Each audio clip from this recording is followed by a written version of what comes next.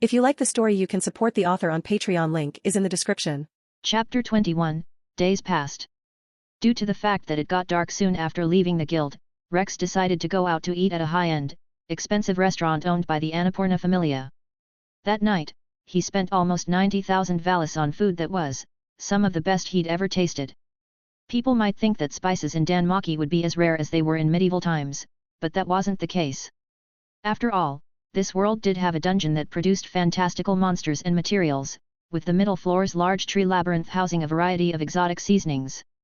Of course, since these seasonings were found in the lower middle floors, they were expensive, so only rich restaurants like the one he visited or places like the Hostess of Fertility could afford to sell food with high-quality seasonings.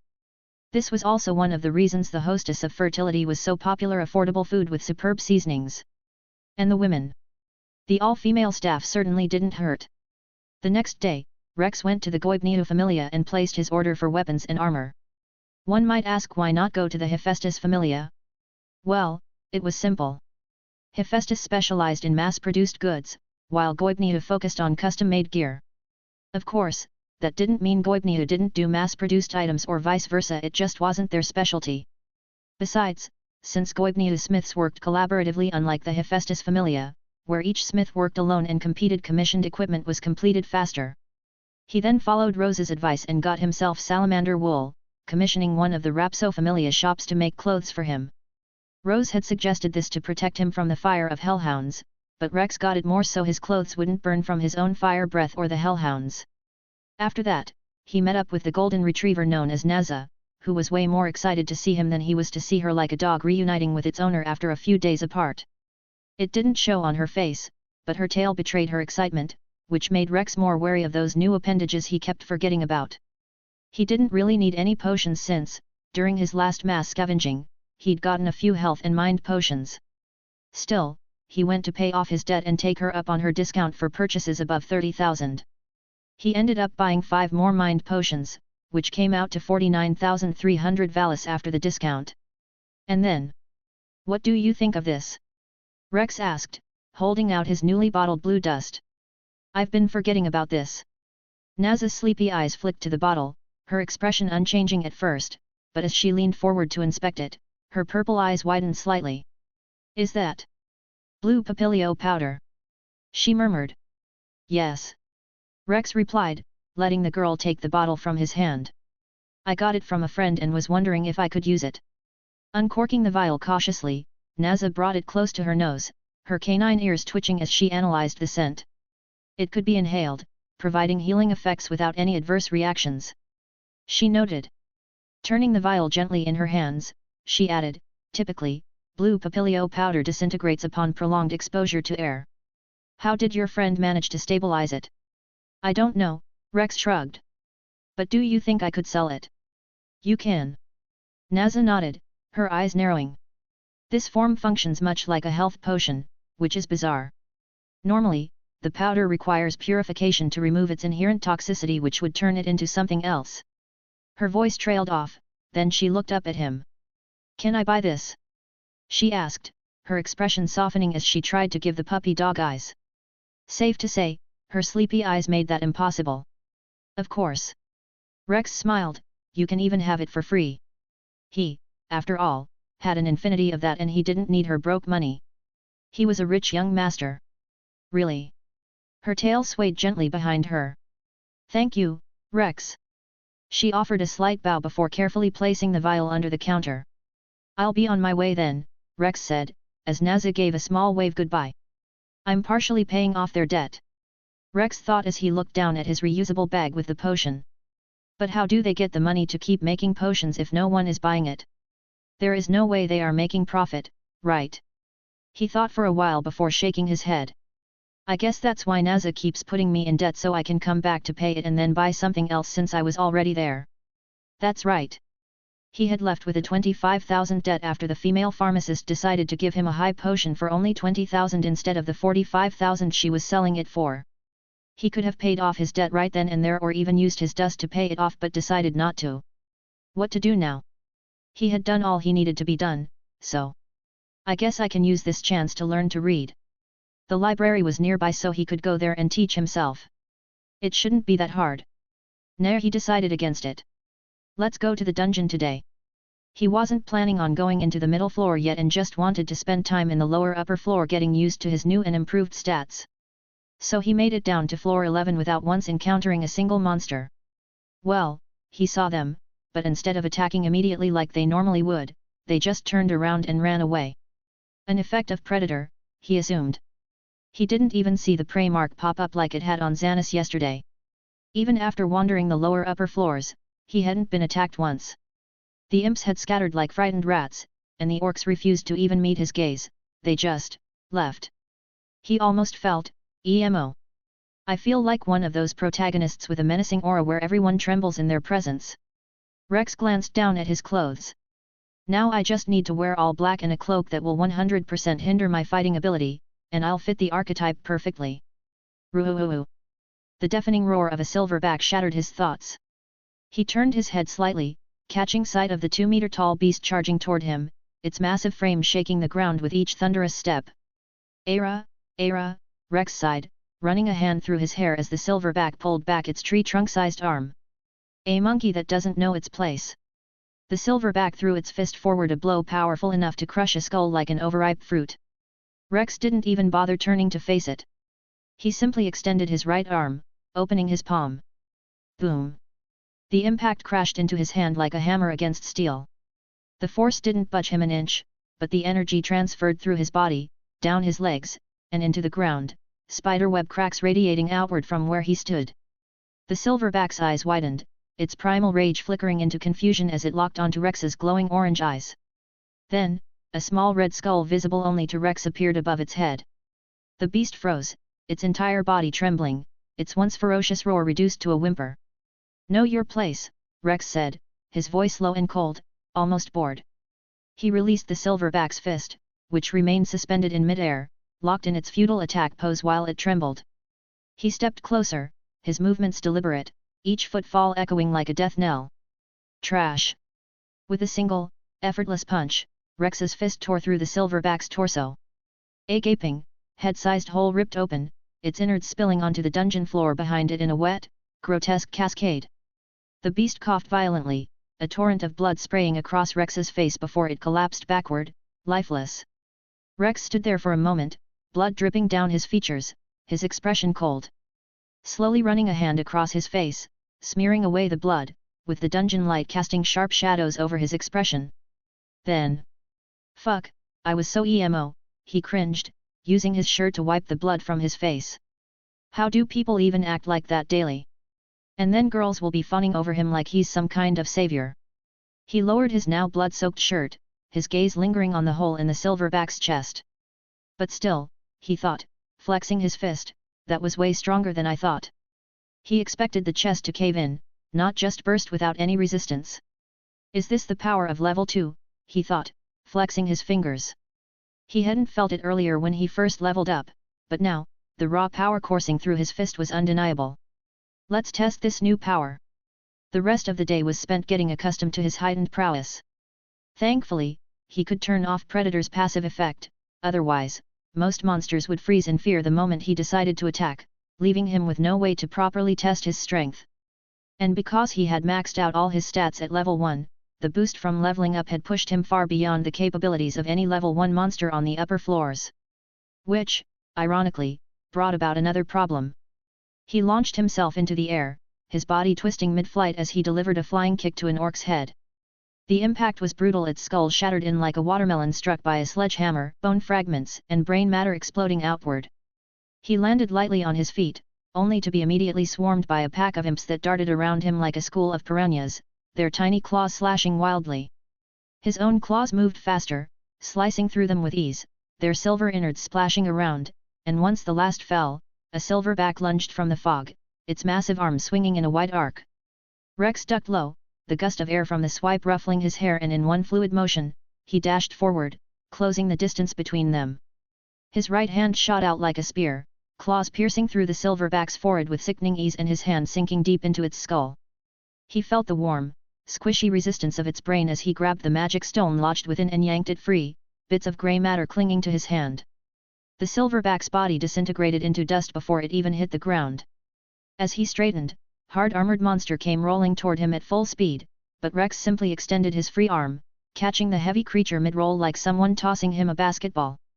Then, with a flick of his wrist, he threw it like a bowling ball, sending it crashing into a cluster of monsters and knocking them off their feet. He flexed his legs and launched himself forward, vanishing in a blur. In the blink of an eye, he reappeared in front of another silverback. His knee crashed into its face with the force of a battering ram, the impact caving its skull inward. Bone and flesh crunched beneath his blow, its magic stone shattering as the beast turned to dust. Landing softly, he raised his head, orange eyes locking onto the remaining approaching monster party through the fog, their growls and snarls filling the air. "Cat on!" he thought, inhaling deeply as he performed multiple hand seals from Naruto. His back arched as his lungs filled with air, his cheeks puffing slightly, then with hoarse seal. "Gamekyaku!" he exhaled. A concentrated stream of fire erupted from his lips, thin and precise at first, but it expanded in an instant, blooming into a tsunami of flames. The sheer heat warped the air, distorting the area and evaporating the fog as the inferno swept forward like an unstoppable tidal wave. It roared with the fury of 1,000 bonfires, engulfing everything in its path. The smaller monsters never even had time to scream, their silhouettes flickered briefly against the blinding wave of fire before crumbling into ash. Hard-armored glowed red-hot, their shells cracking, splitting apart before they, too, disintegrated. Silverbacks and orcs managed a brief, guttural roar before the flames swallowed them whole, their bodies reduced to little more than charred husks. After a few seconds, Rex lowered his hands and stopped the stream of fire. He stood there, staring at the scorched battlefield, the ground blackened and smoldering, with flue dancing embers in the air. The air was thick with the smell of burnt flesh and ash. "Yeah, this floor is not challenging anymore," he mumbled while rolling his shoulders. The difference between his level 1 and 2 selves are like the difference between heaven and earth. Even without going all out, he could dog walk a max triple S indomitable will halberd wielding Rex. It had been fun at first, mowing through monsters like they were nothing. But the thrill had faded quickly. Even forcing a monster party to swarm him hadn't been enough of a challenge. All it took was one breath of fire, and they were gone, reduced to ashes. Should I go down right now, he wondered, bending down to pick up magic stones and tossing them into a plastic bag he'd brought along. Nah, let's wait till I get my weapons. He decided not to be reckless. So he left the dungeon, sold his magic stones through the guild receptionist Sophie, went home, showered, and entered reverie. He woke up early in the morning, but with nothing to do, he went back to sleep, this time real sleep, and woke up again late in the morning, around 10. After brushing, he went straight to the lunchroom and got something to eat.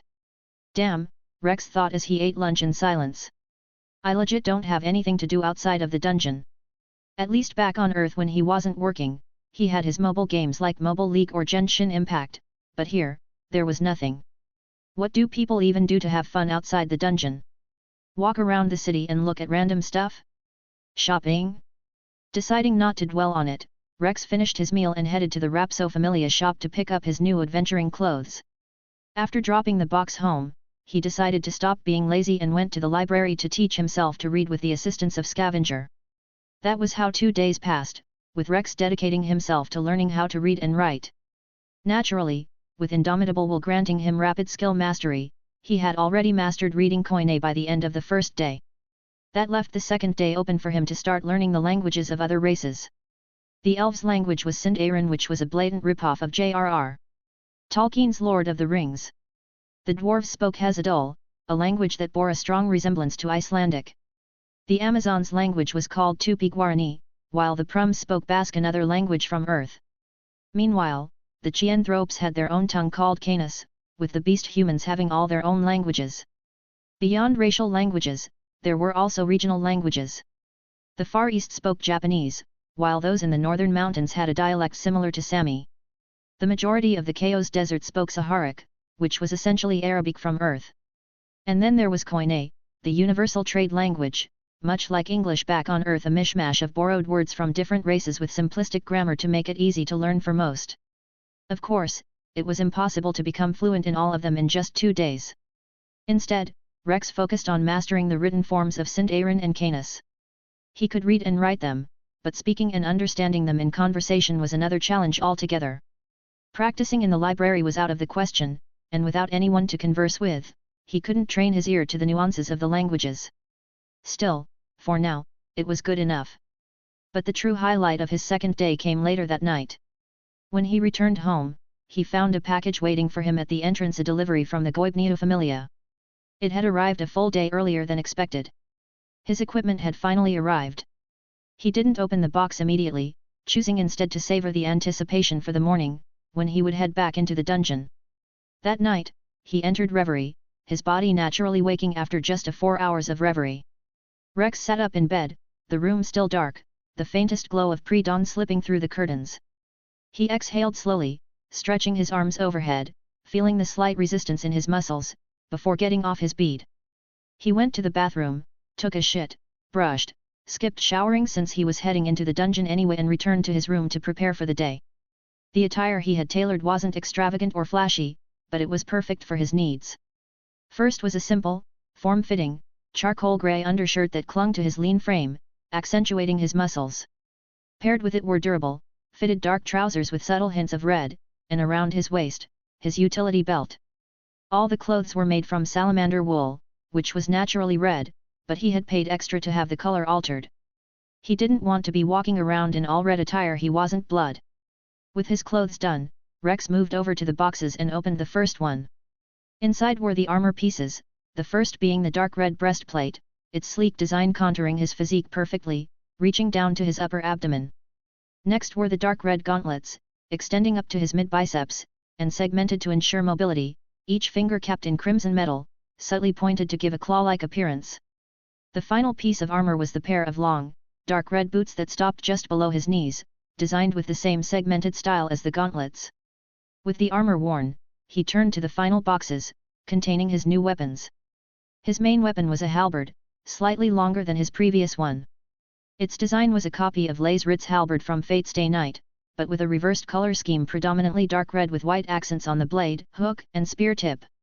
He had also ordered 4 other weapons. The first was a simple 15th century longsword with a silver blade, a dark red leather handle, and a sharp tip. The second was an 80 cm single-handed arming sword, a near twin to the longsword in both blade and handle design. The final weapon was a pair of concealable stiletto daggers, the 4 weapons coming with its own leather scabbard. Every weapon and armor had been crafted using dragon drops and other high-grade materials, making them all third-class items. However, the halberd was a high-end piece, according to Scavenger, with a market value of 3.7 million valis. Thanks to providing all the dragon drops himself, he had paid only 2.3 million, with the longsword costing 790,000 valis, the arming sword 527,000, and the dual daggers 190,000 each. Adding in the cost of the armor pieces 153,000 valis and the salamander wool clothes 40,000 valis, his entire outfit came to a staggering 4.2 million valis, with the market value exceeding 5 million. Turning to the mirror, he took a long look at himself. Dark clothing. Crimson armor. A halberd that looked like it had been crafted for a warlord. The swords on his belt. The daggers concealed. He looked like one of those arrogant young masters who showed off expensive gear without knowing how to use it. A slow grin stretched across his face. Phew, he chuckled to himself as he adjusted the angle of his halberd on his shoulder. I'm currently wearing someone's yearly salary. For a moment, he almost wanted to flaunt it, but he quickly dismissed the thought. Unbuckling the 2 swords, he placed them in his bag so they wouldn't hinder his movement. Throwing a dark salamander cloak over his body, he turned and headed out to get something to eat, pack some snacks, and then descend into the middle floors of the dungeon. Author's note: longest chapter I have written and posted, 3,402 words without author's note. I wanted this chapter to end his break between level 1 and level 2 and wanted Rex to return to the dungeon the next chapter, so I crammed 2 chapters worth of content into one. I hope it didn't feel rushed or jarring to read. If you're curious, 8 days from now is when Belle and party will arrive at floor 18 and 11 days from now is when the Black Goliath would spawn, and that would be one of the major plot the MC will be a part of, and his first major interactions with the main casts. Chapter 22, Middle Floor. The 13th floor of the dungeon, known as the threshold of the cave labyrinth, is a great shift from the upper levels. Ash-colored bedrock formed every surface, walls, floor, and ceiling carved into solid stone, creating the illusion of a cavern buried deep within a mountain. Dank, musty air clung to the dimly lit passages, the faint glow of dungeon moss barely piercing the darkness. Long hallways stretched between chambers, far wider than those above, their walls pocked with gaping pit traps, vertical holes plunging into the deeper floors. Unlike the upper floors' flat, circular mazes, the 13th and lower floors lay out twisted into a complex web of intertwining upper and lower tunnels, sub-floors within a floor. Monsters on the 13th and 14th were not much stronger than those on the 12th floor, so level 2 adventurers with basic abilities ranked I or H could survive, but soloing was near suicide. Spawn rates exploded in these floors, and the labyrinthine terrain demanded parties of at least 3, 2 fighters and a support for navigation. Rex had Scavenger to guide him if he got lost, but after hearing rumors of the middle floor's chaos, even he had a bit of doubt that he would be able to solo it. Damn, these tunnels are endless. Rex's boots crunched against gravel as he trudged forward, his halberd resting on one shoulder, his adventuring bag on his back. He had stashed his cloak after the 11th floor too restrictive for combat and now walked in his dark red light armor, its muted sheen blending with the shadows.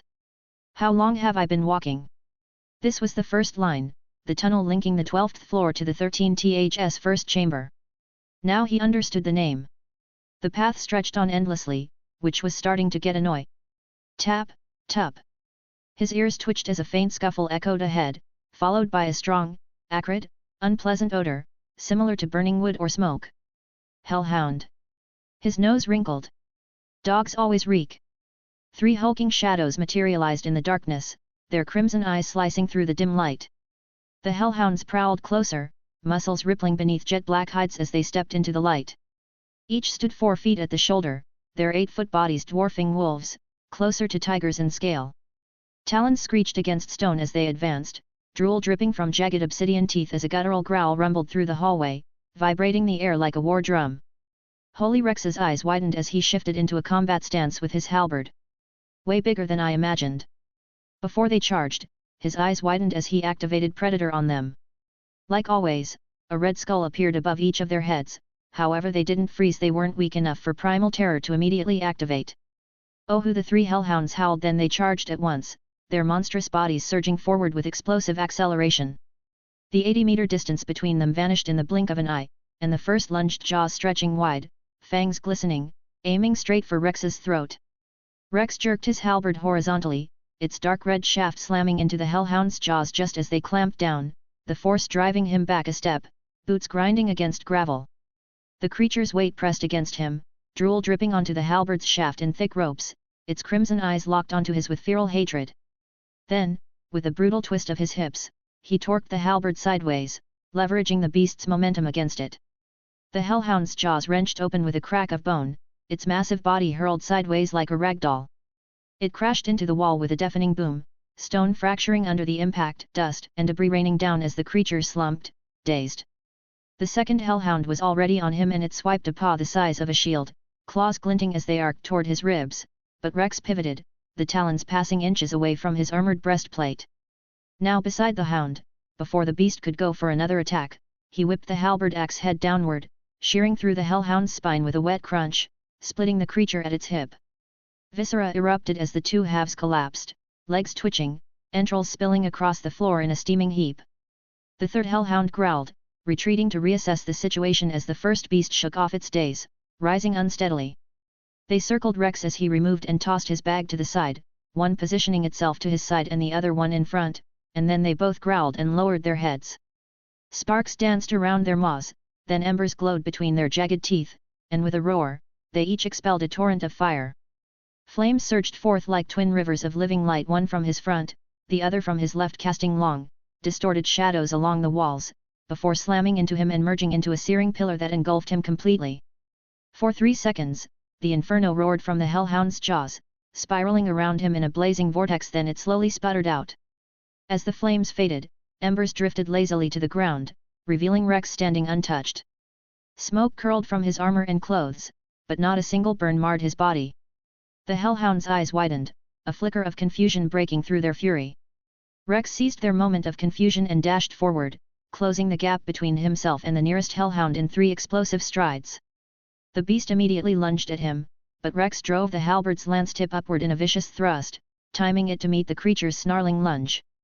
The force of the impact was immense, with the hellhound's jagged obsidian teeth shattering upon contact with the lance tip, fragments flying outward in a spray. The halberd's spearhead forced its way down the creature's throat, rupturing muscle and bone as it buried itself deep inside its body. A strangled, wet gurgle escaped the hellhound as its crimson eyes bulged wide in shock and agony. Keeping his grip firm, he twisted his halberd and pivoted on his heel, spinning the weapon in a wide arc. The skewered hellhound was yanked off its feet, its limp body dragging violently through the air. The last remaining hellhound had leaped at him from behind, its claws extended mid-air, jaws spread wide for a fatal strike only to be met with the airborne corpse of its own pack mate. The hellhound was knocked out of the air with bone-crushing force, the sheer impact sending it rolling across the dungeon floor before it could scramble to its feet.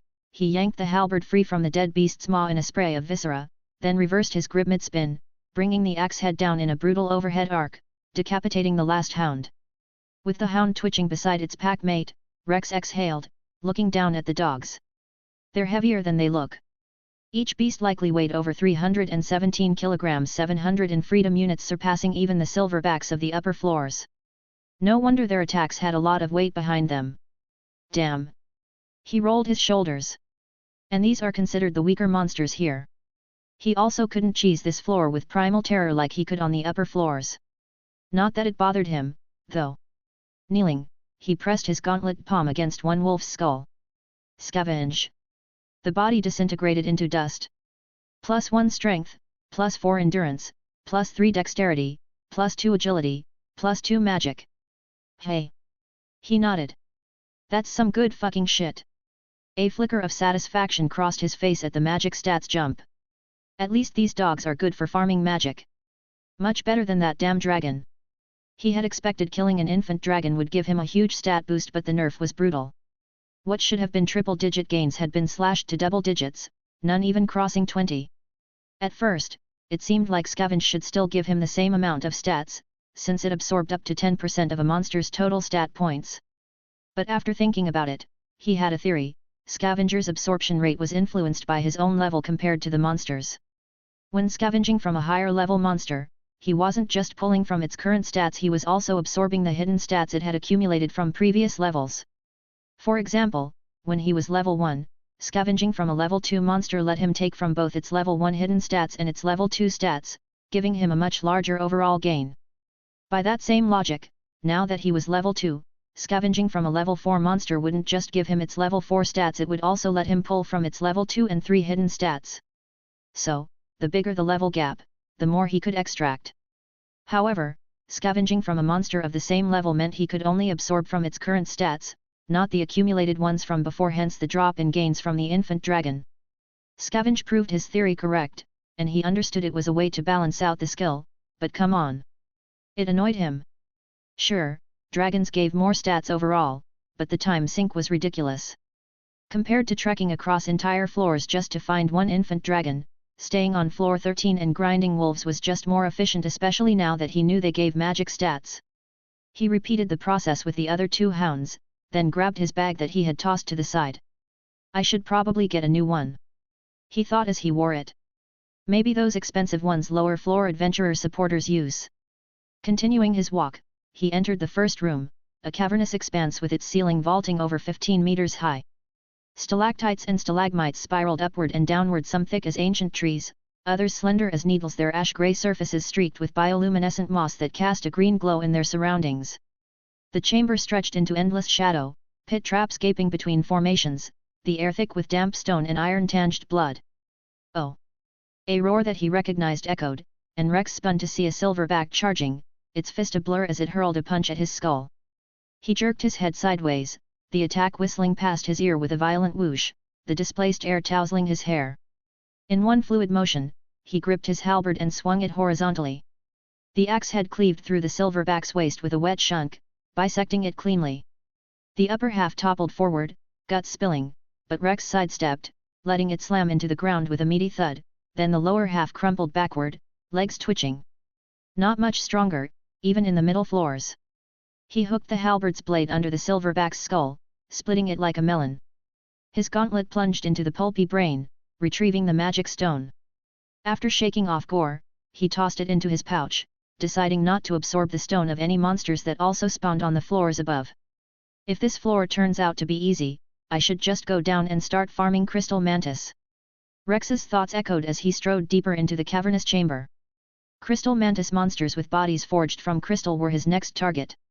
Rose had warned him about their near immunity to magic-based attacks, a trait that immediately piqued his interest. Magic immunity wasn't something he could afford to miss, but if it turned out to be a physical trait rather than a skill he could toggle, he'd have to abandon the idea. He hadn't walked too far when 6 pairs of glowing red eyes flickered in the shadows ahead.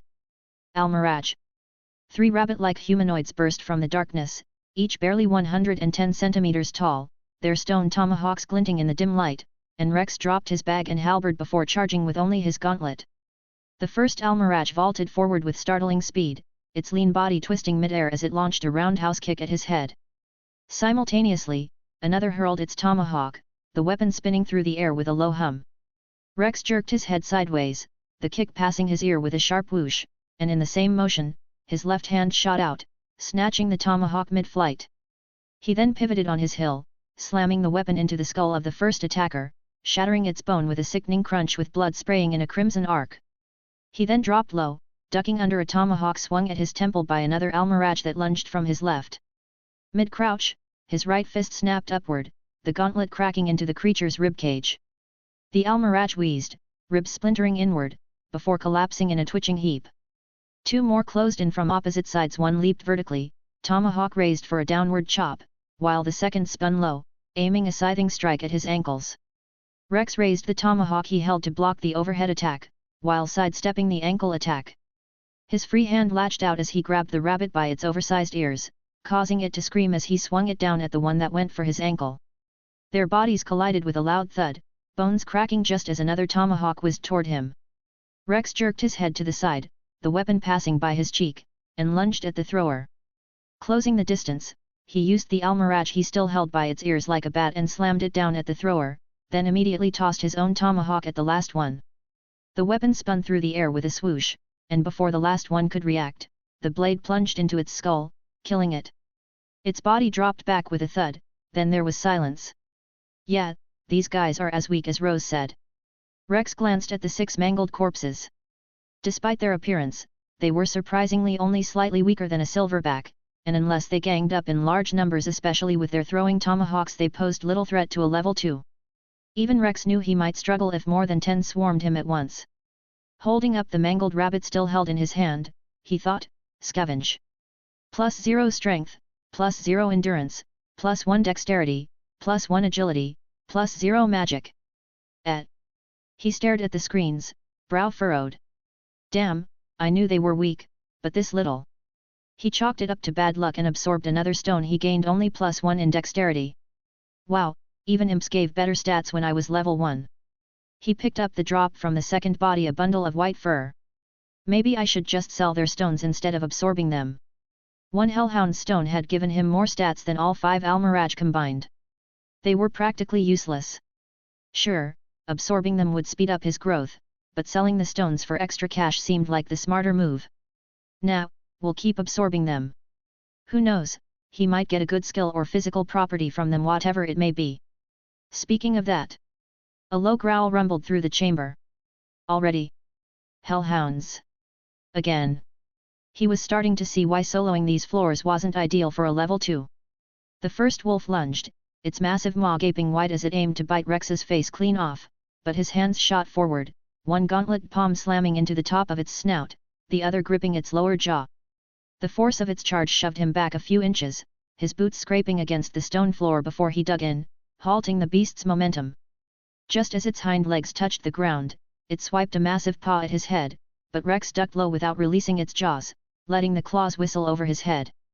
Returning upright, he wrenched his hands apart, forcing the beast's mouth open wider, its muscles straining against his grip. Then, with a brutal tug, he ripped the hellhound's jaw apart. Bone and sinew snapped with a wet tear, blood spraying across his face as the creature let out a gurgling howl. He tossed the twitching body aside, its lifeless form slamming into a stalagmite with a dull thud just as the second hellhound unleashed a torrent of fire.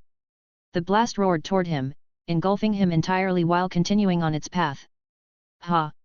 Rex sighed as he walked through the inferno, the fire blazing harmlessly around him. As he got in range of the hound, his hands broke through the blaze, gauntlet gleaming as it reached for the hound. It quickly stopped its flame, eyes wide in panic as it tried to jump back, but Rex's hands clamped onto its jaw just like the first one. This time, instead of ripping it apart, he took a deep breath, forming a small fireball in his throat, then spat it down the hellhound's mouth. He then slammed its jaws closed, trapping the flames inside. A muffled whump echoed as the fireball detonated, incinerating its inside as the creature's body convulsed violently. Smoke curled from its ears and nostrils, the stench of burnt flesh filling the air as it collapsed, its fur smoldering. He activated Scavenger on the wolf he held. +3 strength, +2 endurance, +1 dexterity, +2 agility, +3 magic. Yep, a great way to farm magic. He caught the hellhound fang that dropped from the dust, tossing it into his bag before picking up his halberd. Let's keep going. Suddenly, the ground beneath him swelled and shifted, stone cracking as if something massive were tunneling underneath.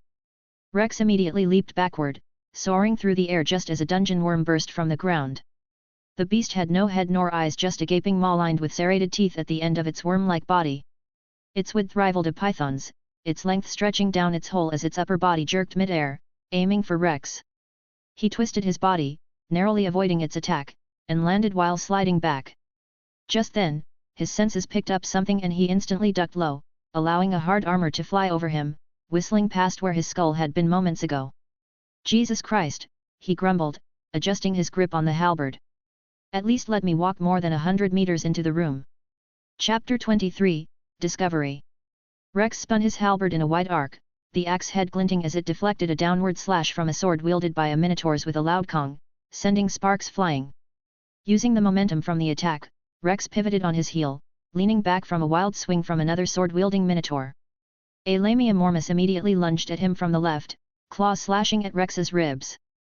But he twisted sideways, her talons almost grazing his armor, and snapped the butt of his halberd upward into her jaw.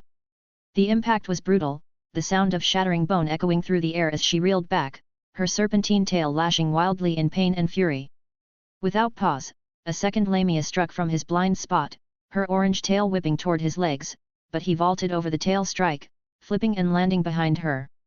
Before she could react, he shifted his grip and stance, following through with a quick horizontal sweep of the axe blade that cleanly cleaved through her neck. The severed head tumbled through the air, a fountain of blood spraying out from her neck.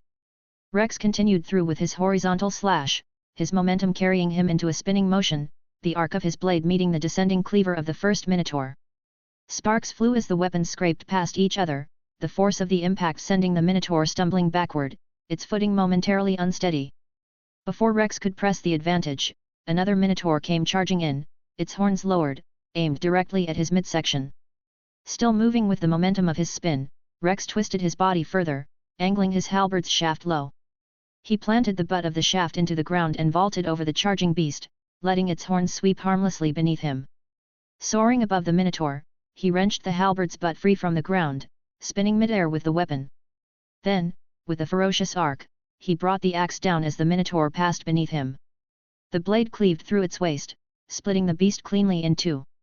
A thunderous boom echoed as the axe slammed into the ground, the force of the impact sending a wave of dust and debris into the air, mingling with the blood and innards of the bisected minotaur.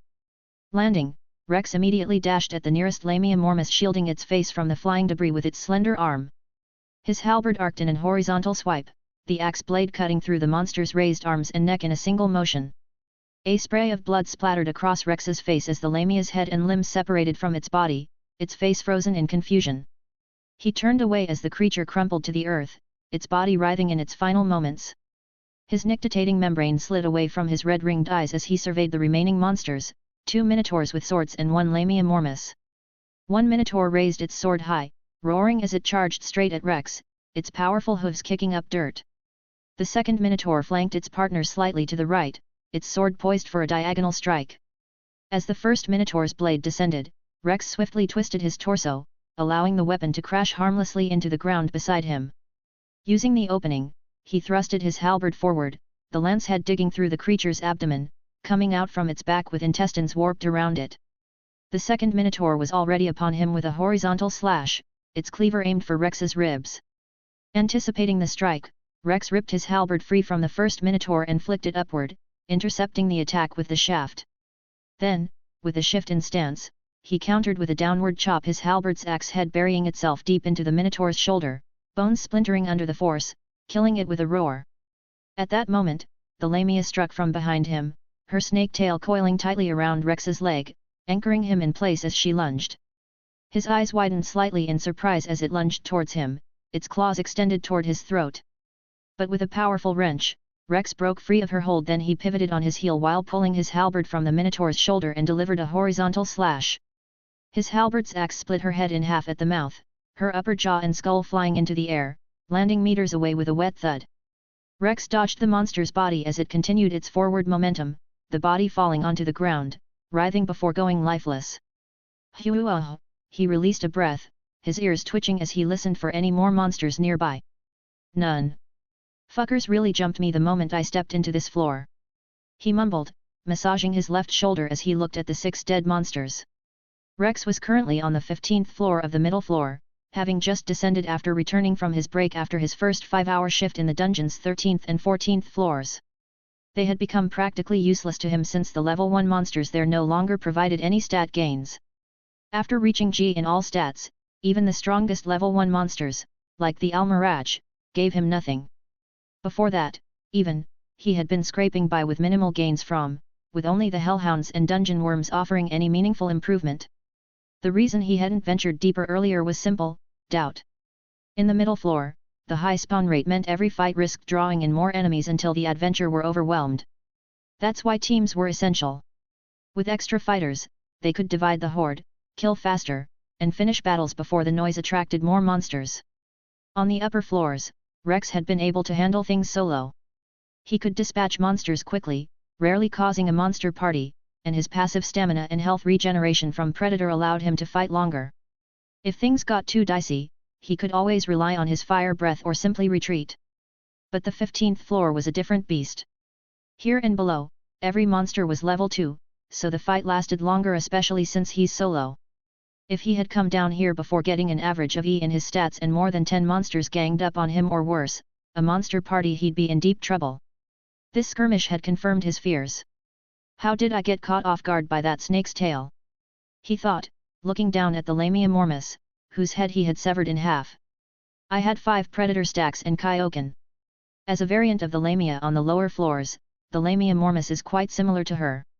It is a humanoid female monster whose upper part looks like a woman while its lower half looks like that of a snake, consisting of a long tail, and it has long, sharp claws. Its skin was pale blue, hair dark blue, and its tail was orange.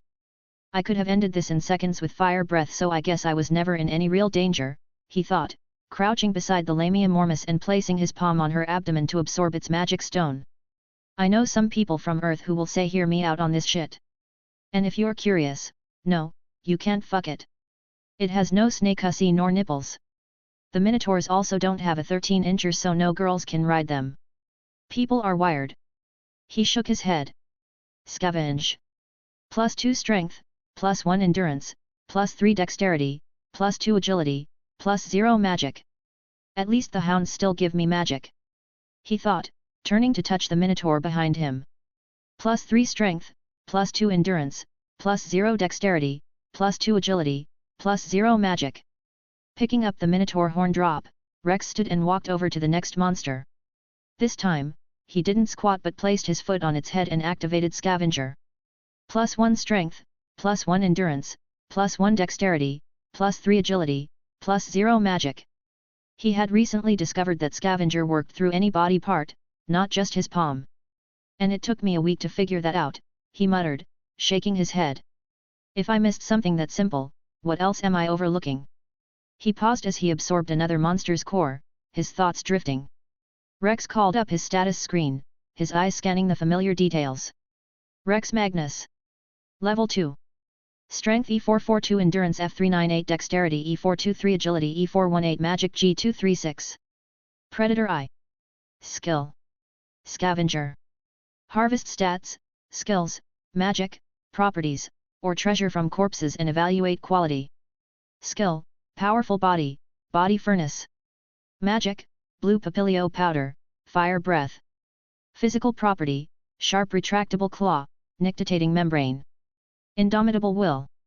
Grants immunity to mind-based attacks, enhances physical and magical growth through trials, enables multitasking and rapid skill mastery, and in dire moments, suppresses pain, boosts mental fortitude, and significantly increases all stats. Dragon's Bane. Massively increases all abilities when fighting any dragon-type monsters. Grants anti-dragon properties to self and allies. I don't think there's much left to figure out with these. His eyes lingered on his skills. Dragon's Bane, his claws, powerful body, and even his nictitating membrane straightforward. Scavenger had confirmed that much. But then Indomitable Will, Body Furnace, and Fire Breath. Scavenger had confirmed that he didn't know everything about them. Even his main ability, Scavenger itself, had things hadn't fully understood. I know I'm missing the second requirement for the scavenging pity system, he walked to another monster. But what don't I know about Body Furnace and Fire Breath? One just boosts firepower, and Fire Breath is, well, breathing fire. What am I missing? Then it hit him. Oh, wait, he muttered. I've never actually activated Body Furnace before, have I? Now that I'm thinking about that, can't I use it to superheat my fire? With that thought, Rex focused, mentally activating Body Furnace with a simple command: increase heat. There was no sudden surge of fire, no dramatic ignition, just a subtle shift. His core temperature began to climb steadily, the warmth spreading outward from his chest, flowing through his limbs, and tingling faintly at his fingertips. He clenched his gauntlet fists, feeling his body adjust to the rising heat. His heat resistance nullified the discomfort, leaving the process eerily seamless. If not for the faint awareness of energy building within him, he wouldn't even know anything was happening. Holding the skill active, he formed a fire breath in his throat, and due to his already high internal temperature, the breath began to take shape with its heat already matching his core. Interesting. He released the short burst of fire breath from his mouth, the flames flickering briefly before dissipating. So, if my internal temperature is at the melting point of steel, a basic fire breath would already have enough heat to melt steel. And since this skill didn't rely on mind, but more on a conscious effort, he'd be saving a lot of mental energy. He doubted his internal temperature could reach that high, but, let's see. Rex closed his eyes, pushing the effect further. Increase. The heat continued to build, concentrating equally across every part of his body, a steady, controlled inferno. His muscles felt more alive, as if every fiber was awake and buzzing with energy, and the breath that left his lips was warmer. Let's keep going, he thought as he held his breath and closed his eyes to concentrate. Increase. The heat within grew hotter and hotter, by the second. It wasn't painful, thanks to his heat resistance, but it was undeniably intense, his skin prickling with the sheer energy radiating from within. After a few seconds, he opened eyes. The air shimmered like desert mirages, the heat radiating from his body warping the light around him. Looking down at his infant dragon gauntlet and chest plate, he found them growing hot but not degrading, allowing heat to radiate outward. While his salamander wool wasn't getting hot, it allowed his heat to pass through like breathable fabric. Thankfully this was the case, or else he would have been cooked alive by the trapped heat. This is incredible, he grinned like a madman as he flexed his fingers, watching as the heat radiating from his gauntlet blurring air around his hand. Maintaining the skill at this intensity demanded inhuman focus. Only Indomitable Will's ability to split his mind, one part channeling heat, the other controlling his body, kept him moving. It's like he was doing both things separately but at the same time, something he couldn't fully explain. And he could increase the heat further. Gaha! He laughed as he pushed Body Furnace to its limits. Super the heat within him surged, climbing faster than before, the air around him distorting more intensely, the shimmering haze thickening like a mirage. Say-in! He roared. His hair began to rise slightly, lifted by the waves of heat radiating from his body, the distortion expanding rapidly, the air rippling like water struck by a stone. Then something shifted. The heat climbed too fast, too high, causing his vision to blur, the world around him warping into a kaleidoscope of shimmering air and flickering light. Shit! The thermal energy erupted from his body. His hair whipped upward as superheated air exploded outward in a visible shockwave, a rippling orb of distortion that expanded 15 meters in all directions. The bedrock beneath him cracked like dry clay, spiderwebbing outward in jagged lines. As the air passed a dead minotaur he hadn't absorbed, its fur ignited instantly, its corpse blackening to charcoal. The distortion around him warped the light, turning the scene into a shimmering mirage. The distant landscape bent and twisted in the haze, reality itself seeming to liquefy. And then, as quickly as it began, it stopped. The orb of heat collapsed inward with a thunderclap, leaving behind a scorched circle of glass-like bedrock. Steam hissed from the cracks and curling upward. The Minotaur's body smoldered, its magic stone now exposed and glowing faintly. Rex stood at the center, unharmed but wide-eyed, his hair settling slowly. His gauntlets still pulsed with residual heat, the air around them blurring like a heathen's mirage. He stared at his hands, then at the devastation around him. "Holy shit," he whispered, a manic grin spreading across his face. That was insane. How the fuck did I just discover this elite finisher?" he asked, a bit mad at himself. Someone else would have figured this out weeks ago. I am growing too fast. He realized as he looked ahead where he heard a group of liger fangs approaching, drawn by the commotion. Scavenger's relentless progression left no room for stagnation. He was already planning his next acquisitions, the Minotaur's stun roar and the Crystal Mantis's magic immunity. Once those were his, he would have hit the stat cap of 999. Then he will be off to the large tree labyrinth to find a level 3 monster to farm for SSS tier stats and new abilities. Scavenge. Scavenge. Scavenge. No time to master. Soon, he would turn into one of those Japanese isekai protagonists with thousands of skills that they even forgot about. Characters that he would be reading about and cursing out because they weren't using their skills to their fullest potential. He wouldn't have figured this AoE nuke till much later. Welp, I guess I am taking a few days off hunting to just spend time testing what I can really do with my skills. He mumbled. That won't slow my progress at all. After all, in only 5 hours, he had reached mid-rank level 2. By tomorrow's end, all his stats except maybe magic will be at 999. An astonishing growth speed, one that far surpassed even the protagonists that would make gods and adventurers spit out blood if they somehow found out. Taking a single day off will not slow his growth at all. I will not become a black-haired, black-eyed OP isekai protagonist. He vowed, over my dead body. He roared, bending backwards as red rings appeared around his amber eyes. Then he leaned forward, the ground cracking beneath his feet before he shot forward like an arrow released from a bow, speeding toward the 3 liger fangs. Author's note, a quick training arc, won't take more than 1 or 2 chapter. I doubt it will even take an entire chapter. Doing this because there are a few ability I want him to scavenge that will synergize well with his current ability set, but if he don't get in the habit of practicing and learning more about his abilities he wouldn't find them out. If you have ideas how his current skills can be utilized uniquely, you can tell me. Then the problem with Goliath. After watching the episode again, I realized how weak it is. Don't get me wrong, it is strong but not as strong as I remembered it being. With the way our protagonist is going, by the time the Goliath spawns it wouldn't be too much of a problem. Not one bit. I will read the manga and novel to see if the anime just made it seem weaker, but if not, I will have to buff the Black Goliath. And web novel really need to fix their syncing between the mobile app and the web page. Shit made me look like a fool. Anyway, thank you for reading. Don't die, smiley face. Chapter 24, The Roadblock. 3 days have passed since Rex Magnus Lapis decided to take some time to learn more about his abilities and how to utilize them to their utmost potential. In those days, he had learned a lot.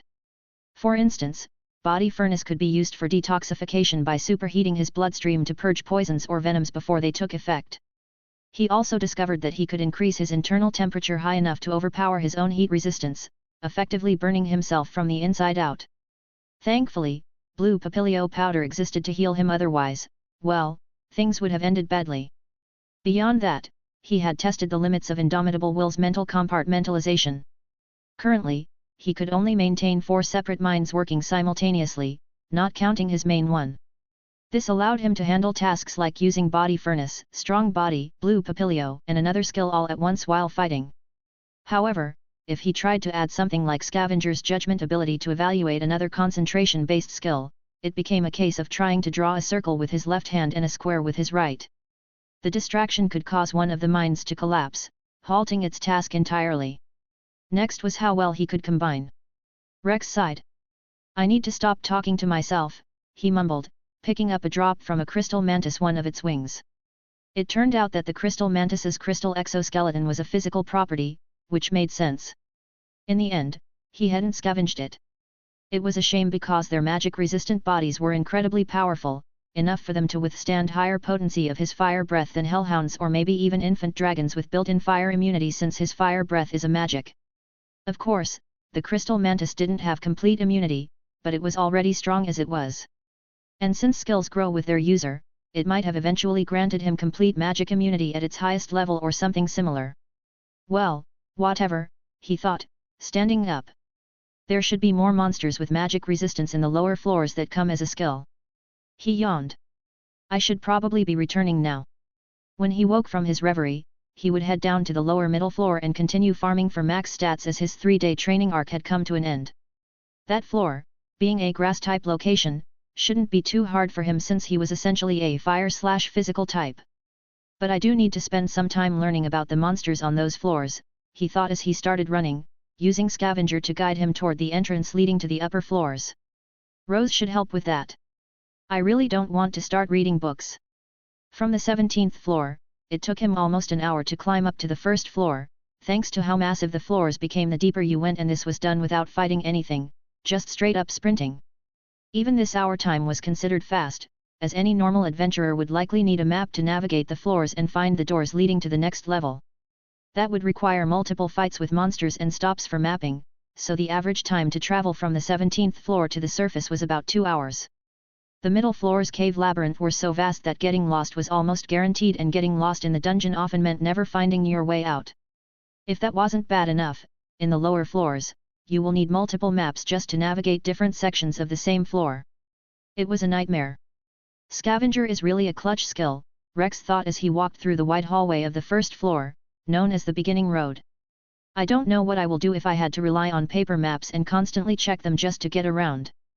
Stepping out of Babel's top floor, Rex looked up at the early afternoon sun under a cloudless, clear blue sky and took in a deep breath.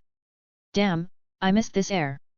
He had spent almost 12 hours in the dungeon, 2 of which were just spent going down to the 17th floor. When I start farming in the large tree labyrinth, I'll probably need a place in Riviera for efficiency. Though he had made it to the 17th floor, he had never crossed into the 18th. He saw it as a graduation, much like how he had never entered the middle floor at level 1 despite being able to do so. That was the next step after his training arc. The next stop was the guild, which didn't take long to reach. Like the past week, the announcement board was surrounded by adventurers, their voices overlapping as they gossiped about Belle Cranel's recent level up. No one believed a rookie could level up in just 2 months, especially when the Sword Princess's record of a year was already considered absurd. The leading theory is that Belle had lied about the time it took, so many openly disliked him for it. However, he also heard them talking about some kind of potion, but he ignored it, deciding to check it out later. Rex made his way to the reception desk, where Rose sat in her usual spot, looking as bored as ever, with a line of adventurers standing ahead of him. When it was finally his turn, he stepped forward, and Rose glanced up at him with her golden eyes, her expression as neutral. "Good afternoon," she greeted in her monotone voice. "What can I do for you today?" "I want to sell some drop items," Rex replied, gesturing to the bag on his back. Rose nodded and stepped out of her booth, leading him into a private room without a word. She closed the door behind them and turned to him, and he began unpacking the items. Rose stood to the side, one arm folded, as she silently watched him. Her golden eyes flicked over the items, noting the unusually high number of magic stones compared to his usual haul. Normally, he brought in a mountain of drops and barely any stones, but this time, the ratio of stones to drops was closer to what normal adventure had. Her ears twitched slightly as she glanced at him. "You've got a lot of magic stones this time," she remarked. "Yeah," Rex replied. "Normally, I only take the drops, and my party members handle the stones. But this time, I took both, since they didn't bring their pouches or anything." The truth is, at this rate he was growing after reaching Triple S, selling the stones of level 2 monsters was better than absorbing them. When Rex was finished arranging the items, he stepped back while asking, "Do you think we can have a one-on-one today to discuss the large tree labyrinth?" "I can't," Rose replied as she walked towards the table. "It's currently busy, and given that I have a lot of adventurers under my supervision, a one-on-one conversation normally requires an appointment." She stopped abruptly, her ears twitching as her eyes widened just a fraction. "Wait," she said, her voice sharper now. "You just got down to the cave labyrinth. Isn't it too soon for you to enter the large tree labyrinth?" Rex shrugged. My party is a group of 3 level 2s. Unless one of your party members is a level 3, I don't think it's wise for you to venture into that floor without a status of C. She turned to fully face him, her tone turning stern. Spent at least 2 years in the cave labyrinth before venturing below Rivera. 2 years? Rex asked, blinking. That's a long time. Rose's expression didn't change. Unless you can get your basic abilities to C in less than 2 years, then be my guest. I'd like you to know that I got C in all my stats in only 2 days. Said while patting his chest. Believe it. Rose deadpanned at him, her golden eyes unimpressed. Impressive, she said dryly. But be wise. The difference between the large tree labyrinth and the cave is larger than the difference between the cave and the first floor. Rex raised an eyebrow, genuinely surprised. Damn, he muttered. As expected of a floor with level 3 monsters. Rose shook her head. There are no level 3s on those floors, she corrected. Apart from the green dragon, which is a level 4 monster Rex, no other monsters there are level 3. The first level 3 monsters appear at Water City. Rex's eyes widened slightly. Don't underestimate the power of the floor just because there are no level 3 monsters, Rex. She locked eyes with him. Even the weakest monsters there are stronger than the wyverns of the cave labyrinth. She was exaggerating, but it might as well be true. Rose turned back to the drops on the table, her movements brisk. I've wasted enough time, she said. Please wait in the lobby while I appraise these. Rex nodded and returned to the lobby, taking a seat in an empty chair. This is bad, he thought, leaning forward, his elbows resting on his knees, hands clasped together as if in prayer. His amber eyes stared at the floor, his expression stiff. This is terrible. The revelation that the first level 3 monsters appeared in Water City had genuinely stunned him, throwing a wrench into his entire plan.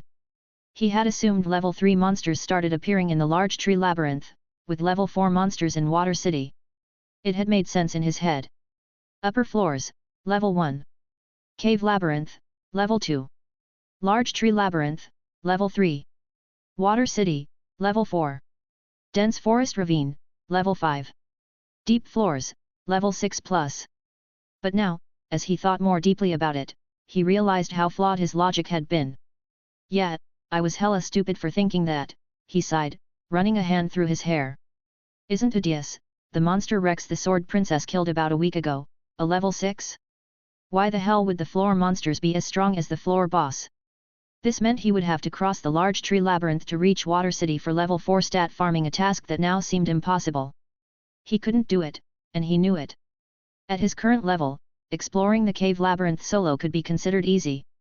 As long as he didn't play stupid games and get himself surrounded by 20 crystal mantises and hellhounds, or maybe attacked by 5 wyverns at once, mainly due to their flight capability, he wouldn't die. Everything else couldn't handle his fire magic. Even soloing the large tree labyrinth was pushing it, but he knew that as long as he played it safe and was extremely cautious, things wouldn't get too bad. However, Water City was another problem entirely. Even level 4 adventurers struggled to solo those floors. Yet, he was confident in playing it safe in the lower middle floors, where level 3 adventurers struggled to solo. But that was because he knew he could fight at a level higher than his own. 2 levels higher, though? He wasn't foolish enough to think he could defeat a level 4 adventure, even with all his abilities, when they could move faster than he could react even if they didn't focus on agility. Fighting even a high level 3 might bring him problems, much less a level 4. So if level 4 adventurers couldn't solo Water City, then neither could he. Fuck, he sighed, slumping back in his chair and looking up at the ceiling. What do I do? He called up his status. Rex Magnus. Level 2. Strength SS1011, Endurance SS1009, Dexterity SS1008, Agility SS1008, Magic SS1003. Predator Eye. Skill. Scavenger. Harvest stats, skills, magic, properties, or treasure from corpses and evaluate quality. Skill, Powerful Body, Body Furnace, War Cry Plus, Tremor Sense. Magic, Blue Papilio Powder, Fire Breath Plus. Physical Property, Sharp Retractable Claw, Nictitating Membrane, Sharp Teeth. Indomitable Will. Dragon's Bane. 3 days had passed, and he had barely gained 10 points in each of his stats. Even though he hadn't been fully focused on farming, this pace wouldn't change. After all, his stat point requirement to increase a stat by 1 had increased 100-fold once all his stats reached 999. With a hard cap of 1499, he needed to gather a total of 50,000 points to go from 999 to 1499. That's right, 50,000. A 50x increase from the 999 points required to reach the soft cap. It felt like another built-in limiter to balance out his absurd growth rate. If he kept farming level 2 monsters, it would take 50 times as long to reach max stats. Since it had taken him 2 days to cap at 999, it would take him 100 days to reach 1499. Even if he went full madman and farmed like it was the only thing he knew, it would still take him at least a month to max out all his stats. He sighed again, slumping back into his former position, his hands gripping each other tightly. I can't risk going down to the lower floors, so do I really have to grind for a whole month just to max out my stats? That was a long time. This is, he mumbled, the roadblock. He, again, sighed. I know I shouldn't be ungrateful for this speed, but... His thoughts trailed off. Now he understood why rich people always wanted more money, even when they already had more than enough. It wasn't just about need, it was about greed. The insatiable desire for more, faster, better. And he couldn't deny that he had that same greed. If I had joined the Loki familia, I could have had one of their executives follow me down to help me grind while they protected me, he thought, almost starting to regret not joining the familia. I mean, I could go join them right now, but let's not do that yet. The limited time raid event was coming up. The Black Goliath boss. Chapter 25, Uninvited Guest. If my butterfly effect hasn't derailed canon, then Bell should go down to the middle floor in, how many days was it? He didn't remember the exact time, but he knew it was the first time Bell entered the middle floor that the Takemikazuchi familia members also entered. Due to their stupidity, they triggered a monster party and ended up leading a pass parade straight to Bell and his party. This then led to them going down to the middle floor, followed by Hestia and members of the Takemikazuchi familia. I think Hermes and his captain also went down. He wasn't sure, but that wasn't important. All he needed was to make sure Bell got himself into that pass parade and made his way down to the 18th floor. He was sure Bell would still make his way to the 13th floor on the same day as he did in canon, since he hadn't done much to derail that track. However, the dungeon was unpredictable. Maybe him killing multiple monsters or taking out a rabbit 3 days ago had caused fewer monsters to spawn around the Takemikazuchi familia, preventing the monster party. Who the fuck knows? Whatever it was, he didn't care. He would make sure that limited time event happened. As a level 5 monster, the Black Goliath would give him a massive amount of Excelia, enough to max out his stats and even start him off at level 3 with maybe 200 points or so. He needed to get it. If he didn't, he'd have to find another way to max his stats. Maybe hiring a level 4 or 5 adventurer to help him, if that was even possible. But right now, his next goal was the Black Goliath. Of course, there were a lot of problems with the Black Goliath plan, but he'd flesh it out in due time. For now, he just needed to get information on Bell's progress and maybe keep an eye on him to see when he entered the middle floor. That way, Rex could follow him and ensure the event stayed on track. Xanis should be able to help with. Your items have been appraised, Rose's voice cut through his thoughts, calm and monotone. The total came out to 37,268 Valis. Rex looked up to see Rose standing in front of him, holding 2 pouches of money. She had noticed way he'd been sitting hunched over, his hands clenched and his brow furrowed. But she said nothing. It wasn't her job to pry into an adventurer's personal struggles. Right, Rex said, standing up, taking the pouches, and began transferring the Valis into his own pouch. As he worked, he glanced toward the adventurer board, where a small crowd was still gathered. What's the commotion about? He asked, gesturing toward the board. I keep hearing something about healing potions. The Panacea Familia made a breakthrough, she explained. They've created a healing potion that, when drunk, not only heals you as effectively as an elixir but also grants the development ability healing power at rank I for 70 minutes. If you already have healing power, it raises the rank by 1 temporarily. Healing power grants regenerative abilities and increases the effectiveness of all healing effects used on you, Rose explained. Oh, really? Rex nodded, mumbling under his breath. I guess I'll need that development ability in the future. It would work well with my healing magic, he thought. But is that even possible? To artificially grant a development ability? That doesn't seem achievable. Rose shook her head slightly. No one believes it, she said. But rumors are spreading that they made 3 bottles and sold 2 to the Loki familia and 1 to Freya. Each bottle supposedly sold for 20 million valis. Her tone carried a hint of skepticism. However, since the rumors haven't been proven true, most refuse to believe it. It isn't possible. Rex nodded as he finished transferring the valis and handed the empty guild pouches back to Rose. Have a good day, she said. Be cautious if you decide to venture into the large tree labyrinth. Yeah, Rex replied as he picked up his bag. You have a good day too. Rose nodded slightly, her expression unchanging, and turned to return to her booth. But as he turned to leave, he noticed something, or rather, someone emerging from the back of the guild, where the private rooms were within a. Rex raised an eyebrow, his curiosity piqued. Xanas. He was genuinely confused. What is he doing here? Ina was trailing behind Xanas, her gaze downcast, while Xanas walked ahead with a calm, composed look on his face. He noticed Rex but said nothing, simply parting ways with Ina as they left the guild together, walking out into the bustling streets of Orario. So, what are you doing here? Rex asked, his tone casual but probing. Xanas adjusted his glasses, the sunlight glinting off the lenses.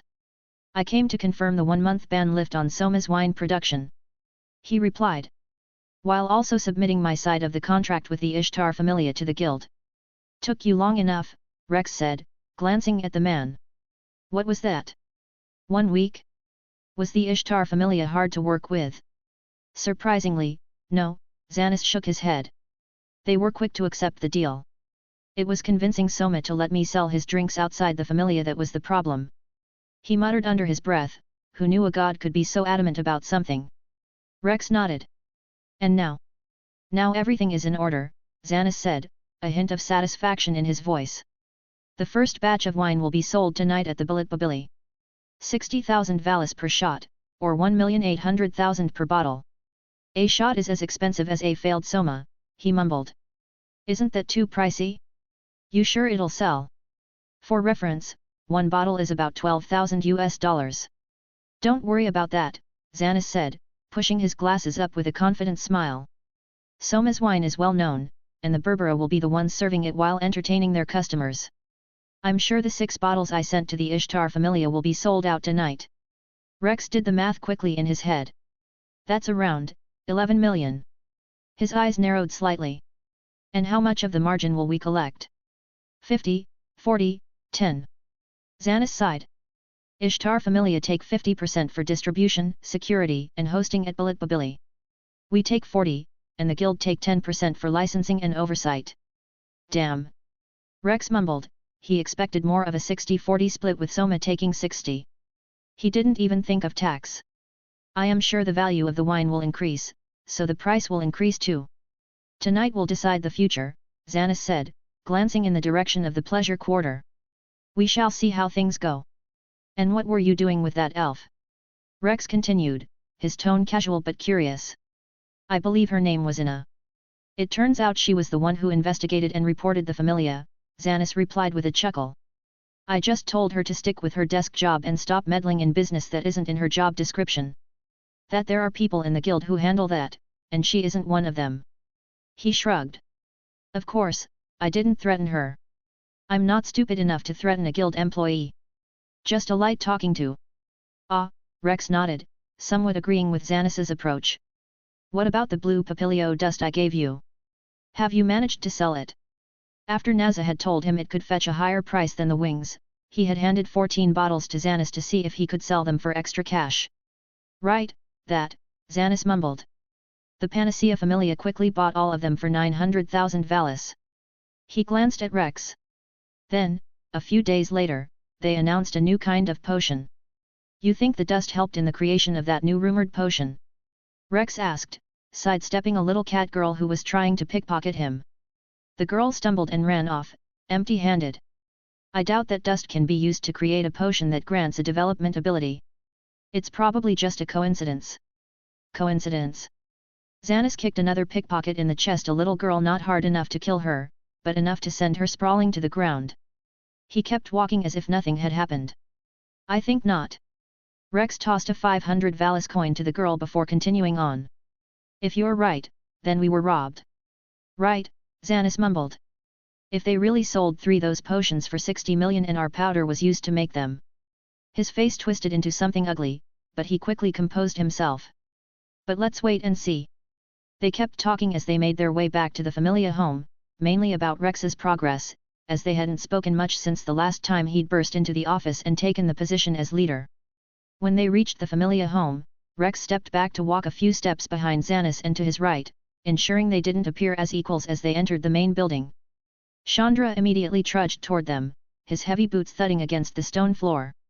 His short, unkempt beard framed a face that looked perpetually annoyed, and his large calabash gourd swayed slightly with each step. He stopped a few feet from Xanis, his expression as gruff as his voice. "Someone's waitin' for ya in the guest room," Chandra said, his tone low and gravelly. He didn't bother with pleasantries or explanations, as if the mere act of speaking was an inconvenience. "Who?" Xanis asked, his brow furrowing in confusion. "I wasn't expecting anyone." Chandra shrugged, his expression unchanging. "Dunno. Go see for yourself," he said, already turning away as if the conversation was over. Xanis's eyes narrowed, his lips pressing into a thin line. "Chandra," he called out, his voice carrying a hint of irritation. "Who is it? At least give me a clue."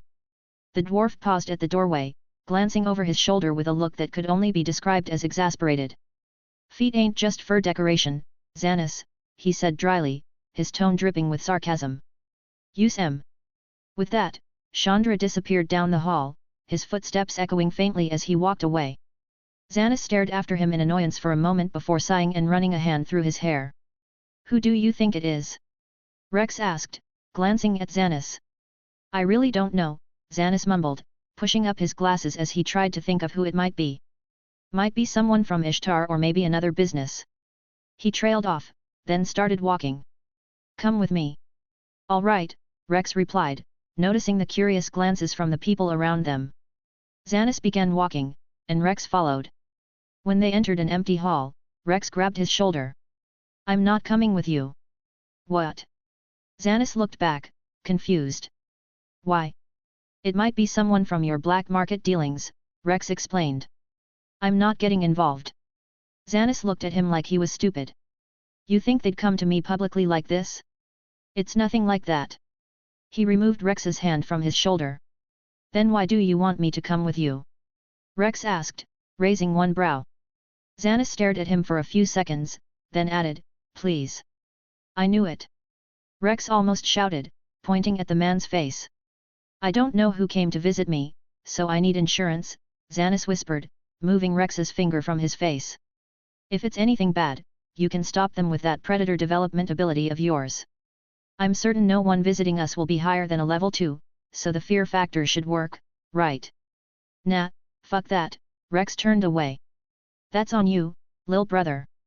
It was Xanis's turn to grab his shoulder. "I threw away my pride and begged. The least you can do is help." "Not my fault you begged," Rex removed his hand. "But..." He turned around with an ugly grin. "I'll help you if you call me daddy. You're mad," Xanis flinched. "No, you can go. I'll do it myself." He turned to leave, but after walking a few meters, he glanced back and deadpanned. "Daddy!" Rex busted out laughing, pointing at the man like he was a fool. "You really said it." He laughed, doubling over as Xanis pushed up his glasses with his middle finger. "Fuck, you're a good boy." "That's taking it too far," Xanis turned, his jaw clenched. "Now follow me." "All right," Rex laughed as he caught up to Xanis. "Big Daddy will protect little son." Xanis said nothing, but Rex noticed his clenched jaw. They walked in silence and soon reached the meeting room. Rex, playing the role of the bodyguard, pushed open one of the doors and allowed Xanis to enter. But the man froze mid-step at the door as he noticed something. Rex immediately turned to run. "Foo ha ha ha ha ha." A man's laughter echoed like thunder, shaking the room as if the walls themselves were cowering. "You must be Xanis, captain of the Soma familia." His voice was deep, carrying a mocking lilt that made even the simplest words sound like an insult. Rex stopped, curious, and peeked over Zani's shoulder at the guest. The man standing there was a 6 feet tall, with graying hair and a beard that framed a face that, while undeniably handsome, was twisted into a grin so smug it bordered on grotesque. Who? Rex thought, staring at the man, though it wasn't hard for him to notice his godly aura. The god didn't wait for Xanis to respond, instead stepping forward with a swagger that suggested he owned the place. I've heard quite a bit about you, boy. Running a failing familia into the ground, are we? No matter, no matter. I don't mean to judge though, foo ha ha ha, it's hard not to. Rex's eyes narrowed as he took in the god's appearance. His robe was so gaudy it almost hurt to look at, the gold thread catching the light with every movement. Behind him stood a small girl, almost doll-like in her stillness. She was dressed simply, her expression blank as she followed her god with quiet obedience. The god spread his arms wide, his laughter subsiding into a low, rumbling chuckle. Now, don't look so shocked, boy. I've come to bargain, not to bite though, foo ha ha, I might if you waste my time. He took another step forward, his grin widening. I hear you sold specially purified blue papilio powder to the Panacea Familia that helped them with their new venture. Isn't that right? Oh. Rex frowned. Did my magic really help in creating that 30 million Valis potion? He frowned. No fucking way. He must be tripping. So, the god continued, his tone shifting to something almost conversational, though the mocking edge never left. Here's the deal. I've got a proposition for you, Xanis. A little partnership, if you will. You scratch my back, I scratch yours. Foo ha ha ha. What do you say, boy? Ready to make a deal with a god? Xanis finally found his voice, though it was tighter than usual, his words measured. Lord Diansect, he began, his tone polite as he smiled. I wasn't expecting your visit. What exactly are you proposing? Diansect's grin widened, his eyes glinting with amusement. Ah, straight to business. I like that. No nonsense, no fluff. Very well, let's talk. He gestured grandly to the room, as if he were the one inviting them to sit. Shall we? Author's note, Diansect and Ermid Tzanare enters the scene. Hope I did Diansect's personality right. The anime and manga gave me nothing to work with, so I had to read the novel. Slowly, our MC is getting in touch with important characters all without going to Hostess of Fertility, lol. Either way, if you have any ideas, I am all ears. Chapter 26, Another Guest. Xanis exhaled softly, stepping deeper into the large receiving room. The floor was tiled in a neat geometric pattern, and the late afternoon sun filtering through the tall, glass-paneled windows cast elongated shadows against the walls. Heavy curtains were partially drawn, allowing enough light to give the space a warm, mellow glow. Several plush couches formed a horseshoe around a low, glass-topped coffee table at the room's center. No grand wooden desk here, just a casual setup meant for informal visits. Please, my lord, Xanis said, gesturing toward one of the couches, his smile polite but not quite reaching his eyes. Make yourself comfortable. Foo ha ha ha, I certainly shall, Diansect boomed, crossing the room with a swagger that suggested he owned it. He selected the largest couch, sinking into its cushions as though it were a throne. The small, doll-like girl quietly positioned herself nearby, hands folded in front of her. Let us speak as equals at least for a moment. Xanis tried not to bristle, instead choosing one of the couches opposite the god. Rex, still playing the role of bodyguard, stationed himself just behind the couches, arms folded behind his back, keeping a close eye on their guest. You mentioned a proposition. Xanis spoke first. May I ask what kind of? Yes. Diansect cut in, leaning back on the couch, a grin stretching across his face. I have it on good authority that you've been supplying a certain dust to the Panacea Familia. One might say your blue papilio dust has become essential to some new, shall we say, groundbreaking concoctions. Care to confirm? I've heard rumors, my lord. Xanis gave a measured nod. Such talk is hardly proof. The Panacea Familia hasn't officially confirmed anything of that sort. Oh, but the eyes and ears of a god reach far, boy. Diansect's tone was smug, his grin sharpening. And how can we be so sure it was our dust that made the difference? Xanis furrowed his brow. Couldn't it have been another ingredient?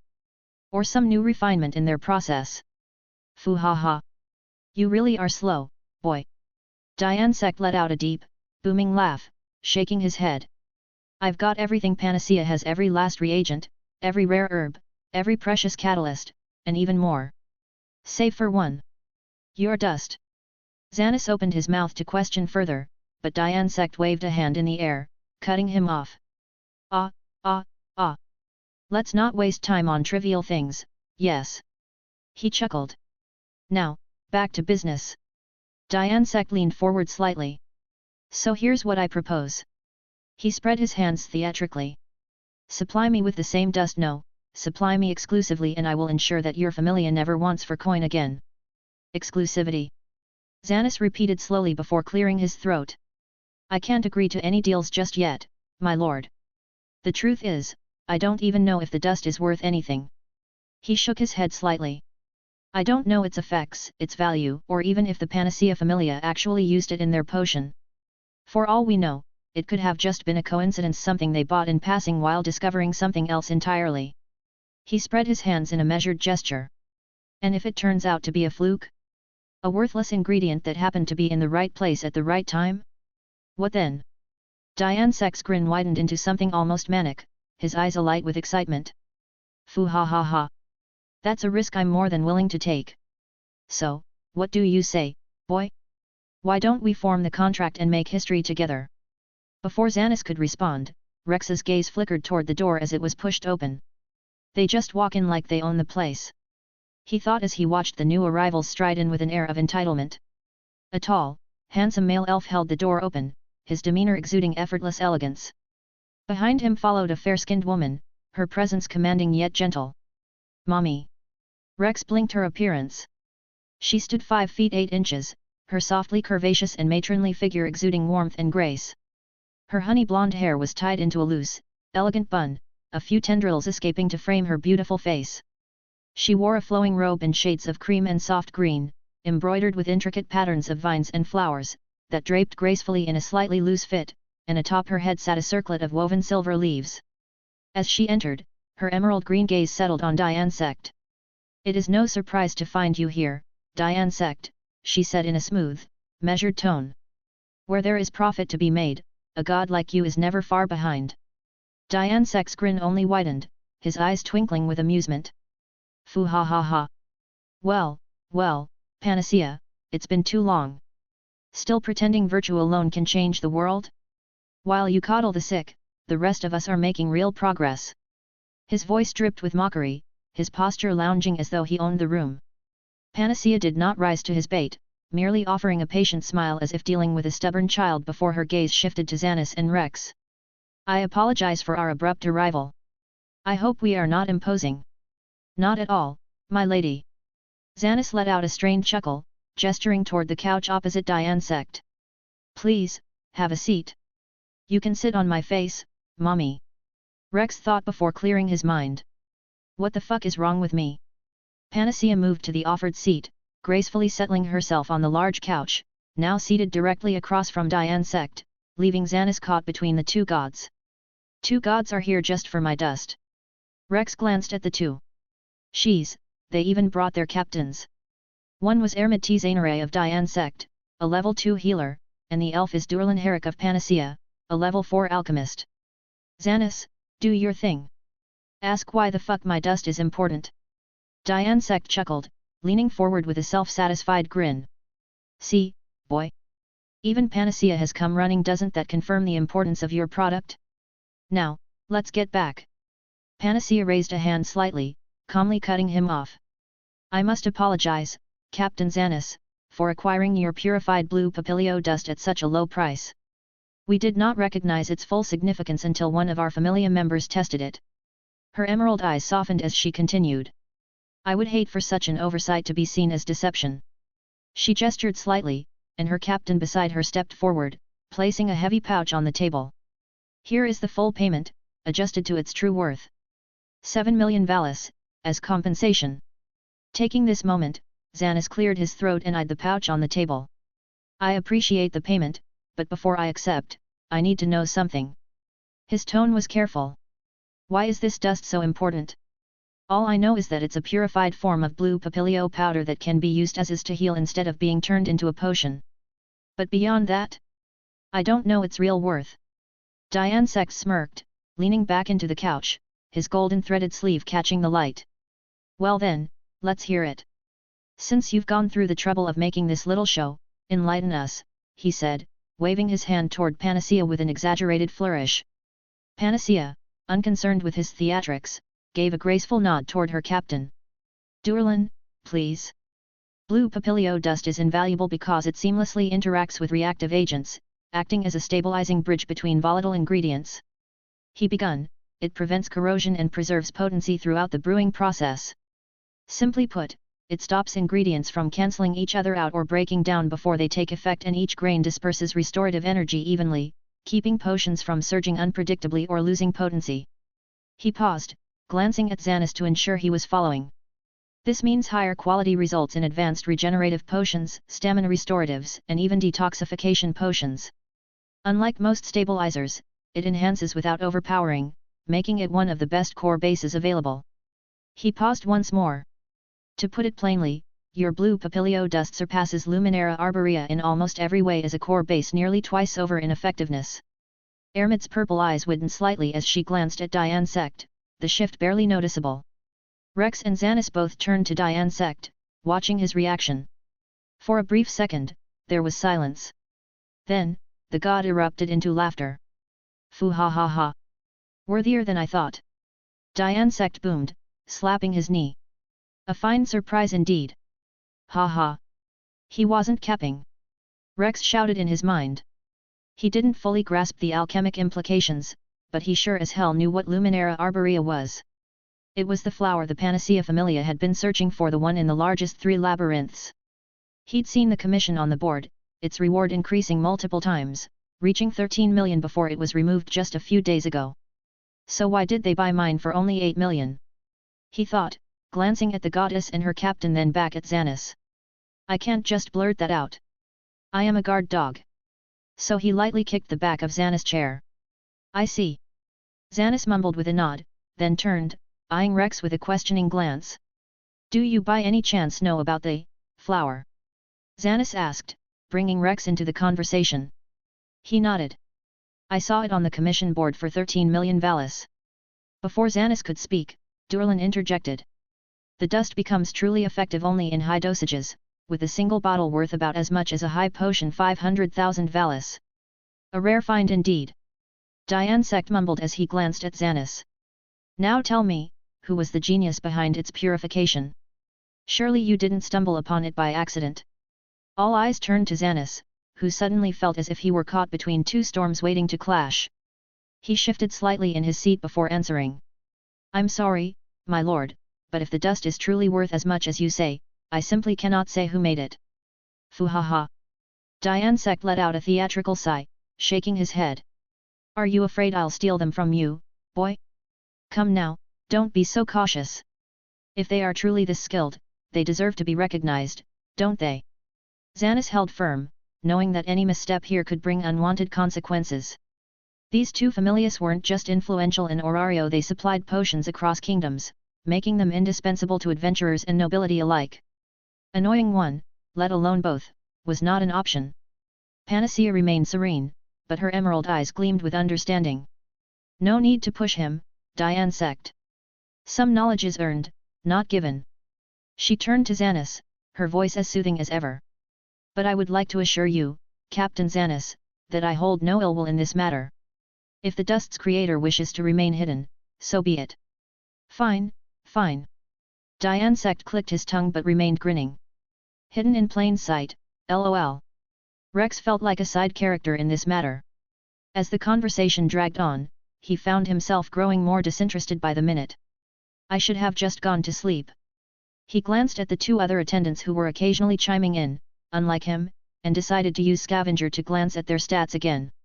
Duerlin, being a level 4, had his mixing development ability at G, along with 2 other DOS, abnormal resistance and escape. He also had 1 magic and 1 skill, the magic being a single target shield and heal, while his skill boosted the effectiveness of all potions he created. I guess that's what helped in creating that de potion, Rex thought, shifting his gaze to Ermid. She had the de mystery and 2 overpowered healing magics. If I remember correctly, she's said to be the best healer in the world. It wouldn't be a bad idea to form a relationship with her based on that alone, but he wasn't too sure how to go about it.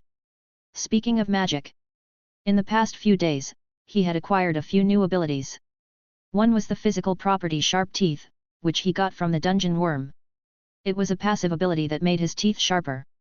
It wasn't particularly notable, but you'd notice it if he smiled widely, especially his canines, which were now slightly more prominent. Then there was Tremor Sense, which he also got from the dungeon worm. This skill allowed the monster to see while digging, despite having no eyes or any other senses. It sensed vibrations in the ground to perceive objects, people, and other aspects of its environment, essentially acting as sonar but through the earth. Others might know this as seismic sense from Avatar. However, the skill was only effective when a body part was directly touching some form of earth structure, like sand, soil, bedrock, or whatever. He couldn't use it through his boots, his bare feet had to touch the ground. He couldn't even use it on metal, only minerals. Will I have to go into the dungeon barefoot like those uncivilized Amazonesses, he wondered, trying to activate the skill through his feet but feeling nothing. I can't really let this skill go to waste, so he'd consider it later, or maybe getting a shoe made out of rocks. Next were the two abilities marked with a plus dot. Author's note: chapter was supposed to be 3,800 word, but I cut it in the middle where I thought it would be good to end. Next chapter would have also been posted today, but it's only 1,500 words and I don't like posting chapters below 2,200, so I will add some more shit and post it tomorrow. Chapter 28 would hopefully be the start of the Black Goliath event, as I don't want it to start later as it will feel dragged on. Mainly because I also want to write the event, especially the raid battle against the Black Goliath. Anyway, thanks for reading and have a good day, Chapter 27, Cook. The plus indicates that they had been overridden by stronger, similar skills. He first got War Cry from the Minotaur, which caused paralyzing fear in those one level below him, though it wasn't very useful because Predator already made weaker enemies fear him. This skill was later overridden when he absorbed the Wyvern's Roar, gaining the additional ability to temporarily boost allies' strength, agility, and aggression. Unfortunately, it didn't work on himself. Fire Breath was also overridden by the Wyvern's Fire Breath. The infant dragon's breath generated fire internally in its throat before releasing it, while the Hellhound's Fire Breath utilized heat from the surrounding air to form flames in front of its mouth. This was why sparks appeared around their mouths, gathering inside their maws before they unleashed their flames. When he absorbed the Hellhound's Fire Breath, however, it didn't upgrade his existing ability but gave the choice to keep his current Fire Breath or replace it with the Hellhound's version. It seemed Scavenger couldn't merge skills or magic, so he chose to keep his own. In the end, it didn't matter because the Wyvern's Fire Breath could do both, generating fire internally and using heat from the air, and it overrode his original ability, hence the plus dot. Now, Rex could use both types of Fire Breath, and each had its own advantages and disadvantages. The internal breath was highly controllable. He could adjust the intensity, size, and shape of the flames mid-blast by regulating the flow of mind and air. It was precise and versatile, perfect for focused attacks or sustained bursts. However, it took a moment to activate, and maintaining the flames for too long drained his mind reserves quickly. It also had a shorter range, limited by his lung capacity. On the other hand, the external breath was quicker and more explosive. It gathered heat from the surrounding air, forming a concentrated ball of flame that could be unleashed in a blast or sent forward like a projectile almost instantly. This made it ideal for surprise attacks or hitting distant targets with devastating force. However, once the flames were fired, he couldn't adjust their intensity or direction. It was a fire and forget ability, less precise and more dependent on the environment. In cold areas or places with low ambient heat, its effectiveness dropped significantly. The duality gave him versatility in combat, and he could also use both of them for his ultimate ability, he simply named Red Dragon's Breath. This is an ultimate ability he made that uses mental compartmentalization to combine strong body furnace, blue papilio powder, external fire breath, and internal fire breath, for a single, devastating fire breath. He hasn't tested it, but it's a theory confirmed by Scavenger. I will have to test it the next time I return. He would have to use it against the Black Goliath when it spawns, so he needed to know its true worth. The meeting concluded with Xanis weighing his options before deciding to strike a deal with both familia. He knew he couldn't afford to side with one and risk angering the other, so he settled on a balanced arrangement to maximize leverage for the Soma familia. Each week, he would supply 10 units of blue papilio powder to both the Diane sect and Panacea familia at 500,000 valis per unit, while retaining 10 additional units for public sale at 1 million valis each. This ensured scarcity and deterred the familia from buying out the public supply. In exchange, both familia agreed to grant Soma a medicinal license, legitimizing their wine and powder sales while bypassing guild restrictions. The agreement included an exclusivity clause, capping total distribution at 30 units weekly, 10 to each familia and 10 to the public, and maintaining balance if one familia received extra stock, the other would match it. By pricing the public units prohibitively high, Xanis ensured the familia couldn't undercut Soma's market, while the medicinal license fortified their monopoly and credibility. Rex couldn't help but smirk internally. We make only profits, since the production cost is zero. He kept himself from bursting out into laughter. It's like selling air for millions. Who knew his magic would be such a gold mine? Diane Sect, of course, refused to finalize the deal until he was granted the same 18 extra units that Panacea had already received. Xanis reluctantly agreed, knowing it wouldn't significantly impact his profits after all, he'd still be making a substantial amount, and producing the powder wasn't difficult, according to Rex. Well, that settles it. Xanis kept his expression carefully neutral, his smile strained as he addressed the gods. I'll have my attendant, Rex, deliver the first batch of 15 to each of your familia tomorrow after we finalize the contract in the guild. Of course, you will get your extra 18, my lord. Rex, who had been lost in thought, snapped his head toward Xanis. What the fuck, why me? His expression barely twitched, but internally, he was already calculating how to get out of this sudden errand. He had a night shift today. Diane Sect barked out a laugh, slapping his knee. Good, good. Let's see if this so-called miracle powder holds up. Panacea simply nodded. That would be acceptable. With the final words exchanged, the meeting concluded. As the gods and their captains prepared to leave, Panacea turned back toward Xanis. I must apologize once more for the abrupt intrusion and for putting you in a difficult position, she said, her voice gentle.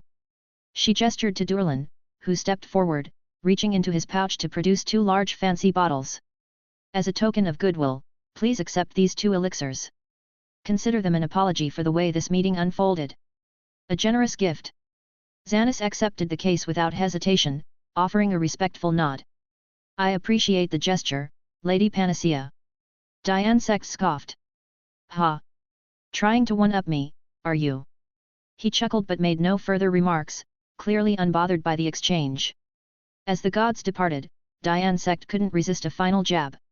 I suppose even a second-rate familia can find fortune if they stumble on the right product. His voice carried its usual arrogance.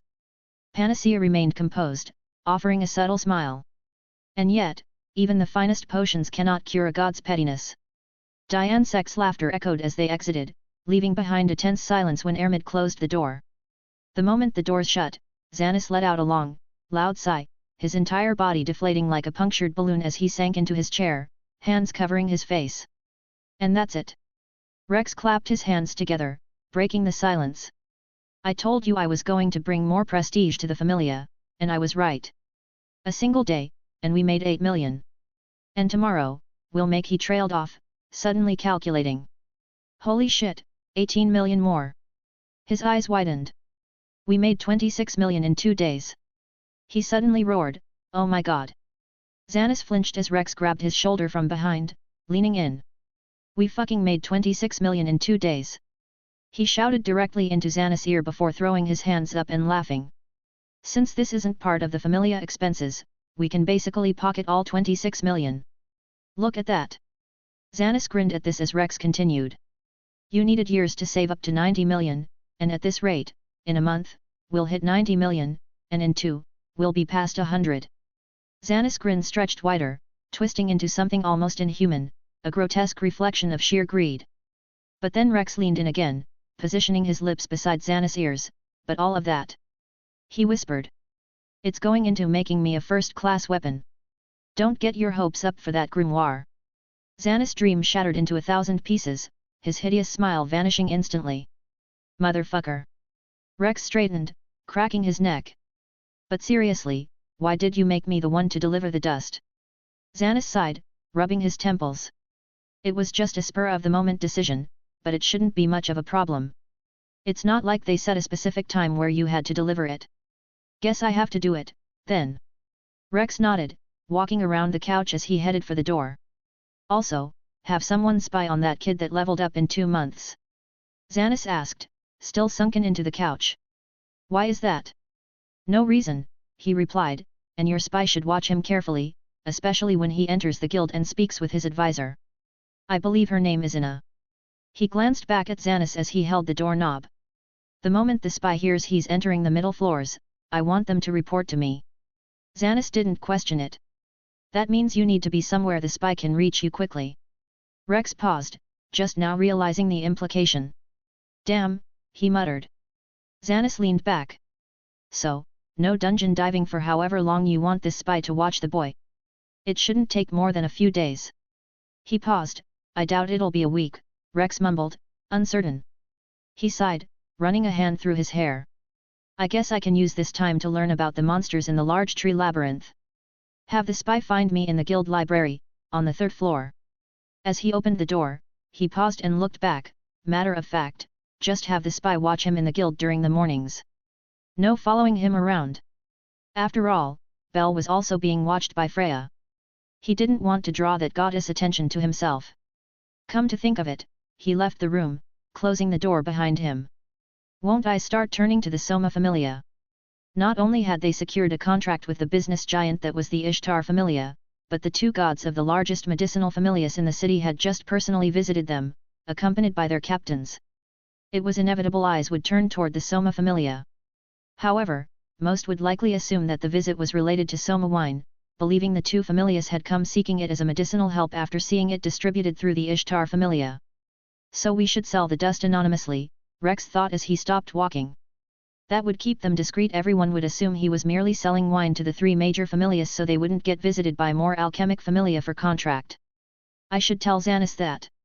Xanis had likely thought of it already, but just to be sure, Rex turned back and opened the door only to freeze, his mouth hanging open with the words caught in his throat.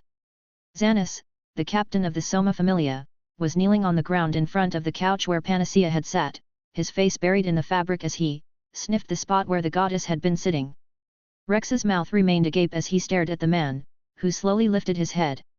Their eyes met. Xanis' face went rigid with horror. A long silence stretched between them before Xanis abruptly shouted, "It's not what you think."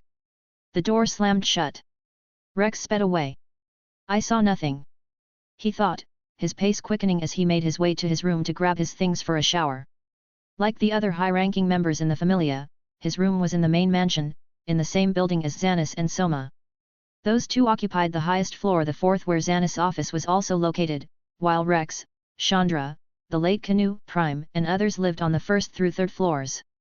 The 3 girls could have resided here as well, but secrecy about their strength kept them elsewhere. Ascending to the 3rd floor, he opened his door and stepped inside. Home sweet home, he mumbled, eyes landing on his bed. Hello, Mr. Snuggles, he said, addressing the pink teddy bear perched against the wall. The doll had been a gift from Coco 2 days ago, after she and the others had followed him to his room to see where he lived. They deemed it depressing and decided to give him things to brighten it up. Coco gifted him the doll, Kaed had given him one of her older katanas, and Momiji had given him a metal fan, something she had once tried using as a weapon before giving up on it. Is it really depressing? He wondered aloud as he stripped off his gear. The room itself was large, but sparsely furnished. A single window stood open, allowing the late afternoon sunlight to spill in, illuminating specks of dust that floated lazily through the air. A lone mattress rested on the floor without a bed frame. Above it, the katana in its white saya hung from the wall, with the red fan positioned below it, and the pink teddy bear sat neatly on the mattress against the wall. In one corner, a table and chair occupied a modest space, the surface cluttered with various items. An open closet revealed a handful of hanging clothes, with a bag stuffed with more at its base, and a full-body mirror was mounted on the door. Across the room, his adventuring bag rested beside other adventuring supplies. That was it. The only things filling the vast room. It looked fine in his eyes, but undoubtedly hollow to others. Whatever, he thought as he went to go shower in the communal bathroom. He cleaned himself, brushed his teeth, and returned to his room, changing into a simple white long-sleeve shirt, black pants, and slippers.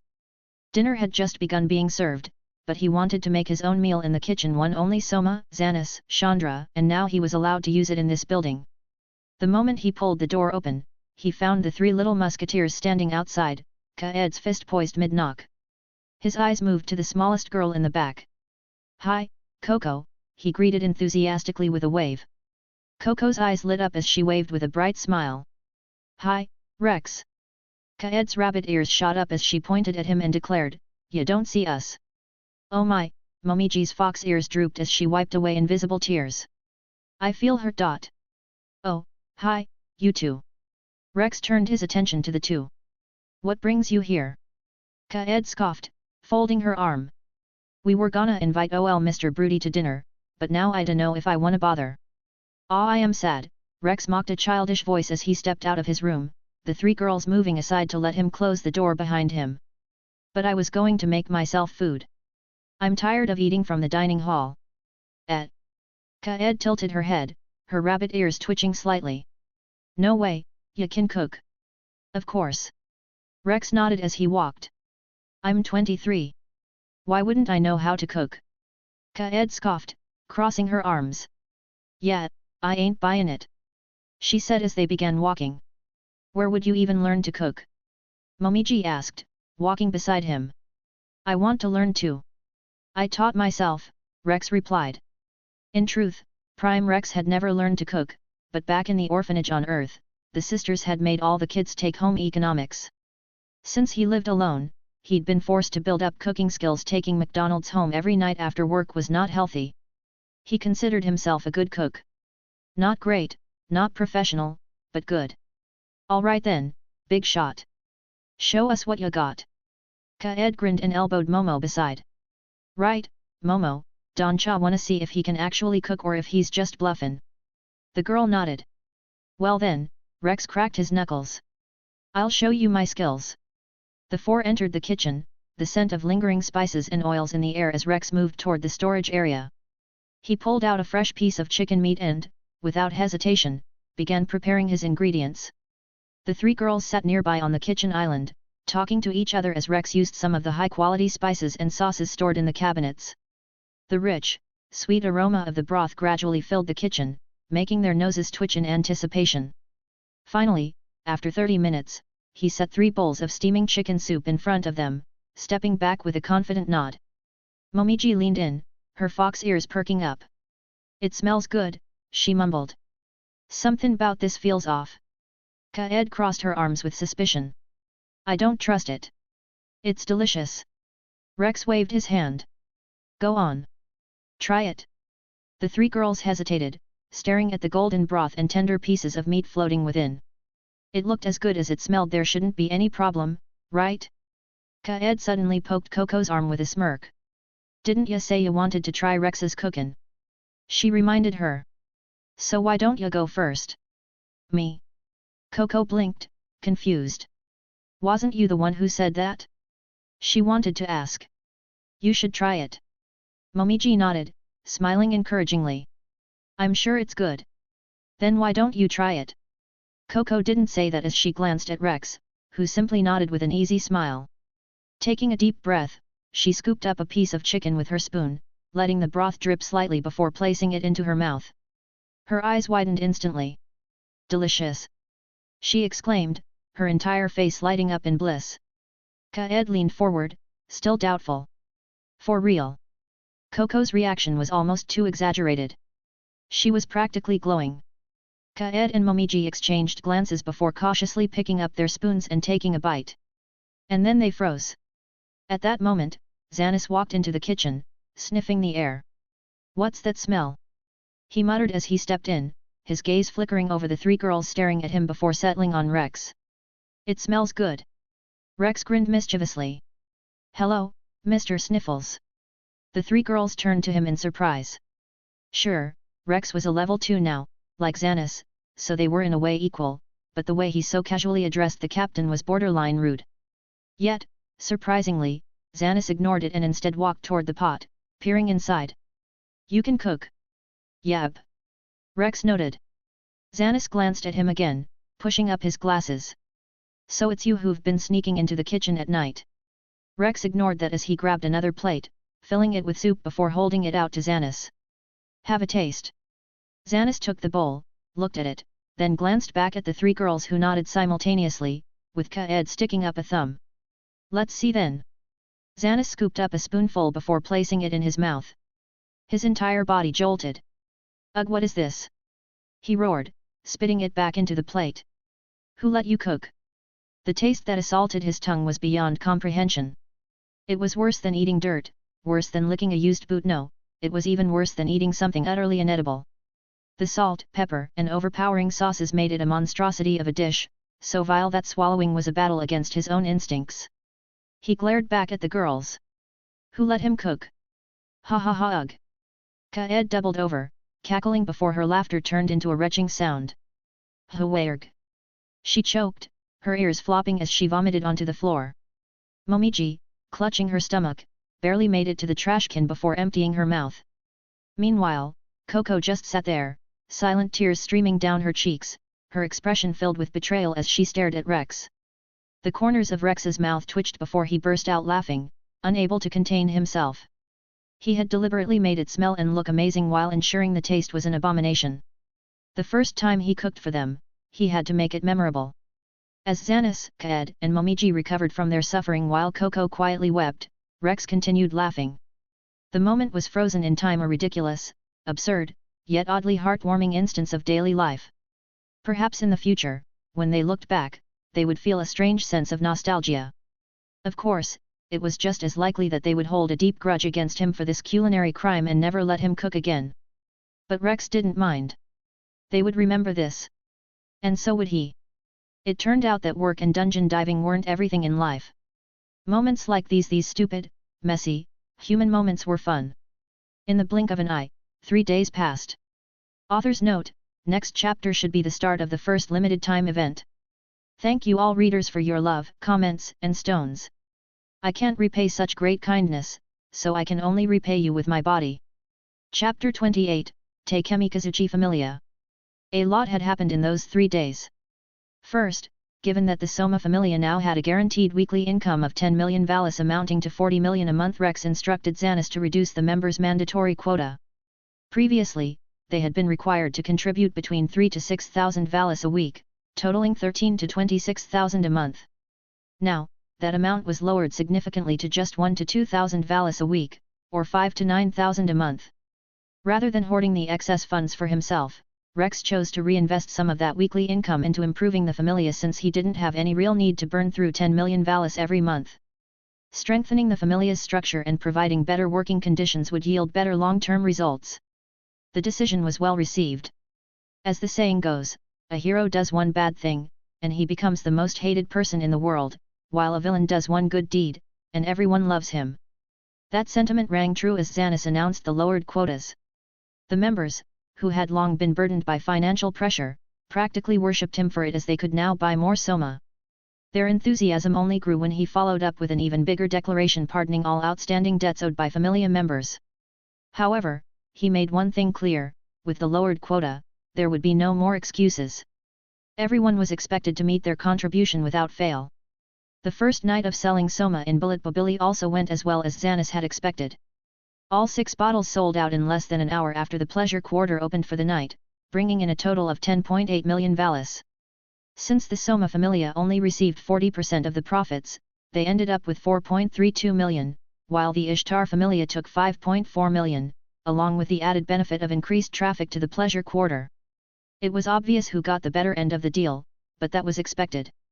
The Ishtar Familia provided the venue, handled security, and leveraged their elite clientele. The success of the first night led to a surge in demand. On the second night, the price per shot was raised to 100,000 valis, and this time, 8 bottles were brought in. Despite the increased price, they still sold out completely, generating a total of 24 million valis. The Soma Familia collected 9.6 million, while the Ishtar Familia received 12 million, with the guild taking the remainder. At the end of just 2 nights, 14 of Soma wine he had in stock had already been sold. Soma himself was displeased with the rapid depletion of his wines despite having thousands in stock, prompting negotiations between the two familias. They eventually agreed to limit sales to weekends only, 10 a week, increasing the price per shot to 160,000 valis. Additionally, to prevent another incident like the one on the second night when a member of the Loki familia had bought almost half a bottle in shot glasses, poured it into a new bottle, and left a strict rule was imposed: each person could only purchase one shot per night, and the Berbera would personally feed it to the customer to ensure they drank it on site. Xanas also ceased public sales of failed soma, opting instead to distribute it exclusively through the Ishtar familia at an even higher price. Surprisingly, this move only heightened its popularity. Meanwhile, the blue pap powder was sold anonymously through the guild, which, as always, took a 10% cut. However, the tax was of little consequence. Every one of the 10 potions available was sold within 10 minutes of hitting the market. Turned out both Diane Sect and Panacea Familia purchased half of the stock for 5 million valis each, keeping it for their own use. As for Rex, he spent most of his mornings in the library, studying monsters and anything else that piqued his curiosity. Afternoons were dedicated to mass hunting in the cave labyrinth, pushing his stats as high as possible in preparation for his upcoming battle with the Goliath. And today, just like every other day, Rex was on the 3rd floor of the library, flipping through a book about the hero Albert Waldstein. He wore his adventuring gear, a form-fitting charcoal grey long-sleeved shirt and dark trousers with subtle red accents, held up by his utility belt. Over this, he wore his sleek dark red breastplate, segmented dark red sabatons, and a fingerless black glove. Nearby, on a wooden table, rested his adventuring bag, containing his weapon, the halberd head sticking out of a corner of the bag, and beside it lay his dark red bicep-length gauntlet and his black cloak. He closed the book. It should be soon, right? He muttered to himself. Yesterday, his spying Catman had reported that Bell had asked his advisor about descending to the middle floors. The advisor had given Bell a salamander wool coupon, instructing him to secure the heat-resistant gear for himself and his group before venturing down today. From his observations, Bell typically entered the dungeon around 9, and that time was quickly approaching. I hope the Takemikazuchi familia is there, he thought as he returned the book to the shelf. Well, if they aren't, I can just send the monster party to Bell myself. This wouldn't be the first time he had done something like that. Let's get going, he said with a groan as he stretched. Going to the table, he quickly slipped on his gauntlet, fastening the segmented plates securely around his arm, then draped his black cloak over his shoulders. After wearing his adventuring bag onto his back and ensuring everything was in place, he stepped out of the grand library building and into the crisp morning sunlight, making his way toward Babel. As always, the plaza was bustling with adventurers streaming in and out of Babel's towering arches, which lined the circumference of the colossal structure. He maneuvered through the crowd, heading westward, knowing that Bell would enter from that direction, given the abandoned church he lived in was situated in the western district. It wasn't long before he spotted the protagonist. Bell Cranel, clad in a calf-length salamander wool cloak, walked with his party of 2 others, going towards the dungeon. This was only the second time Rex had seen him in person, the first being when he had led the Minotaur to Bell nearly 2 weeks ago. Bell, he thought, his gaze then flickering over the white-haired boy stats. Bell Cranel. Level 2. Strength G267, Endurance H144, Dexterity G288, Agility F375, Magic H189. Luck I. Magic. Fire Bolt. Shoot forward a bolt of fire from hand. No chant. Skill. Lyris Freeze. Accelerates growth rate based on the strength of romantic feelings. Grants immunity to charm effects. Allows stats to exceed normal limits, achieving SS and SSS ranks. Ceases functioning if romantic feelings change. Heroic Desire, Argonaut. Charges stamina and mind to unleash a single, powerful hero's strike. Power and cost scales with charge duration up to 3 minutes. Requires envisioning a hero to activate. Emits a faint chime during charging. Right, these were his skills. The sight jolted a flood of old memories about the show that Rex had nearly forgotten. If I'm not wrong, Lyris Freeze is activated on the Sword Princess, Ace, he noted, nodding slightly as he observed the boy. Though, he's much weaker than I expected. To Rex, Bell was underwhelming. He knew the boy's growth wasn't as rapid as his own, but he had assumed that by now, all his stats would be at least above E. Yet, not a single one had reached that threshold. I guess they'll reach E after he gets through the middle floor trial. Beyond that, Bell's skills and abilities felt lackluster. Then again, Rex smirked slightly, I'm built different. He felt a slight swell of arrogance, but quickly tempered it. He had to admit that if he were ever hit by a fully charged Argonaut, he'd be obliterated in an instant. But, realistically, that was nearly impossible. If they fought now, the winner was obvious. Belle, Lilyruka, and Welf entered Babel, but Rex didn't follow them. He could always track them with Scavenger, so for now, he decided to wait for the Takemikazuchi familia. It didn't take long for them to arrive, their god Takemikazuchi walking at the front. Rex glanced at their stats and nodded to himself he could dog walk this entire group, literally. They didn't stand a chance against him. However, just like Belle, if he were caught in Yamato's magic, Futsunamitama, then he was cooked. Even Scavenger confirmed that. All magic is a cheat, he sighed internally. Yamato's magic could probably fatally injure a level 4 if they were caught in it, maybe even kill them outright. That fact made him wonder what his first real magic would be. For a brief moment, he considered buying a grimoire to force the issue but decided against it. He would let his magic manifest naturally. If it never came, well, he still had Scavenger. With that thought set aside, Rex stayed back and followed the group down into the dungeon. They are being held back. Rex crouched atop a tall stalagmite, gazing down at the Takemikazuchi familia like a predator watching its prey.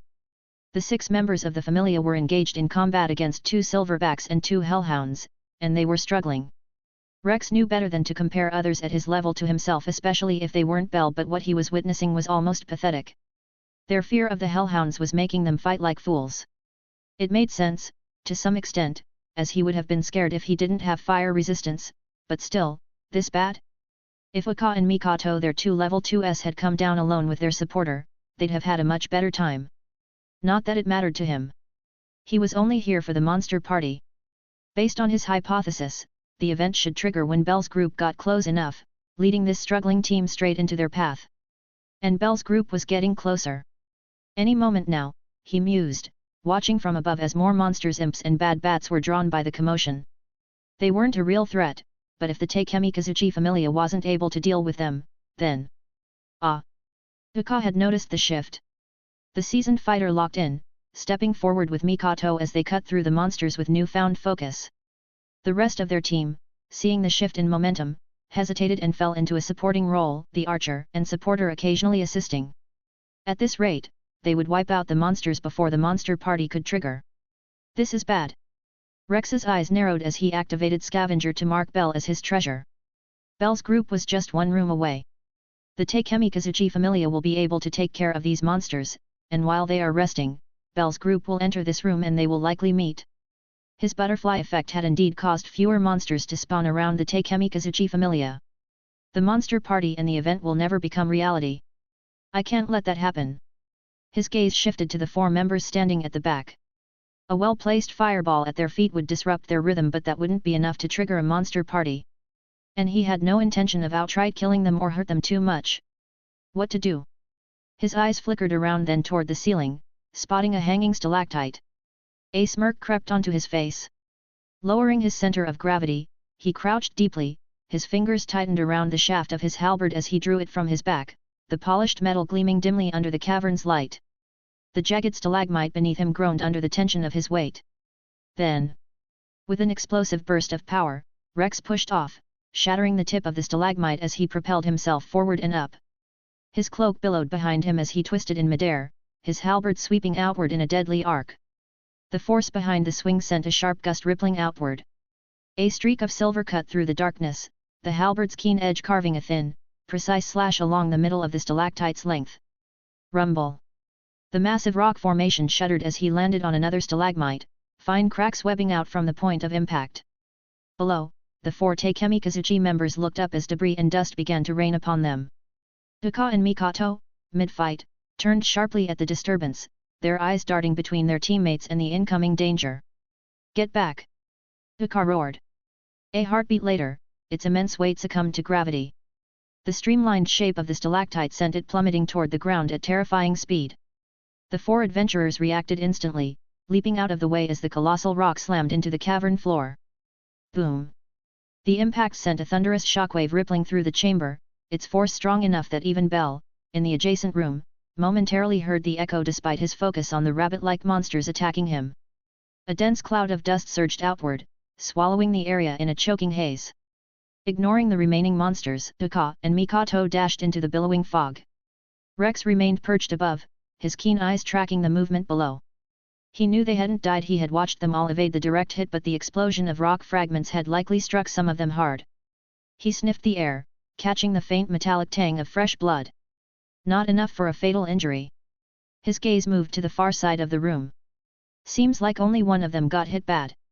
Then, chorus of guttural howls and roars echoed through the cavern. Rough. Rough. Oh. Oh ooh. Hellhounds, silverbacks, and other lurking monsters were rushing toward the scene, drawn by the massive disturbance. Turning his attention back to the familia, Rex spotted multiple almiraj bounding into the dust cloud. The obscured visibility made it difficult to see, but one thing was clear: Chigusa had taken a hard hit to the temple, blood trickling from the wound. That should give her a concussion, right? He mused as he watched Mikoto attack with blinding speed. Her blade flashed in a blur, slicing through the encroaching monsters with a swiftness that would leave a level 1 seeing nothing but after images. Captain Uka, lead the retreat! She shouted, positioning herself between the injured and the monsters.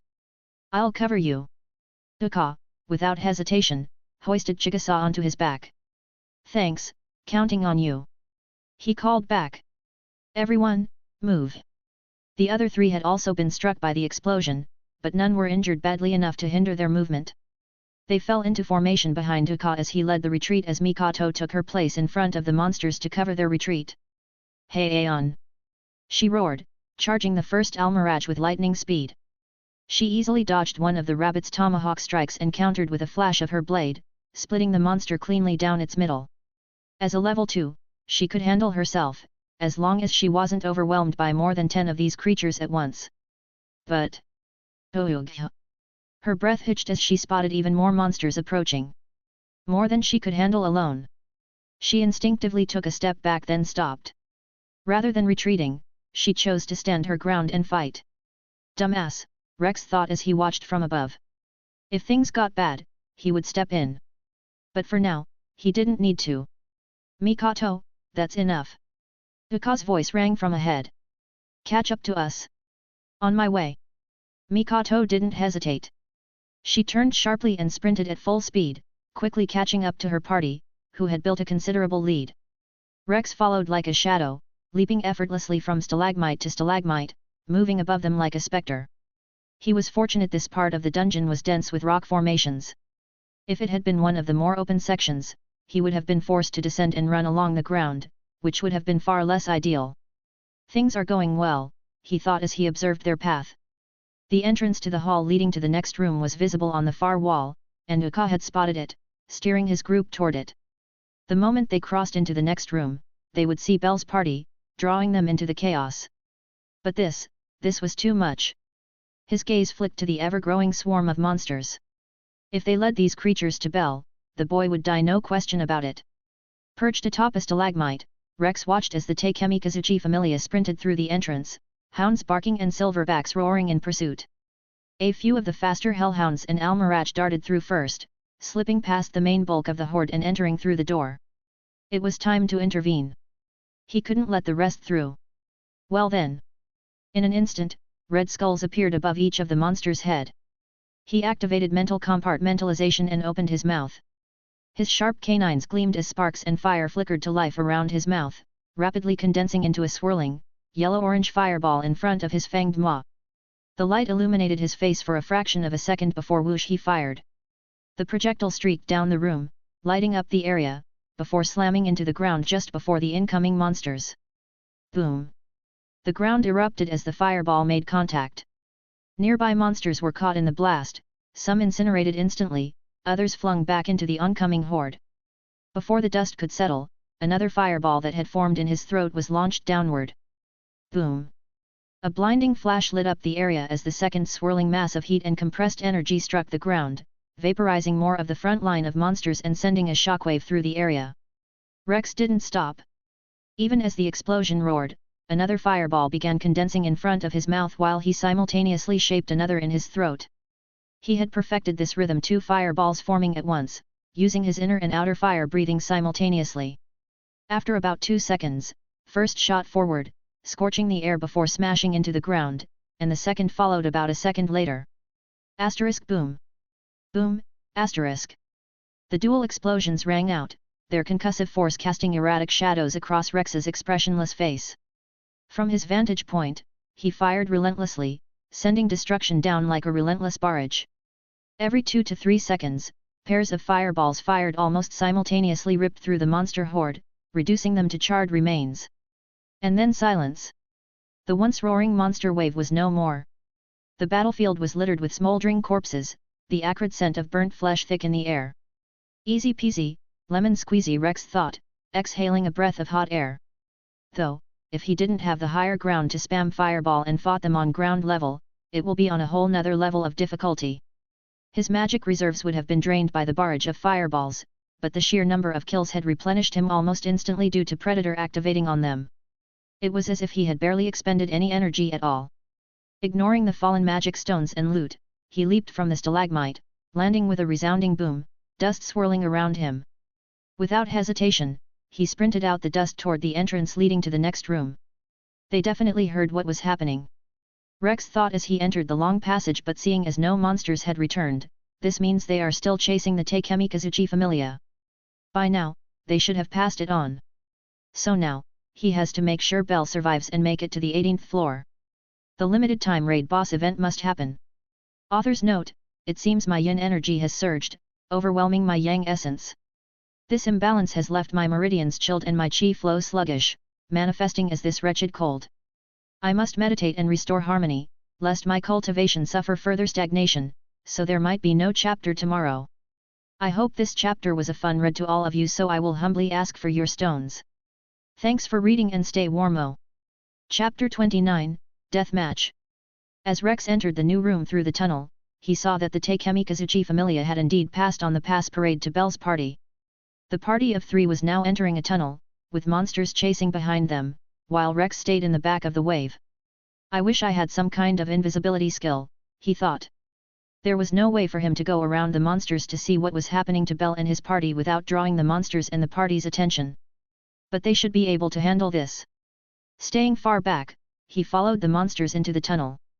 Ahead, the 3 kept running as Lily came to a sudden realization Belle would have to hold them off. These monsters were faster, and while Belle might be able to escape, it was clear that a supporter with a weak status had no chance in one of the middle levels connecting tunnels. The pack of monsters formed a line as they entered the tunnel, their bared fangs flashing in the dark. None of them could tell how many monsters there were. The beasts were kicking up enough dust to obscure their numbers, a sight that would make any normal person collapse on the spot. Belle, running slowly to stay next to Lily, chanced another look over his shoulder. It was as though a nightmare had come to life. As they entered the other room and at the end of the tunnel, Belle spun 180 degrees. Keep running, I will catch up.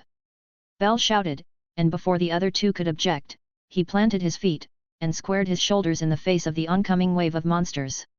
Raising his left arm straight out, he took a deep breath. Fire bolt. 3 rounds of his magic roared straight down the narrow tunnel, normal yellow-orange flames wrapped in arcs of crackling blue electricity, surging through the air like living streaks of lightning.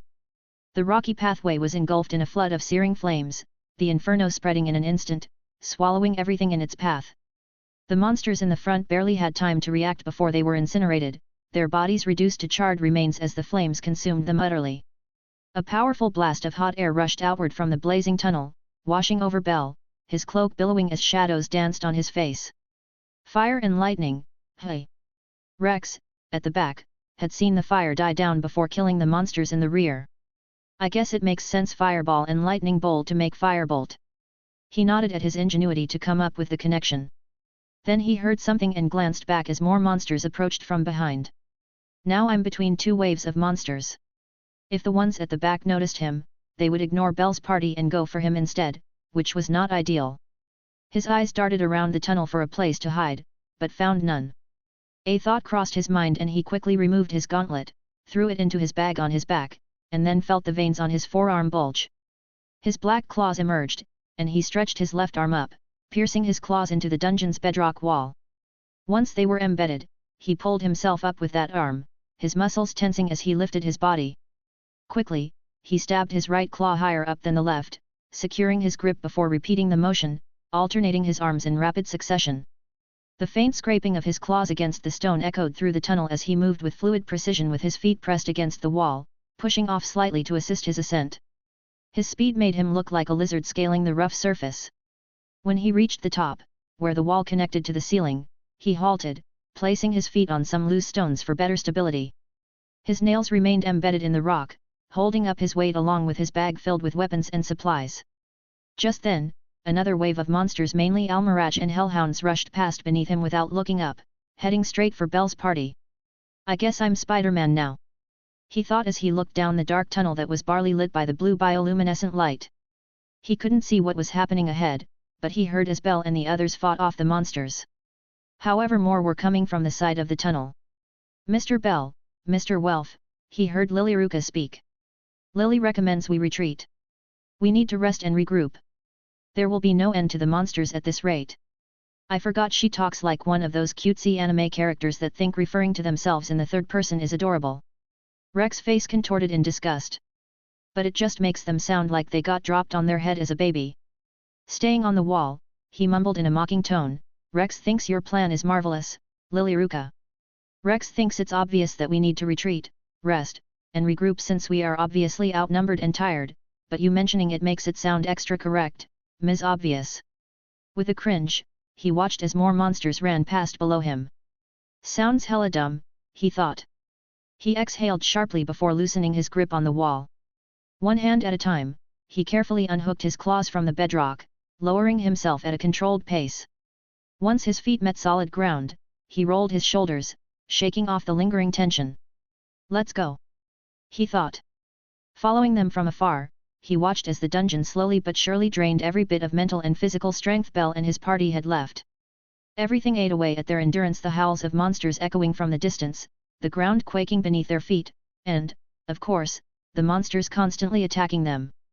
Individually, none of these things were overwhelming, but the sheer weight of uncertainty crushed their spirits. They couldn't afford even a moment's rest, not even enough to check the map. Lost physical strength was impossible to regain quickly, and by the time they realized the situation had turned dire, it was already too late. Damn!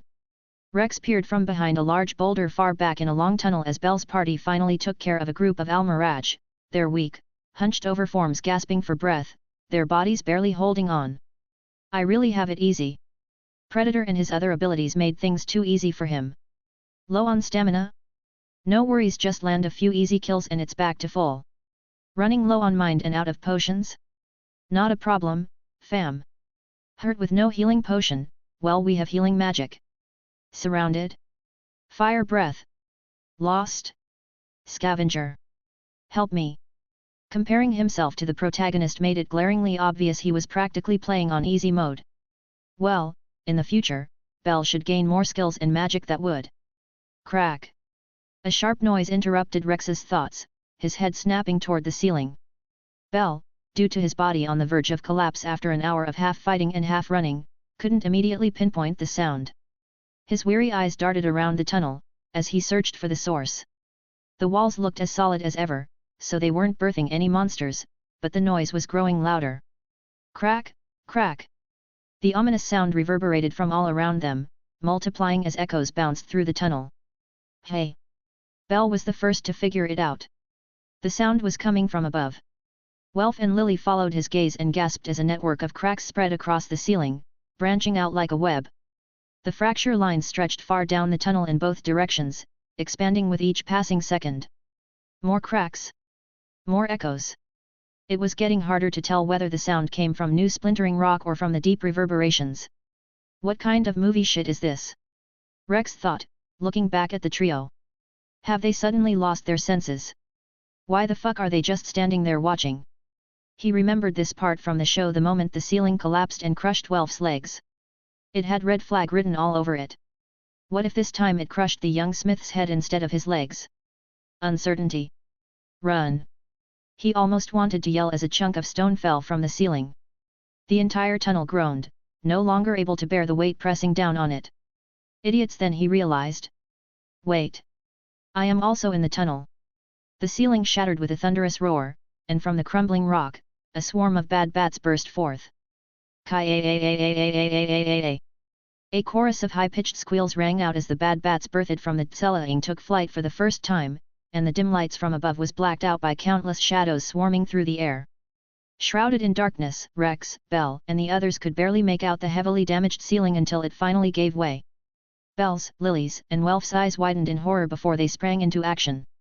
The three of them made a mad dash forward, desperate to escape the collapse, while Rex bolted in the opposite direction. Stones rained down, pelting his body with painful force, his eardrums assaulted by the deafening barrage of rock and debris crashing behind him. The sheer weight of the falling ceiling made the ground quake, and the sound of the destruction roared like an avalanche. Boulders kept coming, forcing him to push forward at full speed.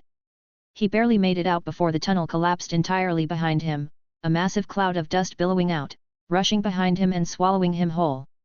He coughed violently, inhaling the thick particles as he stumbled forward, quickly pulling his cloak over his nose and mouth. He pushed on blindly through the settling dust, his vision clearing bit by bit. Scavenger, my treasure is an alive Belle. His ability marked Belle. My treasure is an alive Welf. It marked Welf and Lilyruka as well, they were alive. Fuck.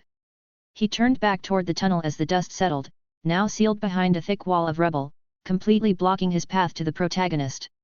Okay, he spun on his hill, I need to go around. He ran a hand across his face, smearing a streak of blood from where a smaller rock had clipped him. He was lucky none of the bigger ones had hit his head. But luck didn't mean shit right now. He needed to move before the butterfly effect screwed everything over and killed one of the three. Then, boom! A violent explosion rumbled from the other side, shaking the ground beneath him. His eyes narrowed. The hellhounds! Stupid shit, he cursed internally. It was already chaotic, and those idiots were making it worse. He activated Scavenger, quickly tracking the three party members. They were alive but moving away. Be fast! He leaned forward, and took off, following the new path that Scavenger's treasure-finding ability had mapped toward Belle. Belle, oh, Belle, Rex sing-sung in his mind as he spotted Belle and his group from his elevated position on a higher level of the same floor. There you are, my beautiful Belle. After nearly 2 hours, he had finally caught up. 2 fucking hours. The first few minutes after tracking Belle had gone smoothly until Scavenger abruptly shifted Pathfinder's route. It had taken him a moment to process, but after running through possibilities, Scavenger confirmed Belle and his party had fallen through a hole, a 2-floor drop straight to the 15th floor. With Scavenger's guidance, it hadn't taken long for him to make his way down as well, but the moment he arrived, they were already moving. Just as he was closing the distance, they dropped another floor down to the 16th. He adjusted again and descended. The entire time, he had to fight monsters and got sidetracked looting the bodies of fallen adventurers he came across. Now, from his vantage point, he watched Belle pressing forward, an arm around each of his companions, his sheer endurance keeping him moving despite the obvious exhaustion gnawing at him. Right, this should be the end of his trial, Rex thought with a nod. In the show, this was around the point he jumped down a hole to the 17th floor and then ran through the room Goliath was in. Goliath! He realized. Had it spawned? Using Scavenger, he confirmed it hadn't and he determined Goliath would spawn in 15 minutes. He should have enough time. He glanced down at the equipment and supplies Belle had discarded to lighten his load. He will pick them up for himself. As long as nothing happens, Belle should. Krrr. A deafening cry tore through the cavern, freezing both Belle and Rex in place. Belle had never heard such a sound before, confusion and unease edged across his face. But Rex knew, and he frowned deeply. A wyvern. His head snapped toward the direction of the cry. Why now? Emerging from the shadows of the dungeon ahead, flying just below the bedrock ceiling was a dragon-type monster about the size of an infant dragon, though more slender. Its wings stretched nearly 6 meters wide, its body covered in smaller, compact pinkish-red scales, and its tail was more whip-like. Rex immediately started climbing down the side of the cliff to the lower level of the 16th floor as soon as he saw the approaching wyvern. Belle, breathing heavily, broke into a run, still carrying his companions with him. But he was slow, and the wyvern was fast. Its amber eyes locked onto the fleeing figure below, drawn to the stark white hair that practically begged to be burned. With another screech, the creature tucked its wings, its sleek body plunging into an eerily silent dive. As it neared, its powerful hind legs extended, claws spread wide. Belle barely had time to react and threw his friends forward just as the wyvern slammed into the earth with a thunderous crash, its talons sinking deep into the dungeon's bedrock. The impact sent shockwaves through the floor, dust and debris exploding outward, hurling Bell backward. He slammed into the wall spine first, a violent jolt shooting through his entire body. His head snapped back, crashing against the stone with a sickening thud, a sharp burst of pain blooming across his skull. A strangled gasp tore from his throat as the air was ripped from his lungs, his ribs feeling like they had been crushed under an invisible weight. A mouthful of blood and spit burst past his lips, splattering against the cold dungeon floor as he collapsed, his vision swimming with static. In an instant, the creature turned its head toward him. Its maw opened, flames swirling hungrily inside. The hellish fire reflected in Bell's wide, panicked eyes. Boom! A black flash streaked across Bell's vision just as the blast of fire erupted from the wyvern's maw. The heat seared the air, a wave of scorching energy rolling out as the flames slammed into the wall where he had been just a second before, the fire continuously roaring with a deafening whoosh. Bell's vision blurred, his head lolling as he struggled to comprehend what had happened. His body ached, his breath ragged, but he was still alive. Blinking through the haze, he looked up, his eyes barely making out the silhouette of a man kneeling over him. The figure's features were obscured by the deep hood of a black cloak, but one detail stood out: his amber eyes, gleaming much like the wyvern's. The man exhaled heavily, then lowered Bell gently to the ground before standing tall once more. His cloak flared behind him as he turned away, his back now facing Bell. Bell tried to move, but his body refused to listen. His blurred gaze followed as the man dashed forward, the beast screaming and flaring its wings wide in response, but Bell saw no more. His body finally gave in, and everything faded to black. Rex's boots scraped against the dungeon floor as he shot forward, his form a blur in the dim light. The wyvern jumped back, its powerful wings unfurling as it beat them against the air, lifting itself off the ground. But before it could ascend, Rex launched himself at the creature's tail, wrapping his arms tightly around it in an iron grip. The moment Rex grabbed the wyvern's tail, his stance shifted, boots digging into the stone. With a sharp pivot on his heel, Rex wrenched the beast downwards, pulling it out of the air. The wyvern screeched, its wings flaring, but Rex was far stronger. The air whistled as the wyvern plummeted, its body flipping midair before slamming into the dungeon floor with a brutal crash. The impact sent a shockwave through the cavern. The beast sprawled out, wings splayed as a shrill wail tore from its throat. Cracks spider-webbed across the stone beneath it, dust and debris exploding outward. The wyvern twitched, momentarily stunned, its limbs limp from the sheer force of the slam. Rex wasted no time. He dashed forward, black claws gleaming as he drove his hand straight into the wyvern's throat. His claws pierced through the softer scales with almost no resistance, sinking deep into flesh. The beast let out a wet, choking sound, its eyes bulging as it thrashed weakly. Then Rex's fingers wrapped around its windpipe, the heat of its body pulsing against his skin, and with a sharp yank, he tore it free. As he pulled, thick, dark red blood gushed out in heavy spurts, coating his hand in steaming crimson. The wyvern's windpipe came loose with a sickening rip, strings of torn muscle and sinew snapping as he yanked it free. The beast let out a strangled, gurgling screech, choking on its own lifeblood as it writhed in agony. Its amber eyes bulged, its body convulsing violently before its limbs finally went limp. Rex then dropped the windpipe. Fatality! He announced in a deep voice as he flicked his wrist to the side, sending a splatter of hot, sticky blood arcing through the air, staining the ground in a sharp, crimson line. Rex Lapis wins. He then glanced back at Bell. Well, I guess this won't change anything. He will be making his way down either way. Rex then placed his feet on the wyvern. Scavenge. Wyvern wings, physical property, transforms arm into wyvern wings to grant flight. Effective after a good night's sleep. He declined it. I wonder what I will become if I decide to start absorbing every physical property I come across. He would become the most hideous chimera or an eldritch abomination. It was a horrifying thought. Picking up the wyvern scale that dropped, he went back to pick up his bag that he had dropped early and put it inside.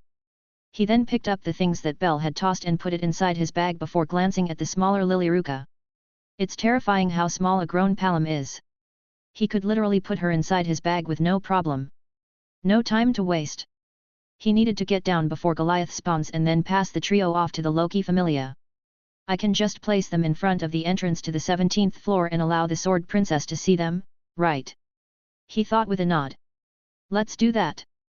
Then he walked towards the two companions that were tossed and were now laying on top of each other, Welf on top of Lilyruka.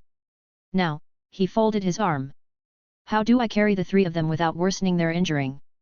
Author's note, hope this chapter is up to par. I have nothing else to say, but if you have any questions or ideas, let your thought be know. Thank you handsome readers behind the screen for the support. Stay safe and remember to lock your door at night. Chapter 30, Floor 18, Rivera. Rex stepped out of the massive arched door that led out of the 17th floor Goliath room and into an area that looked like a forest. Trees were everywhere, green and tall, unlike anything he had seen on the upper floors. Okay. He didn't have time to admire the scenery, as he started thinking of what to do with the kids he was carrying. Drop them here and run. Toss them to the Loki familia and say, here, take them? Or. At that moment, he heard rumbling from behind him as the Goliath began to spawn from the wall of grief. Then the faint sound of its roar echoed through the tunnel from the floor above, reaching his ears with a small gust of wind. Just in time a rustling sound suddenly caught his attention, and he turned sharply to see a new arrival emerging from the forest outskirts. Ah!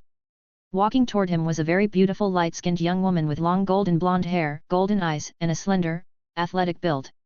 She wore a white and black battle outfit that barely reached her mid-thigh, black shoulder-length gloves, long, thigh-high blue boots. Above this she wore a breastplate, a head guard that looked more decorative than functional, arm guards, hip guards that seemed purely for style, and knee guards, and a blue rapier hung at her hip. Enter, Rex thought, looking her up and down, the female lead. Drum roll, please. Ace, whatever her last name was. Willowstone? Wallenstein?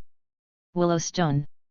The girl inspected Rex as well, her gaze lingering on the three people he carried under his arms like sacks of potatoes, one young man under his right and to his left, a small girl and a white-haired boy. Her expressionless face shifted slightly as her eyes widened. With a speed that Rex couldn't even process, she drew her rapier and pointed it directly at him. Whoa! Rex exclaimed, taking a step back. Calm down. They aren't dead. He was genuinely terrified. That sword pointed at him felt like a loaded Glock 17 pointed at his cranium.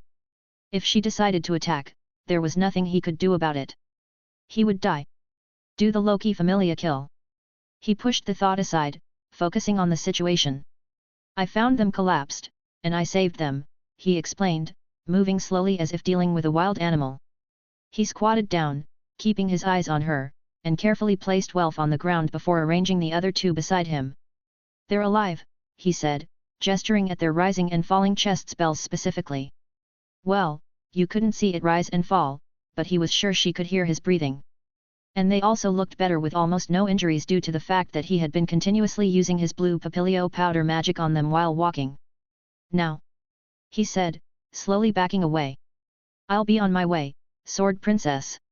He forced a smile, his handsome face probably making her heart skip a beat, and then walked around her, past her, and into the forest. After a few seconds of walking without getting attacked, he released a breath he didn't realize he'd been holding. That was terrifying. Rex took a deep breath before exhaling slowly. Can't believe a teenager got me this shook. He wasn't ashamed, though. Why would he be ashamed of being scared when a gun was pointed at his head? It was a normal reaction. Whatever. He decided to forget about the hero and the princess for now and finally paid attention to his surroundings. So this is the 18th floor. Rex looked around the forest, completely untouched by humans. The canopy towered above him, with rays of sunlight filtering through the gaps in the leaves, casting dappled light onto the ground. Around him, clear and sparkling crystals of various sizes dotted the landscape, some no larger than his palm, while others rivaled boulders in mass. They sprouted in clusters, their tall, thin forms emitting an azure glow that illuminated the entire forest. The ground was littered with small blue crystal fragments, interwoven with patches of moss and winding tree roots. Interesting, he thought as he ducked beneath a low-hanging tree branch. This does not feel like the dungeon at all. His steps halted as he looked down at a river flowing near his feet, its source unknown and its destination a mystery. The water was crystal clear, reflecting his handsome features back at him. Can you drink this? He wondered as he noticed his hair had grown even longer. Should I let this grow out and become one of those long hair cultivation characters? He saved that thought for later and leaped effortlessly across the river, landing smoothly on the other side before continuing his journey. His path led him up a gentle slope, and soon, the dense forest began to thin. Then he emerged from the forest standing atop a hill. His eyes widened at the sight. An endless great plain stretched wider than his eyes could see, painted in a rich green unlike anything he had seen on the surface. This is the entire floor. It was one of the only times a dungeon floor was completely open, without the usual labyrinthine walls obstructing the view. The floor was a simple cylinder. Holy shit! His gaze swept across the open field, where monsters roamed freely, having wandered from both the upper and lower floors. Crystals of all shapes and sizes were scattered throughout the landscape, and rivers wound their way through the plains, converging into a vast, pure blue lake at one side of the floor. In the middle of the lake was a large island, where he believes Rivera is. Behind and beside him, the forest stretched toward the water, merging seamlessly with the plains. But what truly captured his attention was the colossal tree at the center of the plains, and using his eyes to follow the thick trunk upward, he finally noticed the ceiling of this level. A vast sheet of crystals covered the ceiling, their luminescence mimicking the sky. The largest crystal, pure white, sat in the center, surrounded by countless smaller blue ones, resembling a sun amidst clouds. The entire floor was bathed in this light, and he recalled reading that when night came, all the illumination would vanish into darkness. "A nice place you got there," he murmured as he surveyed the scenery before him. "It would be a shame if someone burned it down. But only an evil man will burn down such a beautiful place, and he was no evil man." Still, no matter how beautiful this floor looked, there was something uncanny about it, like an anglerfish's glow luring prey into its mouth. His ears twitched slightly, and at that moment, he heard something soft footsteps, almost silent, but not silent enough. Before he could fully turn, a deep, guttural growl sliced through the air, followed by the rapid thud of something powerful launching itself at him. With a simple flick of his wrist, he sent his fist flying backward, meeting the hellhound mid-leap. His knuckles crashed against its snout with a loud crack, sending the beast hurling backwards and off the side of the hill, falling to its death. He paid it no mind as he stretched his arms out wide at the plain, as if embracing the scene before him. "Ah!" He almost wanted to shout "I am here" at the top of his lungs, but he knew that the Loki familia were camped somewhere close by and did not want to make a fool out of himself in front of them. "First, I should head to Rivera," he thought, lowering his arm. If he was going to be spending time here in the future while mass hunting on the lower floors, he needed to check it out first. Next was the spawning of the Black Goliath. Tonight, if all goes well, Hestia and the others should appear. Tomorrow morning, the Loki familia should return to the surface, and that should be when the boss should spawn. It was because Hestia showed her divinity, right? He thought as he turned around. Well, let's forget about that for now. With the help of Scavenger, Rex moved out of the forest covering the southern part of the 18th floor, making his way toward the lake in the west where Rivera was built on the island in the middle. As he walked across the plain, the rocky island seemed to grow larger with each step, and soon he was standing at the bank of the calm, blue lake. "Do I have to swim across?" he thought, looking around for a bridge. After looking around, he spotted a large tree lying across the water, connecting the island to the rest of the dungeon floor. Stripped of all leaves and branches, it was essentially a giant log serving as a bridge. Climbing onto it, he quickly made his way across and stepped onto the island. From there, he followed the steep, man-made road leading up to the top of the island where the town was built. He soon reached the top of the island, and there, he saw an arch-shaped gate with the words "Hello friends, welcome to Rivera" carved into it. Passing through the gate, he entered the town, and immediately thought, an ugly place. The buildings were little more than shacks made of scrap wood and large tents with signs hanging from them, with few structures built into the cracks in the stone walls with tunnel entrances. Due to the terrain, crystal and tree stairs were necessary to navigate from shop to shop. But, stopping on a stair, he looked off the island. "I guess the view is good." No matter where you stood in Rivera, the pristine lake below and the backdrop of the 18th floor were always in view. And due to its high elevation, the view was even better than it was on the hill, which was the only positive aspect of this place. Due to the nature of the town, almost all the structures were shops. Of course, there were a few cramped hotels and a tavern here and there, but weapon and item shops dominated the streets. Every establishment was owned and operated by adventurers. "Damn, this place is fucking expensive," Rex thought as he glanced at the prices. A simple 500 Valis health potion was selling for 1,500 Valis, 300% its original price. Everything here was sold at 300% its original price, no matter what. It was as if that was the standard. So a 50,000 high potion costs 150,000 here. Well, Rex smirked internally. I guess it's time to put my haggling skills to good use. He wasn't going to buy it, he just wanted to see how low he can get down the price.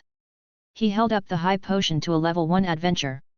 Isn't that too high for a 50,000 potion? He asked. How about we do 100,000? Kill yourself. The man replied with no hesitation. Okay. He placed the high potion on the table. I will be on my way then. With that, he left the tent. Since he had nothing else to do, Rex found an empty spot and took a seat.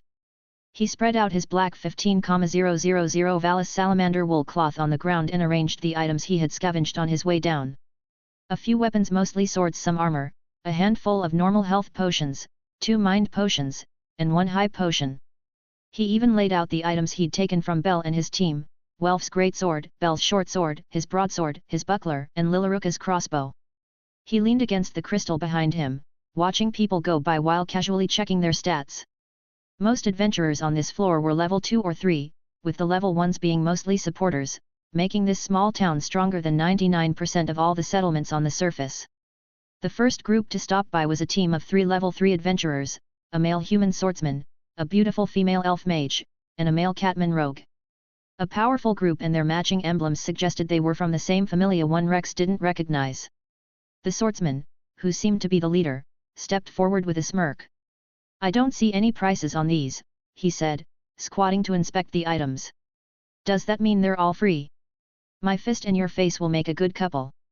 Rex deadpanned.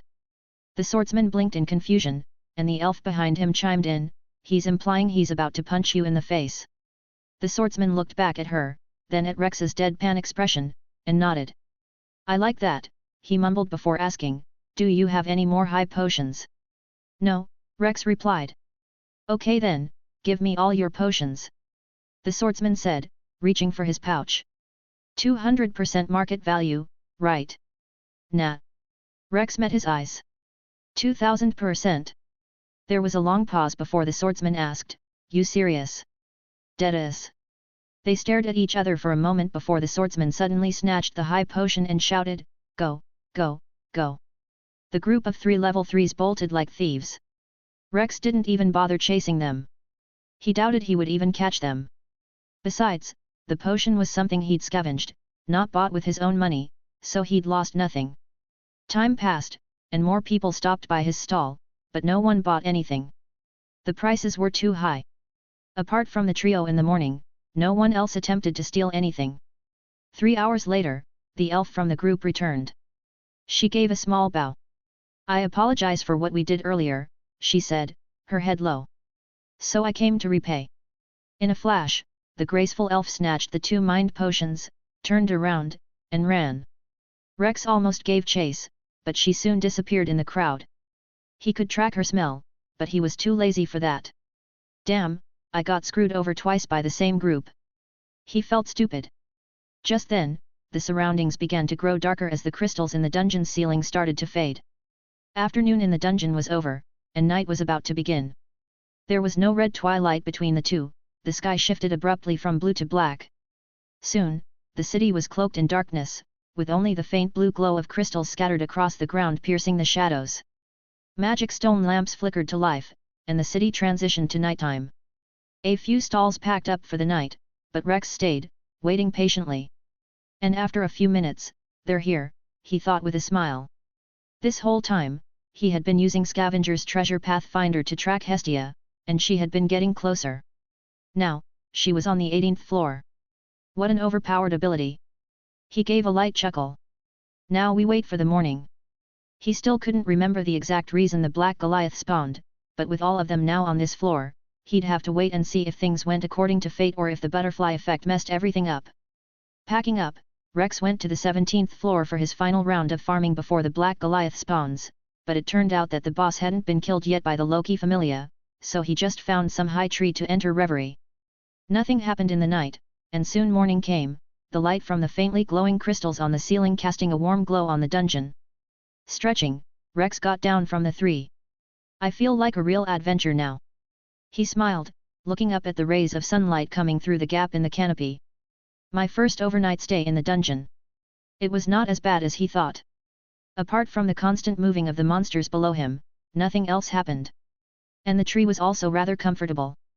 Taking his bag, he went to the town, picked a new spot, and spread out his items like before. He decided to sit and wait for the Goliath to spawn. No need to run around and interact with the main character group. A few hours passed and like yesterday no one bought anything from his stand, and thing was going well until... You! A voice snapped him out of his thoughts. He turned to see the tiny Lilyruka, disguised as a Gianthrope without her cloak and wearing a small beat-up green adventurer bag on her back, pointing at him. Rex glanced behind him, then pointed at himself with a question mark appearing above his head. Yes, you! She shouted, stomping toward him. You were the one who passed the Minotaur to Lily and Mr. Bell on the 8th floor. She stood over him, glaring. You must have the wrong person, Rex said, shaking his head. This is my first time meeting you. Liar! She shouted, her voice sharp. No one around them paid any mind. Lily remembers your ugly face. Don't lie. Rex met her eyes calmly. I am handsome. She growled, her tail sticking up as she was about to shout something, but Welf, who had followed behind her, interrupted. Wait a minute, he said, walking up and looking down at the items. Is that my sword? He shouted. Rex raised an eyebrow. Is it really yours? Yes, it is. Welf said, picking up the sword. This is my sword. Lilyruka also spotted her crossbow on the cloth. And Lily's bowgun. That's crazy, Rex said casually. I found them on the 16th floor. You want them? He asked. Welf nodded. How much is it? 400,000, Rex replied. Welf stared at him for a few seconds as if trying to process the price and then asked. What? 400,000, Rex repeated. You want it or not, lil bro? This thing doesn't even cost 40,000 to make. Welf said, confused. What the heck do you mean it's 400,000? Rex picked his ear with his pinky like a hooligan. I mean, if you're poor, just say it. This is exactly why Lily hates adventurers. Lilyruka growled at Rex. They're so obsessed with money that they'll jump at any opportunity to take advantage of someone else. Like you are one to talk, Lilyruka Arde of the Soma familia. Rex didn't say that but instead said, go somewhere else if you're broke. He blew his pinky. No one's stopping you. Lily, what's wrong? A voice called out. Oh, no. Rex glanced over at the new approaching group. Belle was walking quickly toward them, followed closely by a seemingly angry Hestia, a stoic ace, and two others he didn't recognize. A quick glance at their status revealed one was a god. God, Hermes. And the other was a level 4 girl named Asfi al Andromeda. No, I just wanted peace and quiet before the Goliath spawned. Rex groaned internally, cursing his luck. Author's note, what? You miss me? You actually want to send your precious love message to the author? Shy, I mean I don't want it but you can send it if you want, degree. I didn't post a chapter yesterday because I wasn't done with the chapter. This chapter and the next one is actually a single 6,500 word chapter I split in two. Didn't want to post the first half without the second half as it would feel like filler without both of them combined. I know. I should have done a time skip straight to when Goliath spawns, but I didn't feel like to, you know. I needed the protagonist to interact with the main cast on screen. Either way, I think this chapter was good, hope you liked it too. Enjoy the next one. Chapter 31, Welcome. Mr. Bell. Lilyruka called out, pointing directly at Rex's face. Lily found the guy that led the Minotaur on the 8th floor to us. Now he's selling our stuff. Snitch. Rex shouted, almost feeling like calling the girl by her entire government information to get her to shut up. Hestia's eyes immediately flashed with indignation as she looked at Rex. You. She jabbed a finger in Rex's direction, her voice slightly shrill and brimming with accusation. You're the jerk who passed that Minotaur to Belle. Her pigtails bounced as she stomped forward, looking down at him with fierce determination, causing Rex to sigh internally. He could have also run from the Minotaur but chose to stay and fight, so I am technically not at fault. He said. She was about to continue when Hermes interjected with an airy laugh. Now, Lady Hestia, he said, stepping forward with his hands raised in a placating gesture. His lazy smile never left his face, but his eyes glinted with curiosity as he studied Rex. It seems things turned out quite favorably for Belle, no? That's not the point, Hermes. Hestia snapped, rounding on him next. What if something worse had happened? She spun back to Rex. And then you steal their equipment. I found these while come down. Rex gestured at the equipments. And you should know the scavenger's rights. Finders keepers. If you want it, you have to buy it back. Scavenger's theft, Lilyruka hissed, her tail lashing. Hestia growled, then glanced back at Asfi for confirmation, and the blue-haired captain gave a curt nod. Turning back to Rex, Hestia jabbed a finger at him. Then, as payback for putting Belle in danger, give us our weapons for. Her words were cut off when a grey-haired catman suddenly casually walked through the group, carrying a sack. Rex recognized him instantly. It was the rogue from the group that had robbed him twice yesterday. Without a word, the catman squatted in front of Rex's spread-out items and began stuffing them into his bag one by one, as if he owned everything. He stood up, glanced at the broadsword Welf was holding, and snatched it from the confused young man's hand before walking away like nothing happened. Why you? Lilyruka stuttered, pointing at the catman as he disappeared into the crowd. You just let him take everything for free. Even our stuff. What do you expect me to do? Rex shrugged as he picked up his cloak. Fight a level 3 for stuff that isn't mine. He then stood up, his towering frame causing Lily to take a step back. Welp, he said, picking up his bag, since all my things are sold, I'll be on my way. He then turned to Belle. And I apologize for that Minotaur. I'm curious, Asfi beside Hermes spoke up. Why didn't a level 2 simply kill the Minotaur instead of passing it off? Rex shrugged. Now, have a wonderful day, strangers. With that, he walked away, leaving behind a fuming Lilyruka and Hestia, while Welf just stared after him in confusion. Belle, however, looked at Rex's retreating back with a flicker of recognition. He couldn't quite pinpoint where he'd seen him before, but something about the man's amber eyes and demeanor felt familiar. That's him, Ace said, her golden eyes flicking to Belle. He carried you. Hestia and Lily exclaimed in unison. Belle's memories clicked into place: the amber eyes, the towering figure, his back. It's him! He screamed as the man disappeared into the crowd. I need to thank him. He ran off. Again, Hestia and Lily echoed, as they turned to Belle. They had been told about how Belle, while carrying the other two, had been attacked by a wyvern on the 16th floor. But he was saved by a mysterious hero who seemed to have used a lot of high potions to heal them back to full health, then carried them down through the 17th floor and passed them on to Ace. The hero who saved you was that guy. Hestia shrieked in disbelief, pointing at the empty spot where Rex had stood. Ace nods once, her expression unchanging, causing Hestia to demand, why didn't you say something earlier, Wallen? What's it? Ace tilted her head slightly but didn't respond as Belle returned with his head down. I lost him. Rex, already distanced from the group, quickly made his way down from the island. If I had remembered they came to Rivera, I would have left sooner, he thought, wearing his cloak then his bag on his back. He doesn't mind interacting with the main cast, but he just wants to be alone like the loner he is and wait silently for Goliath to spawn. With that in mind, he retreated to the forest below, deciding to pass the time by hunting monsters, even some of the newer ones from the lower floors. Hours slipped by, and the afternoon light on the 18th floor intensified as the white and blue crystals embedded in the ceiling brightened. When the hell are the Loki familia leaving? Rex roared internally, swinging his halberd in a wide arc to cleave a battle boar from the 19th floor clean in half at its waist. The massive boar, standing 2 meters tall, collapsed with its insides spilling out like hot soup. Why are they just camping out on the 18th floor? It's already been a full day. He almost wanted to shout. Was there something he was missing?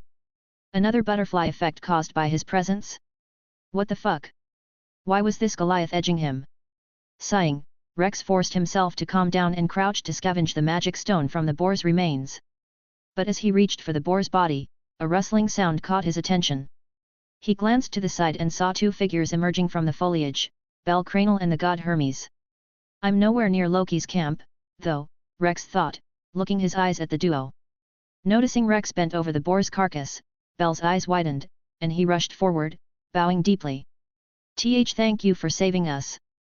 He stammered, his voice trembling. I can't thank you enough. How can I repay you?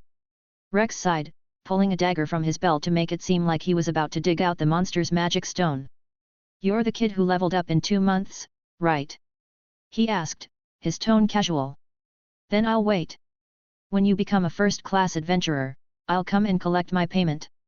Bell nodded, though he didn't fully understand the offer. Before he could respond, Hermes grabbed his hand. Come on, Bell-kun. We're going to be late. Rex nodded at the god. I won't hold you up any longer, he said. But Hermes stepped forward and placed a hand on Rex's shoulder. You're coming with us. Rex blinked, looking up at the god now standing in front of him. Think of it as my payment for saving the hero's life, Hermes said with a sly smile. I don't remember much about Hermes, but this feels off. Rex thought, waving a hand dismissively. Don't worry about it. You two can hurry along to whatever you're doing. Hermes leaned in close, his voice dropping to a whisper. I'm sure a man like you would enjoy it. Oh. Rex's curiosity piqued. All right, he said, standing up as Hermes stepped back with a satisfied grin. Let's go. Rex had left his bag in a relatively safe spot earlier, carrying only his halberd to avoid hindering his hunt, so he didn't need to retrieve it now. The trio began walking, with Hermes leading the way, Bell nervously twitching beside Rex, and Rex ignoring the boy's occasional glances. They ventured deeper into the forest, and Rex grew increasingly confused. Finally, Hermes stopped in front of a thick, towering tree. This looks good, he said, suddenly scaling the trunk with practiced ease, and it was clear he'd done this before. Now, both of you, get up here. He said from a high branch. Rex glanced around, his sharp ears picking up nothing unusual. Then he followed Bell up the tree, the boy stammering as he climbed. Excuse me, Lord Hermes. Just as I thought, Hermes said, grinning like a madman, his eyes twinkling. Have a look. These branches are strong enough to walk on. He pointed to a network of sturdy branches forming a hidden path through the canopy. Ho ho. Hermes laughed, stepping onto the first branch with confidence. Lord Hermes, didn't you want to talk to me about something? Bell asked, hesitantly following. Talk. Hermes glanced back, his grin widening. I never said anything about talking, my boy. He then winked at Rex, who had been silently observing, and gave him a thumbs up. Rex simply tilted his head in confusion. Is this some off-screen plot I don't remember? The trio moved through the canopy, the light above shifting and filtering through the leaves as the branches creaked under their weight. Rex had left his halberd behind on the first tree to avoid cutting the branches, but his larger frame made navigating the path more challenging. After a few minutes, Hermes suddenly stopped and looked back at the duo, his grin turning almost mischievous. He jerked his chin downward, signaling them to look below. Rex and Bell peered down. In an instant, Rex's face darkened, a shadow falling over the top half of his face and his jaw dropping at the sight below him. The sunlight filtered through the canopy of trees overhead, casting dappled patterns on the water and illuminating the scene with a warm, almost magical glow. Droplets of water caught the light, scattering it like tiny diamonds as they arced through the air, and the girls' hair clung to their skin, glistening wetly as they moved. The water clung to their skin, highlighting every curve and contour, and the sunlight seemed to caress them, enhancing their natural beauty. Hestia's was backstroking on the water, while Lilaruka's was washing her arm with water. Mikoto's bath was briefly interrupted by a mischievous splash from Chigusa, who grinned impishly before diving beneath the surface to avoid retaliation. While the twin Amazonesses compared breast sizes, with Ace to the side silently moving a lock of golden hair behind her ear. He could see everything. It was beautiful. What kind of plot is this? Rex screamed internally, his face frozen in place. How didn't I hear this? He hadn't heard the water, their voices, or anything else until he was already here. What the hell? Was this tunnel vision? Had he been too focused on Hermes and Bell to notice? What the fuck? He knows what's up. Rex heard Hermes' voice, and his head slowly turned toward the god. His expression didn't change as their eyes met. We're dead, Rex mouthed silently, and Hermes simply placed his index finger on his lips, smirking.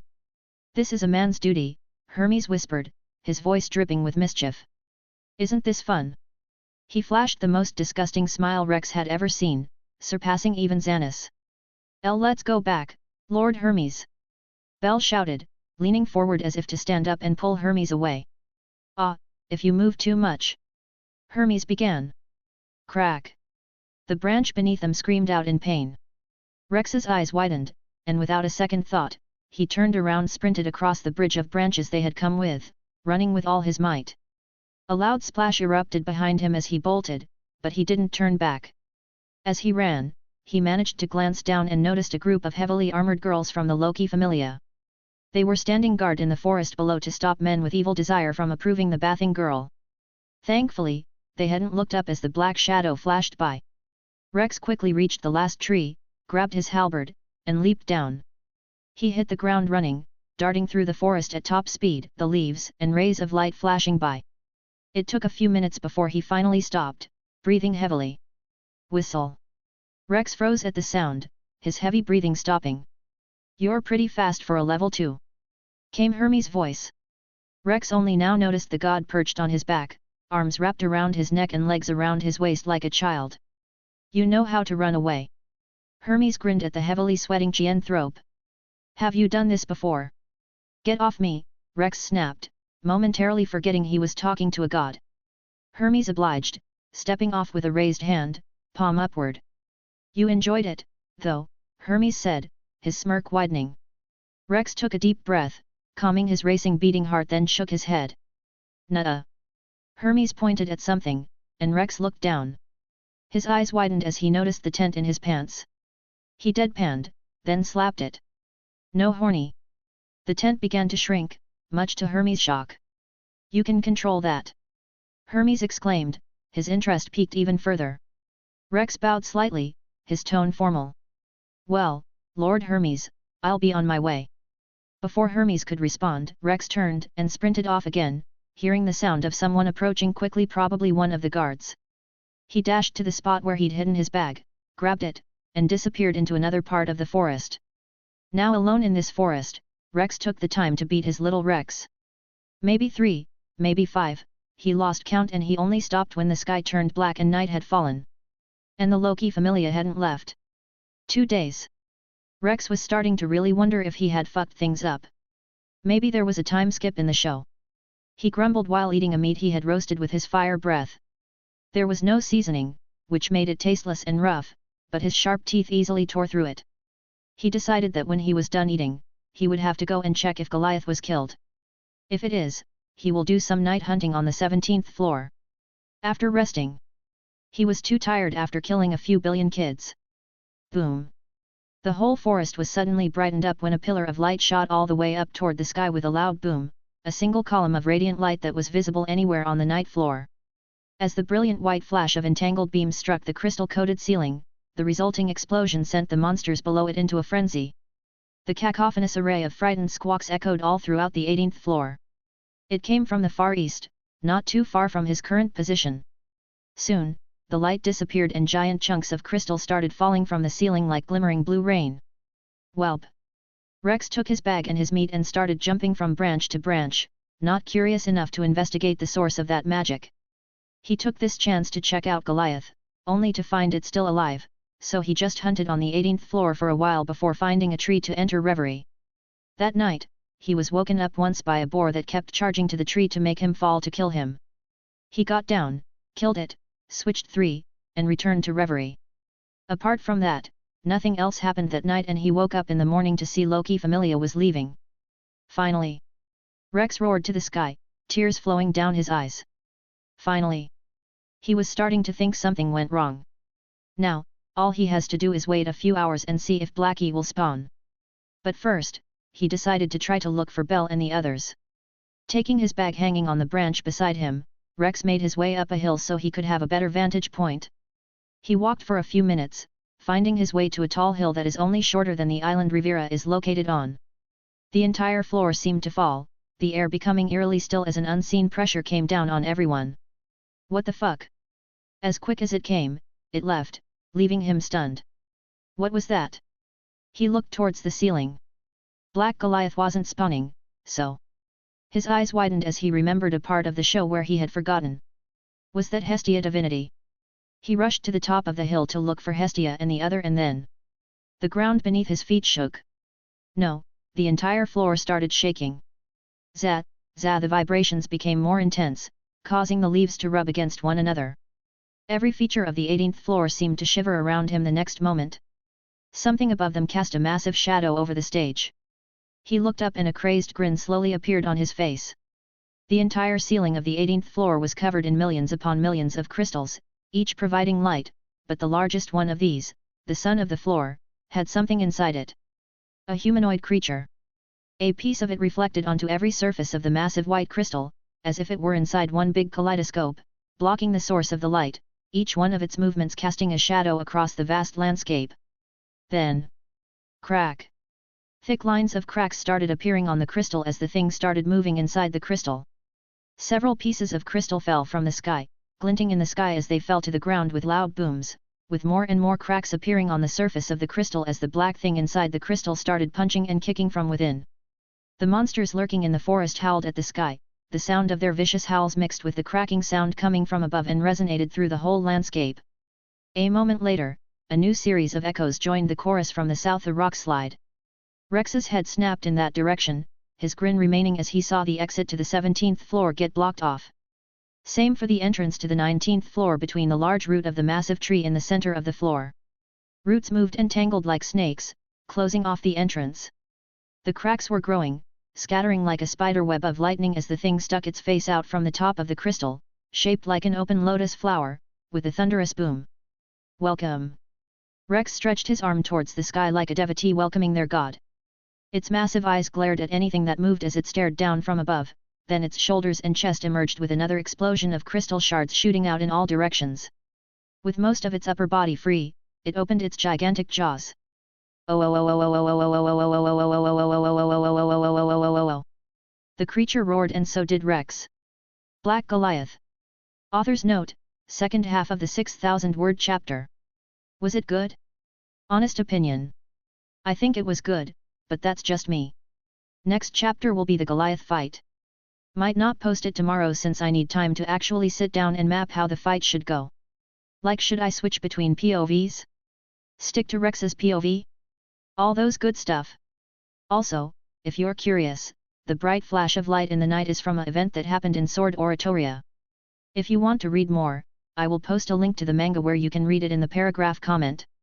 Anyway, thanks for reading. Have a good day and Lelich 6 Britannia command you all. Stay safe. Chapter 32, vs Goliath, 1, Approaching. Oh! A deafening roar shook the very foundation of the dungeon, reverberating through the air like a thunderclap. The monstrous Goliath, a creature far surpassing its 17th floor counterpart in both size and ferocity, had been born into the safe point of the dungeon. Its massive fists pounded against the crystalline ceiling, shattering it into countless glittering shards that rained down like a deadly hailstorm. Each shard was large enough to crush any human unfortunate enough to be caught beneath them. With a terrifying agility that defied its colossal size, the Goliath twisted mid-air, its massive feet pointing downward as it descended like a black meteor. The beast landed with an earth-shattering crunch directly atop the central tree, its weight driving the ancient trunk halfway into the ground. The shockwave that followed was deafening, a sound that echoed through the entire floor and could be felt on the levels above and below. The tree's roots splintered and snapped, unable to withstand the monster's immense weight, and the once sturdy trunk buckled under the pressure. The crystal shards that had fallen with the Goliath now embedded themselves into the surrounding landscape, slicing through trees and tall grass alike. The blue sky of the 18th floor, once illuminated by the central crystal, was gone, replaced by a shroud of darkness as the light source was obliterated. Only the faint glow of the broken crystal remained, casting an eerie, moonlit glow over the floor. The Goliath stood at the center of this unnatural night, its pure black skin unlike its ash-colored predecessor from the 17th floor glistening, and its blood-red eyes scanning the ground below. The monster's body was proportioned much like the orc, with short, thick legs supporting an upper body that made up nearly 60% of its towering meters height and long, silver hair that reached its upper back. It then stepped down from the ruined central tree, its massive footfalls shaking the earth, and immediately swung its fist at the ground. The impact sent a tremor through the floor, launching chunks of earth, dust, debris, and bodies into the air. Screams echoed across the room as adventurers scrambled to escape the devastation. However, the Goliath's gaze locked onto them, its blood-red eyes tracking their every movement with unnerving precision, attacking anyone slow enough to catch its attention. Even when they dodged its initial strikes, the sheer force of its blows sent them flying like grains of sand in a tornado, their bodies battered and broken. The adventurers below were like ants scurrying beneath a giant, their efforts to escape futile as the Goliath's attacks grew more relentless. Then, the beast stopped swinging. Its blood-red eyes narrowed as it focused on a running shadow farthest away. Leaning forward, its silver hair fell over its face as it opened its mouth, then a low, ominous hum filled the air. A-a-a-a-a-o. A second later, the Goliath unleashed a sonic roar that erupted from its jaws like a cannon blast. The shockwave moved too fast for even the eye of a level 3 adventurer to track as it tore through the ground, launching the adventurer it had locked onto into the air along with massive chunks of earth and trees. Her body was shattered instantly, her scream cut short by the sheer force of the attack. The Goliath continued its relentless onslaught, unleashing howl after howl, each one a sonic explosion that tore through the air and sent adventurers and monsters alike flying like ragdolls. Suddenly, its gaze locked onto an adventurer who had taken refuge behind a fallen tree, his body pressed tightly against the bark as if it could shield him from the monster's wrath. The adventurer's breath came in shallow gasps, his hands over his mouth, his heart pounding as they prayed to go unnoticed. But the Goliath's towering height of nearly 8 meters gave it a bird's-eye view of the battlefield, rendering his hiding place utterly useless. From its vantage point, the man might as well have been standing in the open. Just as it prepared to swing its massive fist at the level 2 adventurer, a flash of green cut through the chaos. Ryuu's cape fluttered as she moved with lightning speed, and exploiting the beast's blind spot, she leapt onto its leg, her wooden sword striking its left knee with a resounding crack. Oh! The Goliath roared in pain, its leg buckling under the force of the blow. Without the support of its knee, its fist missed its target by a wide margin, though the impact still sent a tremor through the ground. Duka and Mikoto arrived moments later, pushing back their fear as they pushed through the panicking crowd. Hey hey hey hey hey hey hey hey hey hey! Duka bellowed, swinging his battle axe with all his might. Yah! Mikoto's katana flashed as they both struck the same knee Ryu had targeted. But their weapons were no match for the Goliath's iron hide. Duka's axe shattered on impact, and Mikoto's katana blade snapped in two, and the beast's skin remained unscathed by there, not even a scratch marring its surface. The duo faces paled at the sight. The attack from 2 level 2 adventurers left no scratch. And with that, the battle against the Goliath began. As for Rex still stood atop the hill, his amber eyes fixed on the distant chaos. The Goliath's roars echoed through the air, accompanied by the constant eruption of rocks and trees being hurled into the sky. The fight was too far away for him to see clearly, but the sheer scale of the destruction was unmistakable. He closed his eyes, taking a deep breath. I just realized that I killed a fuck ton of people to force the spawn of this Goliath, he thought. If he hadn't interfered with the Takemikazuchi familia hunt, they wouldn't have gotten into that monster party that led to this, but this was supposed to happen. Fate, I guess. It surprised him how dismissive he was of this. Deciding he couldn't just stand at watch, Rex bent back and roared, Kaioken.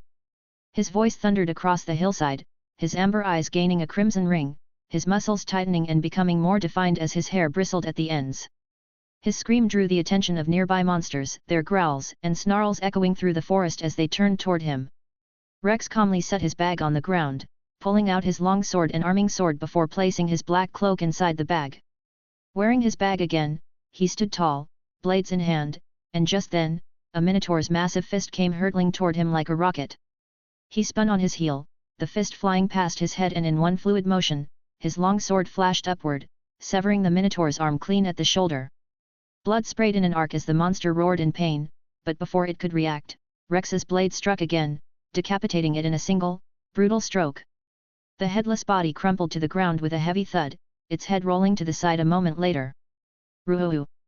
The sound of charging monsters filled the air as Rex turned to face the monster charging out the forest and towards the hill.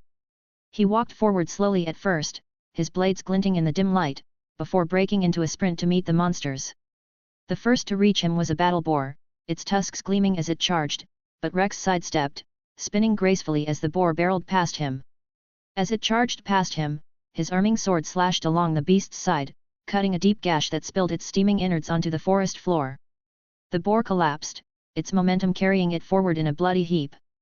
Rex didn't stop, dashing past a bugbear, knowing it would take too long to kill, and instead targeted a liger fang that lunged at him. He ducked under the swipe of its massive clawed paw, and as the liger fang's momentum carried it forward, Rex twisted his body, his sword flashing in a brutal upward arc, cleaving through the Liger Fang's throat. The monster's head snapped back, blood spluttering on Rex's face as its body crumpled to the ground behind him, blood pooling below it. 3, Rex counted in his head, already moving to the next target. A minotaur charged at him next, its massive axe swinging in a wide arc. He ducked under the blow, his sword driving into the monster's chest with a sickening crunch. The minotaur roared, but the sound was cut short as he twisted the blade and yanked it free, leaving a gaping hole in its torso. 4, he muttered. A lizardman fell to his blade, then another monster. With each kill, his predator ability stacked. By the 7th kill, predator was fully stacked, his stats were now comfortable close to the mid-level 3 range. His once black pupils now glowed a deep, menacing red, his red ring and his amber iris made his eyes look almost demonic. A quick glance of his stats showed. Rex Magnus. Level 2-3. Strength SS1051 F351. Endurance SS1049 F349. Dexterity SS1047 F347. Agility SS1039 F339. Magic SS1024 F324. Predator I, max stack, 7. Alright. Rex leaned forward, the ground beneath his feet cracking under the pressure, and then he was gone. A black streak shot through the forest, the ray of light going through the canopy barely having time to shine on him. His speed now beyond human comprehension, his boots barely touched the ground, skimming over roots in quick succession. Hearing him coming, a bugbear turned around and stood on its hind in the middle of the forest, towering over 3 meters as it let out a roar. Oh oh oh! Before it could finish its roar, Rex dashed past it, his sword flashing with a silver glint as it was bisected at its waist. By the time its upper half hit the ground, he was already far gone, his destination the middle of the floor. Normally, it would be stupid to head towards the level 5 Black Goliath, but he couldn't just stand back and watch. If it did, then this fight will end like the way it ended in the show Bell shattering the magic stone. He couldn't let that happen, so he needed to get close enough to use his ultimate magic, which only has a range of 300 meters. That would put him within the range of the Goliath's mouth blast, but he was sure he would be protected while chanting. Let's start the preparation. With mental compartmentalization, he slowly started increasing his internal temperature. Oh! Elves and other magic users were gathered in tight clusters on a nearby hill, their voices going unison as they recited their incantations. Magic circles of varying sizes, shapes, and colors blossomed at a few mages' feet, those with the development ability mage that amplifies the power and range of their spells. Their voices were clear and rhythmic, almost melodic, as they chanted with urgency. But their vulnerability in the midst of casting meant they relied solely on the dwarves a few meters in front of them for protection. The dwarves stood shoulder to shoulder with shields taller than themselves that formed a wall, their feet planted firmly on the ground. Aao! Sensing something, the Goliath's orbs moved from the ants below it and landed at the group of mages, and with a thunderous howl, a blast of compressed air shot directly at the group of mages. However, the shockwave slammed into the dwarves' shield wall, the force pushing them back several feet, their boots digging trenches into the earth as they absorbed the blow. With a collective grunt, they stepped forward again, not a single ripple of energy making it past their defense. It was clear now, while the Goliath's howls were devastating, they paled in comparison to the crushing force of its fists. As long as the monster remained at a distance, the dwarves' wall would stand. Don't just surround it and run when it attacks like dumbass. Bors, the city representative of Rivera, bellowed from beside the mages, his voice carrying over the chaos. Charge in groups and use hit and run. Buy our mages some time.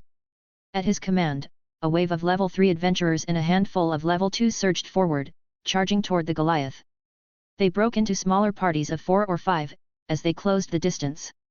The first to reach the Goliath waited for an opening, which quickly came with the Goliath trying to follow Ryuhu's quick movements. Seizing the opportunity, the adventurers charged and launched their assault as greatswords, hammers, and axes slammed into the Goliath's legs. The Goliath's crimson eyes flickered with surprise as the adventurers, like ants swarming a giant, its blood-red eyes darting wildly as it tried to pinpoint a target amidst the chaos. Then, it sensed something and its gaze snapped upward just as a shadow flashed in front of its face as Asfi's arm swung forward, hurling another one of her burst oil grenades. The glass vial shattered against the Goliath's eye, the explosive liquid igniting in a blinding flash. The monster roared in anger and frustration, its massive hands clawing at its face as the adventurers below pressed their advantage. The stronger adventurer's weapons left deep gashes in the beast's thick hide, while the weaker ones chipped away at its defenses, their smaller blows adding up over time. The hit-and-run tactic kept the Goliath distracted, its attention divided between the blinding pain in its eyes, the relentless assault on its knees and feet, and the speeding elf. Bell and a group of 4 men charged toward the Goliath, a man shouting as he glanced at the young boy, "Little rookie! Are you going in with those weapons?" he asked, gesturing to his daggers. "What other weapon you want?" "A greatsword, please," Bell replied with a smile. "I hear ye." One of the group attackers took a spare greatsword off his back and handed it to Bell. "Take this one." "Thank you." Bell held the greatsword in his right hand, resting the back of the blade on his shoulder as the group of attackers, 5 in all, continued forward. However, the giant's damaged, bloodshot eyes suddenly locked onto them, its ferocious aura slamming into the group like a physical force. "Oh, shit!" The 4 brave attackers immediately changed course, leaving Bell behind, spreading out like flies, leaving the Goliath's eyes on Bell. For a moment, Bell hesitated, his ruby-red eyes scanning for an escape route. Then, an image flashed in his mind: golden hair, a knight standing alone against a floor boss far stronger than this one. The memory burned through his hesitation, igniting a fire within him. Gripping the great sword tightly, Bell kicked off the ground and surged forward, his speed increasing with every step. Oh! The Goliath's fist came crashing down, a massive shadow descending with terrifying speed. Bell ducked under it by a hair's breadth, the ground behind him exploding in a shower of dirt and debris as he kept moving, closing the distance to the Goliath's left leg. With both hands on the hilt, Bell swung the great sword with all his might. Thud! The blade struck with a dull impact, failing to pierce the monster's iron hide but sending a visible tremor through its leg. The Goliath roared, its massive body swaying slightly from the force of the blow and the cumulative damage inflicted by the group's hit-and-run tactics. Bell didn't wait. He darted between the beast's legs, his movements quick and precise, escaping to safety behind the monster as cheers erupted from the onlookers. "Mr. Cranel, that was reckless," Ryuu's voice cut through the chaos as she appeared beside him, her green cape fluttering in the wind. "Ryuu!" Bell panted, his heart still racing from the close call. "No amount of luck will save you if you try that again," she scolded sharply as they ran side by side. Bell could feel her sky-blue glare from beneath her hood, and his shoulders sank like those of a child being put in time-out. Ryu stared at him for a few seconds before looking forward. "I will give a signal, follow my lead to attack," she said, her pace quickening as she took the lead. "You should be able to keep up." "Yes." Bell nodded enthusiastically, his earlier hesitation replaced by determination. He fell into step behind her, the two advancing like master and apprentice, their movements synchronized as they prepared for the next strike. Rex stared at the giant monster growing closer and closer as he ran, his breath steady, but his expression tinged with annoyance. "Why did it have to spawn when I was so far away?" he sighed inwardly. His strides carried him across the plains, each step propelling him forward in long, gliding leaps that covered many meters before his next foot touched the ground. His running style was less like a sprint and more like a series of rapid, powerful long jumps, giving him the appearance of gliding over the terrain. By now, his internal temperature had risen to the point where the air around him shimmered like a desert mirage, with some heat trailing behind him like a ghostly mist. His infant dragon boots glowed faintly, the heat radiating from them scorching the grass and undergrowth beneath his feet. Each step left behind blackened or burning footprints, spaced roughly 3 meters apart, marking his path like a trail of fire. "I feel like one of those characters who spends entire episodes running to the battle, only to arrive when it's already over or just in time to start farming aura," he thought wryly. "I doubt the battle would be over by the time I arrived, so I will be the latter." In the past 2 to 3 minutes, he had covered more than 6 kilometers in a dead sprint, his speed far surpassing that of most cars. While most level 2 or 3 adventurers would have exhausted themselves by now, Rex's constant slaughter of the monsters rushing toward the Goliath had kept his stamina regenerating. Soon, he was within 300 meters of the chaos. His eyes scanned the area, searching for a good vantage point as he kept running, quickly spotting a massive chunk of earth jutting out of the ground like a hill, a remnant of one of the Goliath's earlier attacks. "Haha, my luck!" he grinned. The hill was within 250 meters of the monster, and Rex wasted no time scaling it with a series of powerful jumps, his boots leaving scorch marks on the rocky surface as he came to a halt. From his elevated position, the battlefield sprawled out before him. The Goliath stood at the center, surrounded by overturned trees and shattered earth. Adventurers darted in and out of its range, their movements frantic as they launched hit-and-run attacks. Broken bodies littered the ground, crushed by the Goliath's attacks or killed by the monsters it had summoned, some of their bodies releasing a faint aura, showing they could be scavenged. Wish Scavenger could be used from range, he thought as he glanced at more adventurers engaged in skirmishes with the monsters drawn by the Goliath's roars. To his right, about half a kilometer away, the inhabitants of Rivera had established makeshift bases near the crushed remains of the central tree. Swords, spears, and shields were lined up outside the bases, and adventurers rushed in and out to grab spare weapons, shields, and potions. To his left, about 200 meters from the Goliath, a group of about 10 mages chanted continuously, their voices going in unison as they chanted their respective spell. A wall of dwarves stood in front of them, their shields forming a protective barrier from any of the Goliath's ranged attack, while other adventurers fended off the monsters trying to disrupt the mages' concentration. Rex took it all in with a single, sweeping glance. Surprisingly, the Goliath is not that big. Compared to the show where it went over trees like it was 30 meters, but this one, though large, was not as exaggerated as the show made it out to be. Okay, he removed his bag, tossing it behind him. Let's begin. With a huff, his rising internal temperature quickened as the surrounding air was quickly heated, rising up like a pillar. Preparation should be done in about a minute, so before that, he thought, his eyes darting around the main battleground for Belle, soon finding the white-haired boy running alongside a woman he didn't recognize. After a quick glance at her stats, he nodded. Ryu, hey. He could vaguely remember her from the show. Her and Asvi are the only level 4 here. Front lines, get back. Bors shouted, his voice carrying across the area as he stepped back along with the dwarves' wall. Big stuff's comin' in. Author's note, yeah, I know nothing much happened in this chapter. The things that happened were already in the show, so most of you might have schemed through those part, and I'll admit. Part of me left it in for the word count. The other part left it in because of a few reasons. I wanted to strengthen the big battle feel. Showing those part would underscores the sense that multiple adventurers are risking their lives, not just Rex. It captures the chaotic, multi-front nature of the battlefield, which I think made the story feel more immersive and epic. Also, I thought that witching POVs in a big fight would raise the tension, while Rex is doing X, Belle is doing Y, others is doing Z. It shows more of the living, breathing world. I don't know, what do you think? The next 2 chapters would focus more on Rex, so no worries. Chapter 33, vs Goliath, 2, Dragonfire. Front lines, get back. Bors shouted, his voice carrying across the area as he stepped back along with the dwarves' wall. Big stuff's comin' in. Ryu, Belle, and the other attackers immediately withdrew, putting distance between themselves and the Goliath. The beast's blood-red eyes widened as it realized what was about to happen, and just then, every single magic caster grinned, knowing there was no escape for their target now. In unison, they thrust their staff upward, and the battlefield erupted in a dazzling display of light and power.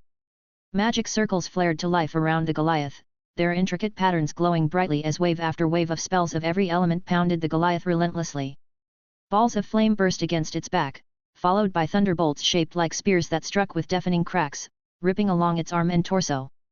Tornadoes whirled around the beast, their winds mixing with fire blasts to create a raging firestorm. Thick, jagged swords of light rained down from above, skewering the Goliath from every angle. The beautiful magic bombardment reflected on Rex's eyes as he stared in awe like he was a side character. Just then, a group of attackers equipped with magic swords added to the onslaught, their blades unleashing yet another round of flames that merged with the smoke and explosions engulfing the Goliath's body. The barrage continued, the cacophony of explosions and elemental fury drowning out all other sounds, and after about 15 seconds, the magic finally ceased. This left the battlefield eerily silent except for the ringing in everyone's ears. All eyes were trained on the massive ball of smoke at the center of the battlefield that began to clear. A massive arm emerged first, but there was no hand attached to its wrist. It had been severed and now lay on the ground. Next, the Goliath's heavily damaged head and shoulders came into view, slumped forward in defeat. Its skin was torn to shreds, exposing raw muscle and gushing blood from countless wounds. "That's not enough," Rex mumbled under his breath. "Let's finish it off, maggots." Bors's voice boomed across the battlefield as he pointed his sword forward. "Ataeok." The command was like a spark igniting a powder keg. All of the attackers surged forward at once, their weapons raised and their voices united in a battle cry. The ground trembled beneath their charge as they closed in on the wounded Goliath's head from every angle, each adventurer eager to deliver the final blow. But then... Phwoo! The low, guttural sound froze everyone in their tracks.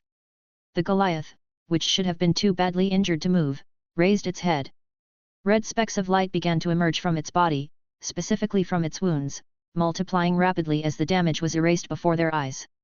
Its severed hand regrew from the bones, then muscles, then flesh, its mangled face smoothed over. The large gushes of injuries on its body caused by the bombardment of magic were quickly healed by the red light. Soon, the Goliath stood up with renewed vigor, its massive form towering over the battlefield once more. Self-regeneration, Rex muttered, a grin spreading across his face as if he were rooting for the monster. That ability might be mine soon. The Goliath's blood-red eyes locked onto the attackers who had charged in close, then shifted to the stunned and horrified mages. With a roar, it raised its arms above its shoulders, bringing its massive fists together above its head. Then, with a force that seemed to split the world itself, it brought both fists crashing down into the ground. The great plane split. A ferocious explosion erupted, sending a destructive shockwave rippling through the earth. The attackers were instantly swallowed by an ever-expanding tsunami of debris. The adventurer walls were overwhelmed, the mages overtaken, and everything bodies, weapons, chunks of earth was launched into the air. Rex quickly pulled out his halberd and slashed downward. The axe blade split a massive tree trunk in half, both halves flying past him as the leaves on the tree's crown caught fire midair due to the surrounding heat. Another swing sent an adventurer's body flying to the side like a rag doll with the broadside of his axe, the body covered in third-degree burns as it flew by. Debris rained down around him with loud booms, but thankfully the few pieces that reached him were deflected with ease. The Goliath stood tall, its body glowing red and surrounded by thousands of swirling red specks. Ah! The Goliath's assault began without warning. It unleashed howl after howl, its sonic roars blasting anything that moved. Adventurers were blown backward, crushed under the impact, or left fading in and out of consciousness. The battlefield descended into chaos. Oh no! Asvi uttered, her voice barely audible over the din. She turned to Boris, the city representative on the hill. Boris, re-establish formations, now. How the hell am I supposed to do that? He roared back. Confusion and fear had completely overtaken the adventurers. Some retreated to regroup, others tended to the wounded, and a few magic users began casting spells in a desperate attempt to turn the tide. But there was no unity, only panic. Oh! The Goliath's roar shook the battlefield once more. That bastard, Boris growled, his eyes widening as a fresh wave of monsters appeared on the Great Plain, answering the Goliath's second summoning call with howls of their own. The surviving adventurers suddenly found themselves facing far more than they could handle. Phew! Rex exhaled, the surrounding heat causing some burns on his skin. Even the salamander wool was starting to burn at their edges, his armor and axe glowing brightly. He had started using blue papilio powder a while ago to heal his body as the high heat started causing self-damage. Fuck, this is painful. He clenched his teeth, barely able to breathe in the heat. It had reached the point that he needed to use about 2 of his peril mine to keep it in control, else it would explode out. After this I doubt I will be in a good shape, but my potion should survive this heat. He glanced at his bag not too far away. He had upgraded his bag to a deep floor bag for almost 200,000 valis, so it will survive and keep the heat from destroying the content inside. A few more seconds. He thought. He was kinda unsure if his magic would kill it, especially when a bombardment of magic from other levels 2 and 3 barely left it damaged, but Scavenger had rated it high. Besides, this is a combination of multiple different abilities. He was confident in this. Boris, who had been scanning the battlefield, looking at the carnage and the approaching monsters, suddenly locked onto a hill not too far away. Standing atop it was a figure, but the surrounding air distorting violently made it hard for him to discern the figure. The heat was so intense that it formed a pillar of shimmering air with a 5-meter radius, rising high into the sky like a beacon. The pillar was impossible to miss, drawing the attention of the surrounding monsters that began rushing toward the figure, their roars and snarls filling the air. But as they drew closer, the heat grew unbearable. Weaker monsters, inhaling the scorching air, collapsed before they could even reach the top of the hill. Those that managed to cross into the 5-meter radius of the heat pillar were met with a gruesome fate. Their fur ignited, their eyes burst from the heat, and their lungs burned as they breathed in the searing air. Third-degree burns spread across their bodies, and within moments, they fell lifeless to the ground. The figure on the hill didn't even glance at the monsters.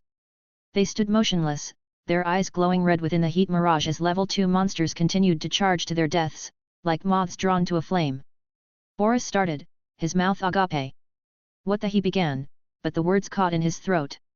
Any high-class adventurer could sense the build-up of mind when a mage was casting magic, but there was nothing coming from this figure. No chanting, no magic circles, no signs of spell casting. That's a skill. Boris screamed, drawing the attention of the mages and adventurer around him. At that moment, the figure's glowing red eyes met his. Slowly, almost casually, the figure raised their left hand. Through the heat mirage, Boris could barely make out the gesture, a single finger raised, then 5:15. Boris mumbled, his brow furrowing in confusion. Then, his eyes widened as the realization hit him. 15 seconds. The Goliath's massive fist grazed past Ryuu's body as she twisted mid-air, her heart pounding as she narrowly avoided the deadly strike that slammed onto the ground behind her. Without hesitation, she rushed forward, her wooden sword flashing as she aimed for the giant's exposed legs. The Goliath's ear-splitting roars filled the air, but Ryuu remained focused, her blade cutting a deep gash across its ankle. She didn't stop there, landing 2 more strikes in quick succession before darting away to safety. "Lion, that will get you killed." Asvi's voice called out from a distance as she sprinted forward to join Ryuu in holding back the Goliath. "Everyone is fighting with their lives on the line," Ryuu responded, her voice calm and monotonous. "I should do no less." She dashed toward the Goliath's legs again, adjusting her position and attack angles with each strike, her wooden sword tearing through the beast's tough hide, revealing the raw muscle beneath. The Goliath roared in frustration, unable to ignore Ryuu's relentless and precise assaults, as her tattered green cape fluttered with her almost reckless nature of her attacks. "Andromeda, shall we attack its core?" Ryuu asked as she performed a series of handless backflips to evade Goliath's stomp. "Impossible," Asvi replied, dodging another sonic howl with a flying leap and landing gracefully next to Ryuu. "Its hide is too thick. None of our weapons are powerful enough to break the magic stone from the outside." Both women took advantage of the brief reprieve to quickly down potions, their movements seamless as they continued to evade the Goliath's attacks. "What about magic?" Ryuu asked, her tone steady. "My spell takes an absurdly long time and is rather dull," Asvi admitted, shaking her head. "There's no possibility it will have any effect on Goliath with its regenerative capabilities." Asvi's white cloak fluttered as she wiped spit and potion from her mouth with her forearm, a look of hopelessness flickering across her face. "Understood," Ryuu said calmly. "That being the case, we need another volley from the mages." "It will just heal again after taking a direct hit," Asvi countered, frustrated. "If so, we hit it again and again until it can't heal anymore," Ryuu stated matter-of-factly. "Are you insane?" Asvi exclaimed, her hand instinctively reaching for her belt. Before she could say more, a voice cut through the chaos. 15 seconds. It was Boris. All eyes turned to the man standing atop the hill, his sword raised high. "Give us 15 seconds. His voice boomed across the battlefield, commanding attention. "My mage is cooking something up," he roared, pointing his sword toward Rex. Every head turned, following the glint of Boris's blade, their gazes locking onto the figure shrouded in a pillar of shimmering heat that rose high into the sky, a beacon of intense energy. They watched as some monsters rushed toward him, only to collapse and burn as they entered the scorching radius. The sight was both mesmerizing and terrifying. The Goliath's blood-red eyes shifted, locking onto Rex. Its massive jaws opened wide, a low hum building in its throat as it prepared to unleash its devastating breath attack. Asvi acted instantly and withdrew more burst oil grenades from her belt and hurled them at the Goliath's face. The explosion was deafening, the force of the blast snapping the monster's head to the side. Its breath attack went wide, missing the entire battlefield and smashing into a tree more than a kilometer away, obliterating it in an instant. 15 seconds, Andromeda, Ryuu said, her voice steady as she picked up speed, darting toward the Goliath with purpose. Asvi glanced back at the beacon of heat, then without hesitation, she changed her path and charged forward. The mage on the hill with Boris glanced at the figure, and then a will to continue fighting was ignited as the mages stood up and started chanting. They aimed to launch their attack in 15 seconds, right as the other mage launched whatever attack they were preparing. Within the pillar of heat, Rex stood at the center, the air around him shimmering violently. Though he couldn't see the eyes on him through the mirage, he could feel their attention, the collective focus of the battlefield shifting toward him for a split second. Phew phew phew, he laughed internally, a flicker of pride swelling in his chest as he felt his aura points go up rapidly. But he quickly pushed it aside. I need to focus. Any fuck up now would be the end of him. He glanced down at his arm, his gauntlets almost glowing in heat, the heat radiating from them searing into his skin. Second-degree burns were beginning to appear across his body, the intense temperature taking its toll. Even with the constant physical and mind regeneration brought by the death of the monsters rushing mindlessly toward him, and his own healing magic, his body was barely holding up. This internal temperature should be enough. Rex pushed all distracting thoughts away and began charging his internal fire breath, the energy building in his throat as he prepared to unleash the magic. The concept of this ultimate ability was simple. First, he would use his external fire breath to create a blast of fire, giving him range and raw power. Then, he would release his internal fire breath, merging it with the external blast. The result would be a devastating combination of fire breath with the range of the external attack and the power and control of the internal one. He had tested this multiple times, but this was the first time he was attempting it at this level. All right. Rex tilted his head back, facing the sky as he opened his mouth. His canines glowed with the bright light building in his throat. Charge. Chapter 34, vs Goliath, 3, Fate. Using mental compartmentalization, he began charging his external fire breath. The heat in front of his maw started swirling and gathering into a concentrated mass as a fireball began to form, growing brighter and hotter with each passing second. Faster.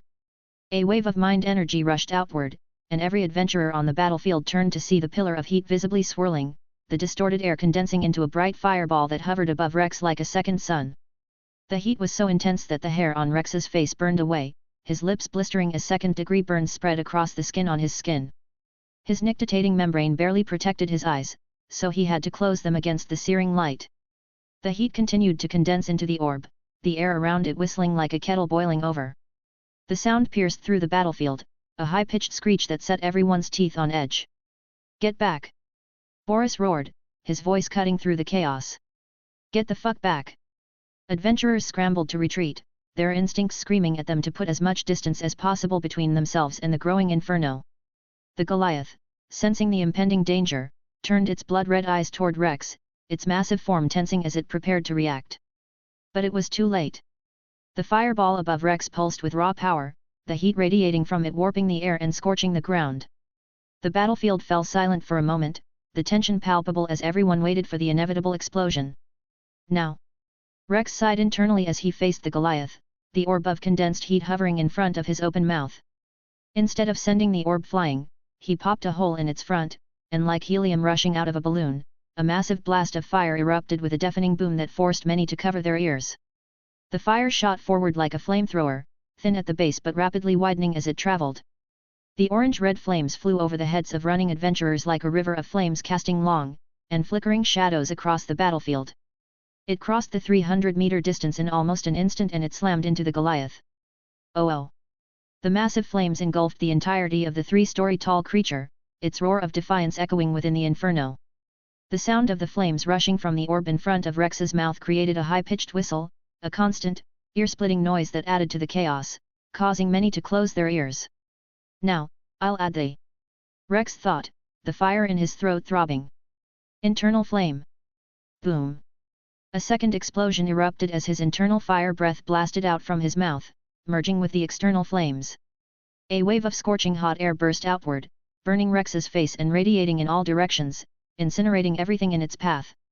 As the two breaths merged at the base, the fire turned blue and quickly surged forward, spreading through the entire stream. The blue fire engulfed the orange flames, transforming the entire fire breath into a roaring blue inferno. The intensity of the heat increased exponentially, the air around it shimmering violently as the fire breath grew larger and more destructive. The Goliath's roars turned to screams as the blue flames consumed it, the heat so intense that even the ground beneath the monster began to melt. And the other mages, not wanting to be outdone, launched their spells. Magic circles flared to life around the Goliath, and a barrage of elemental attacks rained down on the Goliath. Weaker spells were overpowered by the blue dragon breath, but others created devastating elemental reactions. The most effective was a tornado spell that merged with the fire breath, forming a massive, roaring blue tornado that spun rapidly around the Goliath, hiding it from the sight of others. The vortex drew in the flames that would have blasted past the creature, trapping the fire in a continuous spiral that burned the monster relentlessly. Rex kept his fire breath focused on the tornado, the blue flames feeding into the vortex. But after about 4 more seconds, the flames began to die down, the fire breath thinning out, and soon only blue embers were left in the air above the adventurers. Rex's bloodshot eyes blurred, his eyelids and nictitating membrane burned away, leaving his bloodshot eyes that rolled into his skull. His body, covered in severe burns, began to give out.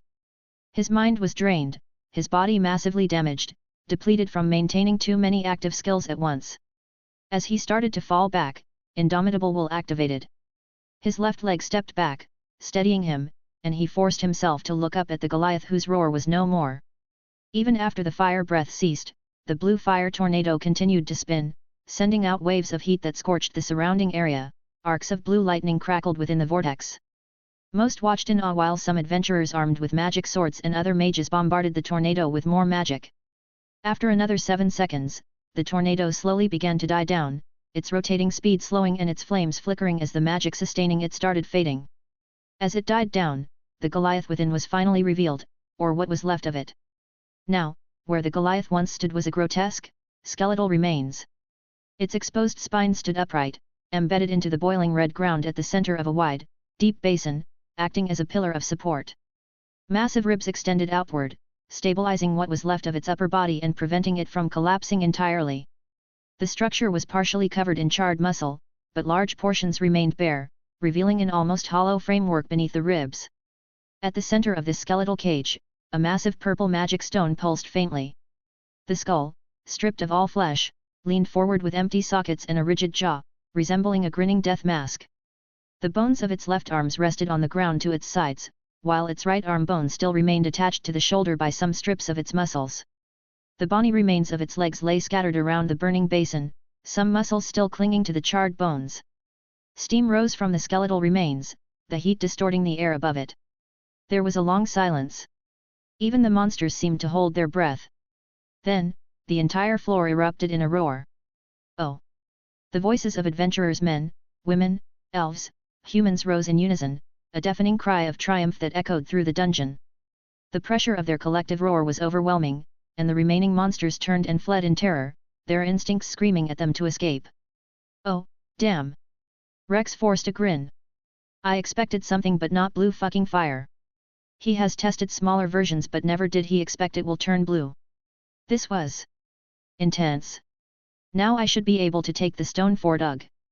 He stumbled back, his eyes blurring, so he quickly went to his bag to take out the elixir he had brought with him and drank it all. It tasted disgusting but he quickly felt it working on his body. Like rapidly healing him, his burns heal at a speed visible to the naked eyes. Hermes, standing on a hill far away, tilted his hat and smiled, his gaze fixed on Rex across the battlefield. Raihu stared at the remains of the Goliath, then shifted her gaze to the hill where Rex stood, his body marked with severe burns. Asfi, standing beside her, chuckled softly. Who knew there was an unknown adventurer with such powerful magic? She asked, reaching out to place a hand on Raihu's shoulder. But the elf dodged the gesture, leaving Asfi momentarily stunned. Right, Asfi mumbled, you're an elf. The battlefield was alive with celebration. Some adventurers cried, others laughed, their relief and joy palpable. Huum! A single, low sound pierced the silence. Everyone froze, their celebrations cut short as the noise continued, emanating from the Goliath's remains. Heads turned slowly, eyes widening in horror as they saw the magic stone glowing with an intense internal light. Red specks of light began to emerge on the skeleton on its bare ribs, its skull, the remnants of muscle clinging to its bones. No way! Rex uttered, stepping back in disbelief. No fucking way! A female elf screamed, her face contorted in horror. Destroy it! Someone roared. Destroy its stone! Another voice screeched. A wave of adventurers charged forward, but they quickly halted at the edge of the basin. The ground surrounding the Goliath was boiling red, like lava, the heat rising from it distorting the air. Those at the front, pushed by the crowd behind them, stumbled into the basin. Their screams were agonizing as the heat burned their bodies, the scorching air melting their lungs and innards. Everyone slowly stepped back, then looked up at the massive beast that was still regenerating. One of its eyes rapidly formed its socket, a single crimson orb that glared down at them with an intensity that froze all adventurer in place. Then, its gaze snapped upward, landing on Rex standing on the hill about 300 meters away. He stared in horror with an empty elixir in his hand, as the Goliath's bony mouth opened. Rex turned to run as the muscles in the Goliath's throat rapidly regenerated, allowing it to unleash a deafening howl. "Oh-oh-vey!" A compressed force of air erupted from its mouth, the shockwave appearing directly in behind the running Rex with incomprehensible speed. Time seemed to slow as he felt the attack behind him. "Ah, damn it!" The force slammed into him. Crack! His spin was instantly shattered, the force throwing him forward, his body spinning through the air like a ragdoll, the ceiling and the ground rapidly switching position. He slammed into the ground, hard, bouncing off the soil multiple times before rolling and crashing into a tree. Leaves fell down on him as he sat there, looking down at his legs in front of him that were twisted unnaturally, his left knee bone sticking out the flesh. "I can't breathe." He literally couldn't. Broken ribs have pierced his lungs, a few going so close to his heart that any wrong movement will spell his absolute doom. He couldn't move. He couldn't feel his legs. His arm. All he could hear were high-pitched ringing with almost no other sound. Why didn't it die? He questioned. Scavenger had rated his thought, this ultimate has the capability to kill the Goliath, as high quality. Why was it wrong? Other magic even got combined with the fire breath and yet, it didn't die? But it did. Yes, the Black Goliath did die. He saw the aura rise from its magic stone earlier, and after a few thoughts being judged by Scavenger, he realized the aura had disappeared when I turned around to drink his elixir. The Black Goliath had fucking revived. It had died for only a little time, but without its stone being destroyed, it can literally regenerate its entire body. So the Goliath's magic stone acts like a phoenix feather, it allows resurrection unless destroyed. Even though the body died, the stone's survival triggered regeneration. What a cheat! He had only a little gap for him to absorb its stone, else it revived. Scavenger wasn't wrong, the attack did kill the Goliath. The problem wasn't the attack's power, it was the failure to destroy the magic stone afterward. Scavenger judged the kill potential, not the permanence of the kill. Rex's oversight was assuming death equals permanent. He didn't factor in the need to scavenge/destroy the stone immediately, which Scavenger couldn't intuit because Rex didn't ask about that step. Fuck. He felt his thoughts slowing to a crawl. A minute in reality became a second for him. Scavenger wasn't being active anymore. Indomitable Will was trying its best to keep him alive, with his healing magic working with the little mind he had left. Chat. Am I cooked? He tried to get his thoughts away from everything and just stared down at his legs that were going increasingly blurry. "'Cause I think I am." They say the last sense that goes out when you die is your hearing, and the last thing he heard was *gong. Gong. Gong, *. A sound similar to a church bell, a sound that belonged to Bell Limit off fully charged Argonaut. In the end, Bell was going to be the one to kill the Black Goliath and destroy the magic stone. What did he say earlier when he realized that him force spawning the Goliath killed hundreds of adventures? Ah, right. Fate. Author's note, surprise motherfucker. No, Rex isn't going to absorb the stone from the Goliath. I am sorry if I got your hope up and then I crushed it in the palms of my hand. Sorry to disappoint. But there are multiple reasons for me to do this. 1. I did not want everything to go the way the protagonist happen. I want to set it early that not everything will be handed to him. He will plan, and he might fail. It's to keep you guessing. 2. I wanted to humble him. 3. It would make things too easy. All the Goliath's ability are overpowered. Its phoenix-esque regenerating would make things too boring. It will remove all tension, as he can now regenerate from any damage he takes. Sorry, but I am not skilled enough to write around that. Monster manipulation via roar is way too much. It would make switch the focus from solo leveling to, I don't know, monster hoarder. Its roar isn't that overpowered, but then he would get more physical properties and hidden abilities that weren't obvious. Too much. Then there is the Excelia. Even if got unlucky and got no ability, just absorbing the level 5 magic stone will grant him enough Excelia to max out his level 2 stats, his level 3 stats from 0 to 1499, and give him some stats in level 4. That's too much. It would be too quick even for me. I didn't like it. I hope this is a good enough explanation. Wasn't the plot twist marvelous? I know most of ya expected him to get nothing. Nah. Maybe in the future he will have Soma release his divinity on each floor to kill and absorb the abilities of all black monster Rex. You can imagine the abilities he will get from something like the Hydra Amphisbena or Leech King Udius. But that's for the future, not now. What do you think of the entire fight?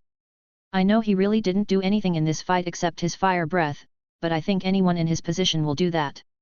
You wouldn't rush in to start fighting with swords against Goliath or the monster it called like a barbarian. But do you think it had good pacing?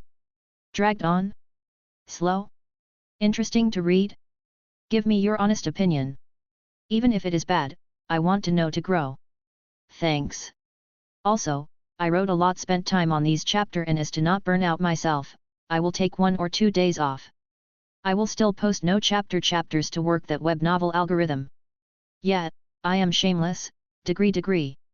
Anyway, I hoped you enjoyed these last 3 chapters. Thanks for reading, and have a marvelous day. Chapter 35, Goliath's Aftermath. Us. A distant voice called, faint and muffled, as if coming through a thick fog. RX. It grew closer, more distinct. Arise. Gasp. Rex gasped, his body jerking as he sucked in a lungful of air. His eyes snapped open, wide and disoriented, as he looked around in confusion. And he lives. A familiar voice called out, cheerful and brimming with amusement. Rex turned his head to see the messenger god Hermes squatting beside him, a mad grin plastered across his face. I knew one of the New Age heroes wouldn't die so easily. I lived. Rex mumbled, his voice hoarse. He touched his chest, his legs, his face, as if to confirm he was still in one piece. Oh, shit. I'm alive. I am proof that you're alive, Hermes said enthusiastically, his grin widening. His expression was both reassuring and slightly terrifying. The day you die is coming, but not now. That's not something you say to someone who just escaped death, a calm, slightly exasperated voice interjected. Rex glanced past Hermes to see the cyan-haired Asfi standing there, her glasses reflecting the dim blue light from the ceiling, making them appear pure white. I'm sure you've heard about her, Hermes said, gesturing to the woman with a smile. This is Asfi, the captain of my familia. Ah, yes. Nice to meet you, Rex nodded to her, still feeling lightheaded. He turned back to Hermes, his mind slowly catching up. I guess you used elixirs on me. How many was it? I'll pay you back the money, plus extra. Your injuries were not severe, so we only needed 2, Hermes replied, waving a hand dismissively, his eyes closed in a serene smile. Not severe. Rex blinked in confusion. I almost died. All your limbs were attached, Asfi explained, noticing his puzzled expression. Her tone was matter of fact, as if that alone explained everything. Right. Rex nodded, looking down at his legs and then at his arms. Are elixirs that overpowered? He hadn't really gotten to experience the effects of the elixir he drank earlier because, a few seconds later, he'd been blasted. I guess that's the only reason I'm alive. If he had taken that blast with his body still injured from his fire breath, he doubted he'd be breathing right now. Well, it seems like you have a lot of things to think about, Hermes said, reaching forward and placing his right palm on Rex's head. Take some time to get yourself together, Hero Rex. He patted the 23-year-old man's head like he was a child, his grin never wavering. Rex slowly moved his head away while giving Hermes a wired look. He also noticed Asfi glaring at him through her glasses, her expression unreadable but clearly angry. What is this situation? Rest well, Hermes said, standing up with a cheerful hup. He turned to his captain. Well, Asfi. Let's get going with that. He walked away, Asfi following silently behind him.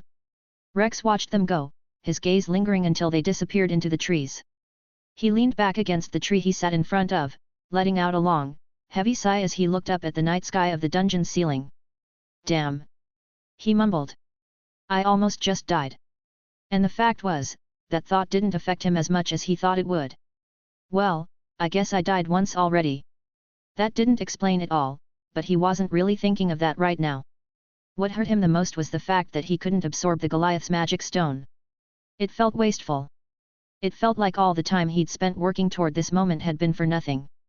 The days he'd spent having someone watch Belle, setting up the Takemi Kazuchi Familia's monster party, saving Belle and the others, even the 2 days he'd spent on the 18th floor doing practically nothing.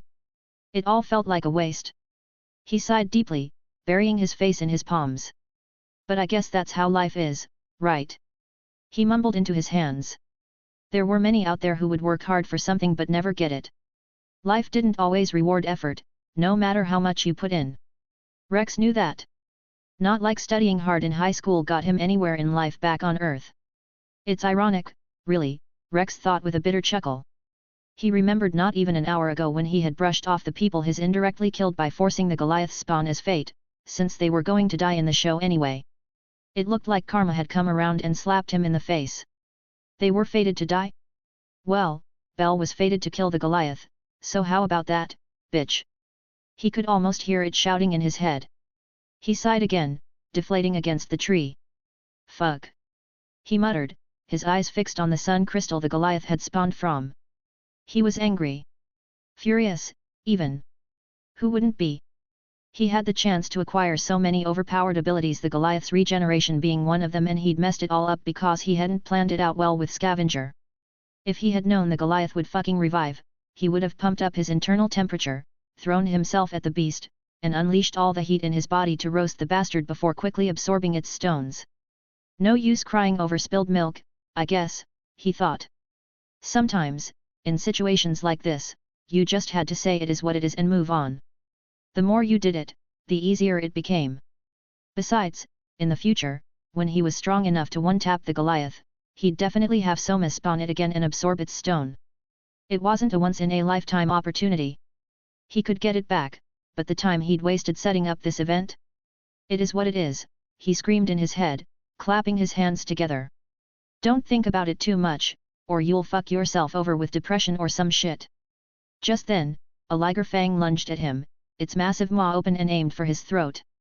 Rex simply outstretched his left hand, his black claws materializing in an instant.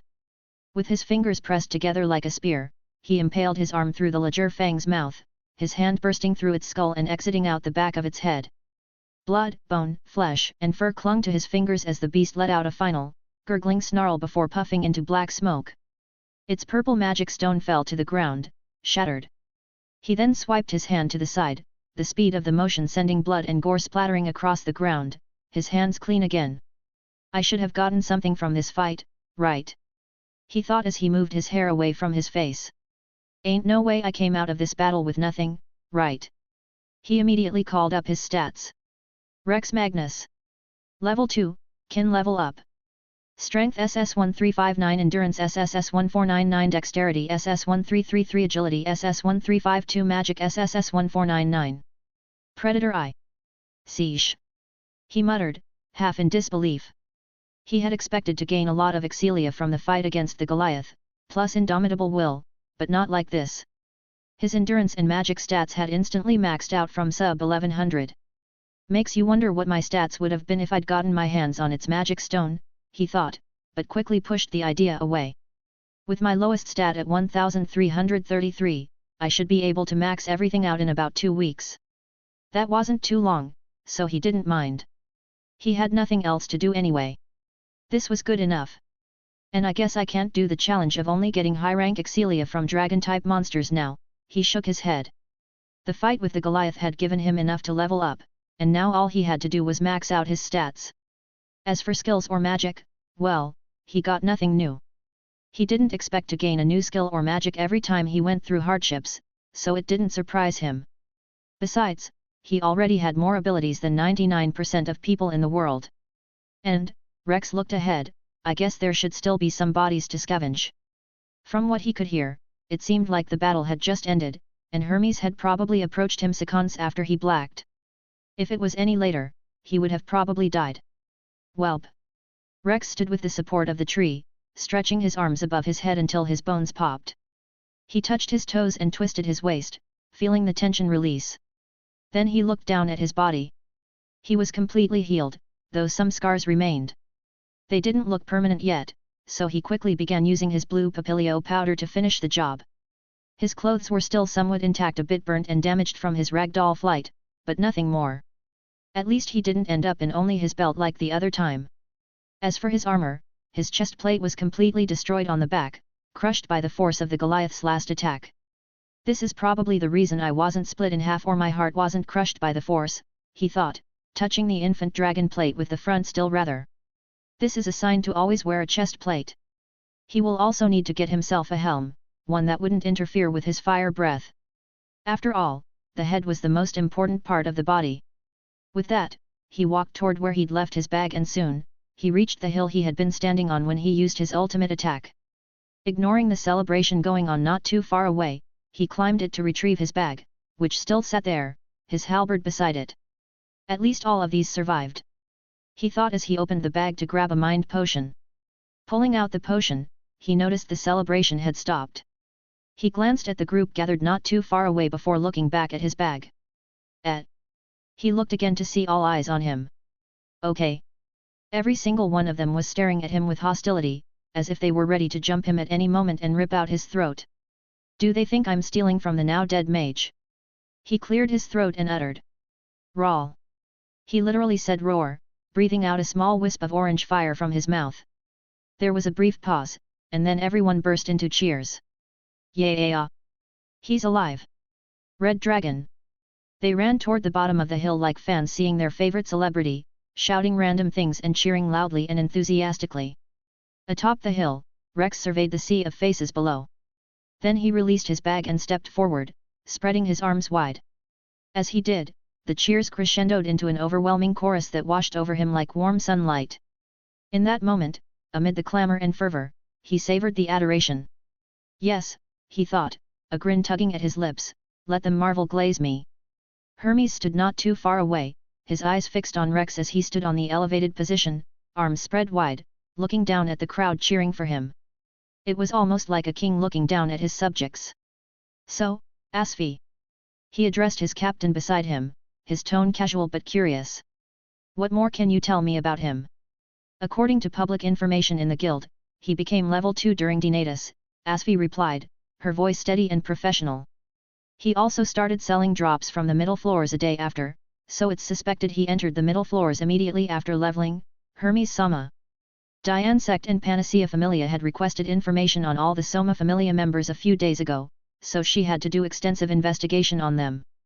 Rex, especially, had caught their attention since he had leveled up just before they began selling the purified blue papilio powder.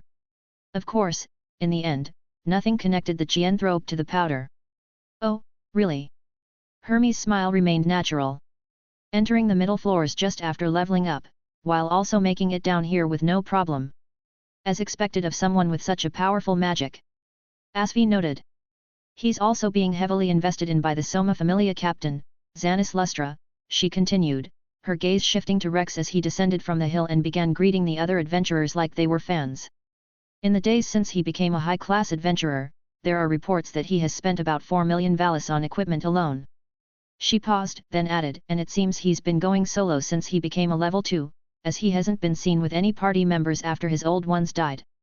Xanis reported that they were killed by an infant dragon 2 weeks ago, and Rex also reported to his advisor that he killed an infant dragon to level up. Ha ha ha, an infant dragon. Hermes laughed, his voice light but his eyes sharp. He slayed the dragon that killed his party and then obtained the dragon's magic. Very exciting. He watched Rex for a moment longer before asking, what do you think about him? He seems to have some narcissistic tendencies and antisocial personality disorder, Asfi replied without hesitation. I'm not asking about his personality, Hermes chuckled. His level. Do you believe he just became a level 2? No, Asfi shook her head. His magic is too potent for that. Even if it was boosted by the unknown self-heating skill he used, it shouldn't reach that level, especially since he doesn't have the mage development ability. She adjusted her glasses. And his physical capability isn't that of a level 2 either. Any level 2 would have instantly died in the situation he was put in with the Goliath's breath. A level 3 at least. Maybe a mid-level 3. He glanced at her god. I believe he and his captain hit his level. Hermes fell silent, his mind replaying the memory of Rex running with him on his back and then the sight of him sprinting away after they separated. As I thought, he mused, his expression darkening slightly. Aha! He would make a good hero, along with the others. Hermes glanced behind him to see Belle sleeping soundly, his head resting on Hestia's lap, while his party members, the Takemikazuchi familia, and Ryuhu surrounded them. "Have someone keep an eye on Rex," Hermes said, his grin wild. "I'm sure he's no less interesting than little Rookie." "As you wish, Hermes-sama," Asfi nodded. Bors had decided to at least give the dead adventurers some kind of burial since they couldn't carry all the bodies up. Those with friends or familia members who had died could choose to take the bodies back for a proper burial in the adventurer cemetery if they wished. He had gathered some relatively uninjured adventurers to collect the bodies they could find, which came out to be 11 men and 4 women. And, of course, Rex was among them. They had told him to rest, with Bors saying he'd earned it, but Rex countered by saying everyone had fought equally, so why should he be treated differently just because he had stronger magic? In the end, he was allowed to join the group to help retrieve the bodies. And it was disturbing. Adventurers split in half by fallen stones, their faces twisted in agony. Some had their heads crushed, others hung lifelessly from trees after being thrown by the Goliath's punch. It was a sight Rex didn't want to see, especially since it was technically his fault. But in the end, he decided to help, partly because he wanted to use the chance to touch the bodies that still had their aura and use Scavenger. "I am sick in the head," he realized as he picked up the body of a man who looked like he'd been killed by the swarm of monsters the Goliath had summoned.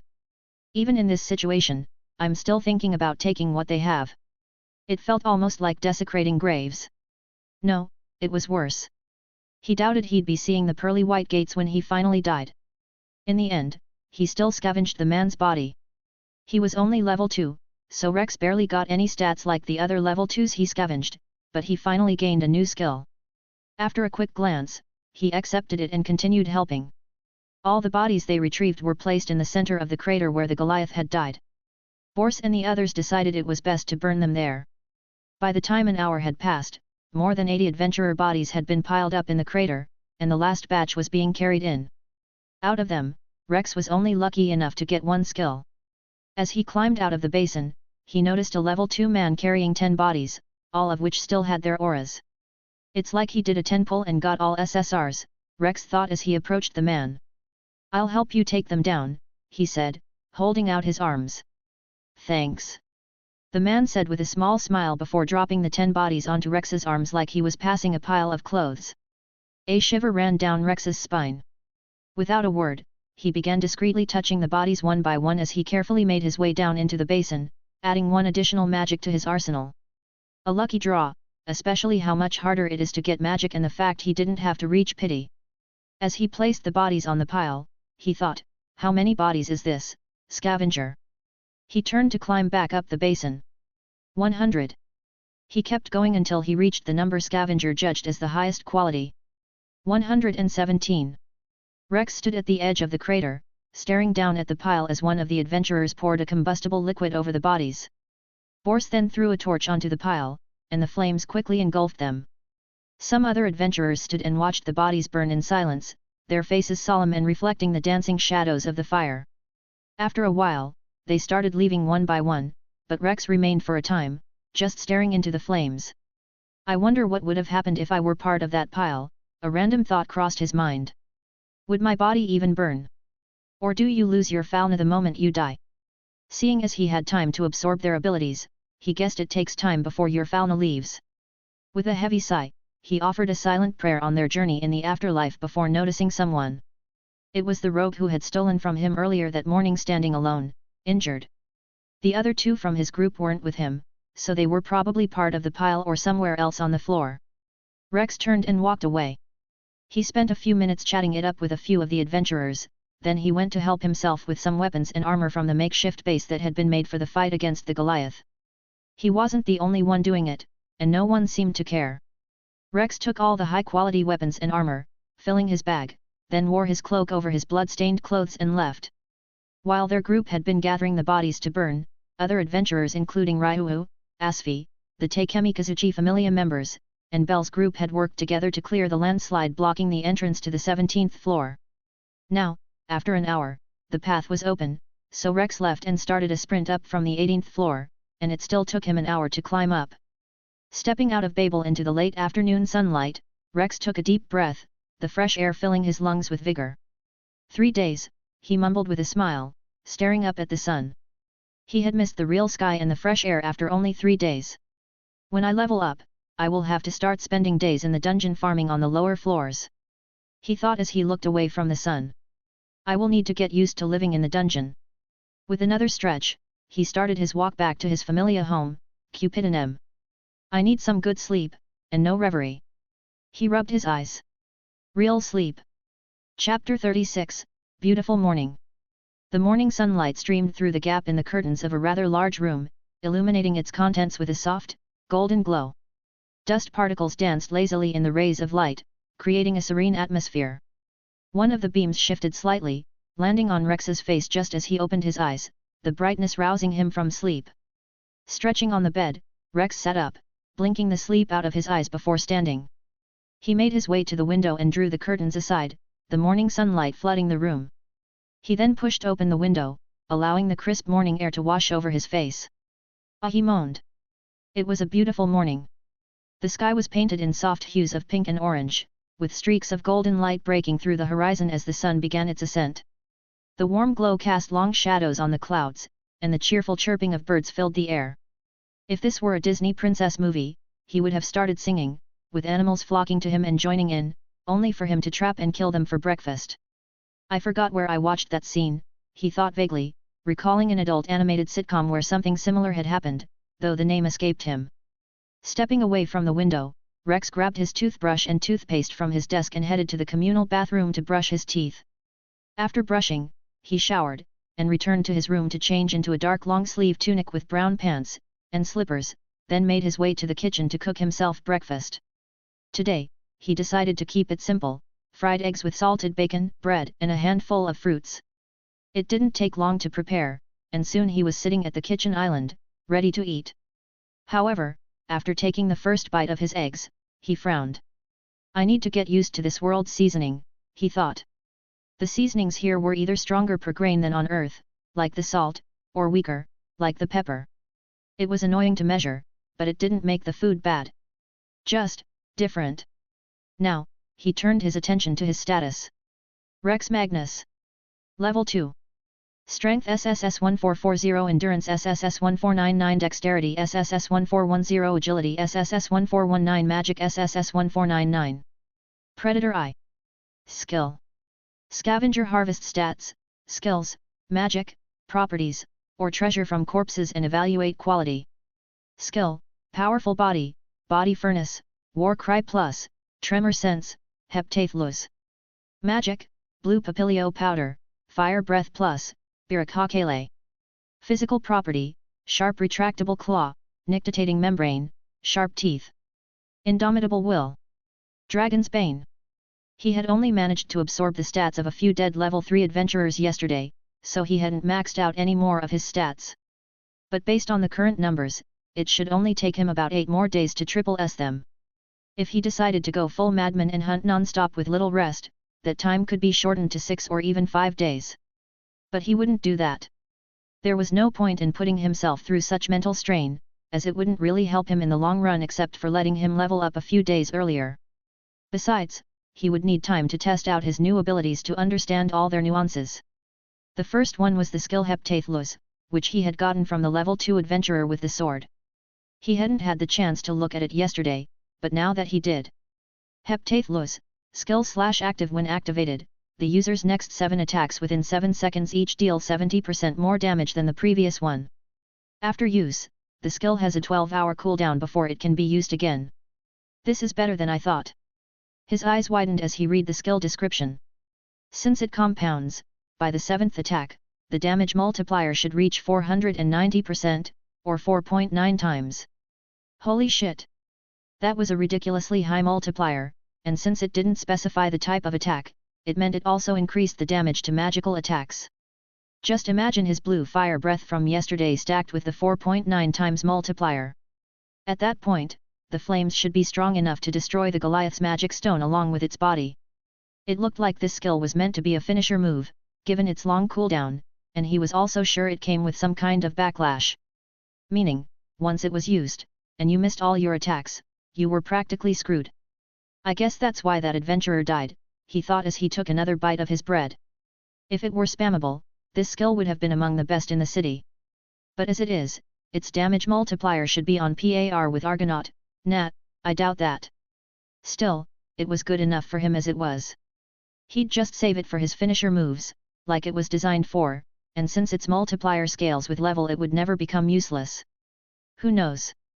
The skill might even improve as he leveled up, since abilities taken by Scavenger did improve like normal skills or magic. But what exactly would it consider as an attack? Rex wondered. Walking is basically an attack on the earth, so would that.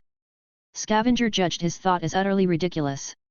So I can choose the attack I want the buff to apply to, he nodded. But all 7 attacks have to be launched within 7 seconds, else the skill loses its effect. I'll need to test this out when I get the chance. The next one was just as, no, even more interesting. Birakakele, magic/active, a long chant spell that enchants the user's weapon, coating it in light and enhancing all its attributes. The effects depend on the weapon's quality. Stronger weapons receive more powerful enchantments but require more mind to cast. The enchantment gradually fades over time, depleting faster in combat, and the user can also release all stored magic at once as an attack. Each use slightly wears down the weapon's quality, with premature magic release causing even greater damage. You couldn't deny how unique the magic was, though if he wanted to use it to its fullest potential, he'd obviously need higher quality weapons. This is where the problem began, the quality degradation with each use.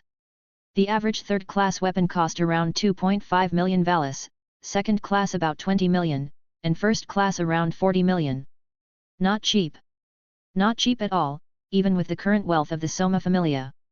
For this magic to have its most use, he needed to regularly damage 40 million valis weapon. Pay to win magic, was his immediate thought.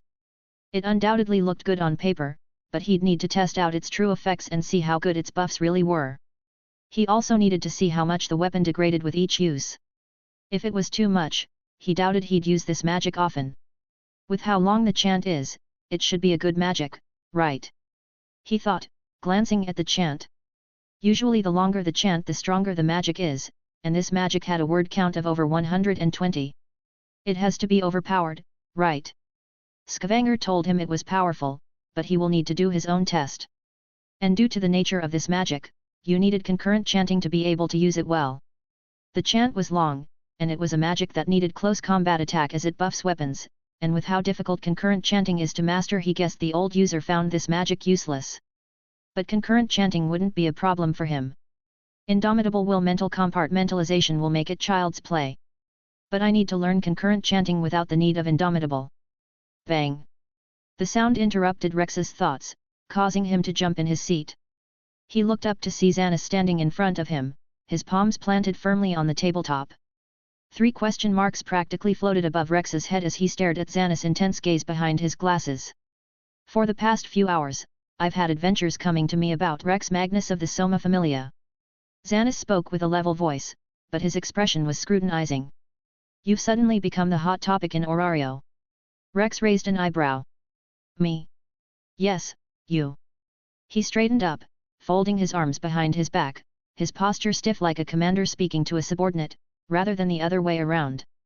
Apparently, you displayed a power against the irregular monster Rex that spawned on the 18th floor strong enough to make others believe you're level 3. He adjusted his glasses slightly. You didn't think to tell me you had magic. Oh, that. Rex mumbled as if recalling an unremarkable memory. He impaled a piece of bacon with his fork and lifted. But instead of eating it, he exhaled a small stream of fire over it, roasting it to a crisp. My magic. Xanis stared at the smoking bacon that had been roasted to perfection for a second, then, his eyes widened slightly behind his glasses. He opened his mouth to say something, but no words came out.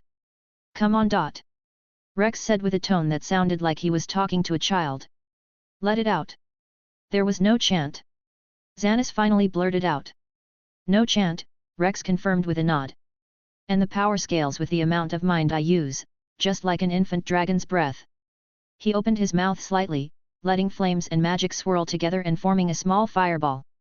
Pew! With a playful noise, he flicked it toward Xanis. The man dodged to the side, watching the fireball fly past him then fizzle out into a wisp before reaching the wall. But... that's Xanis stuttered, his glasses slipping an inch down his nose. Then he chucked. An unknown development ability and now a chantless magic. He really did strike gold.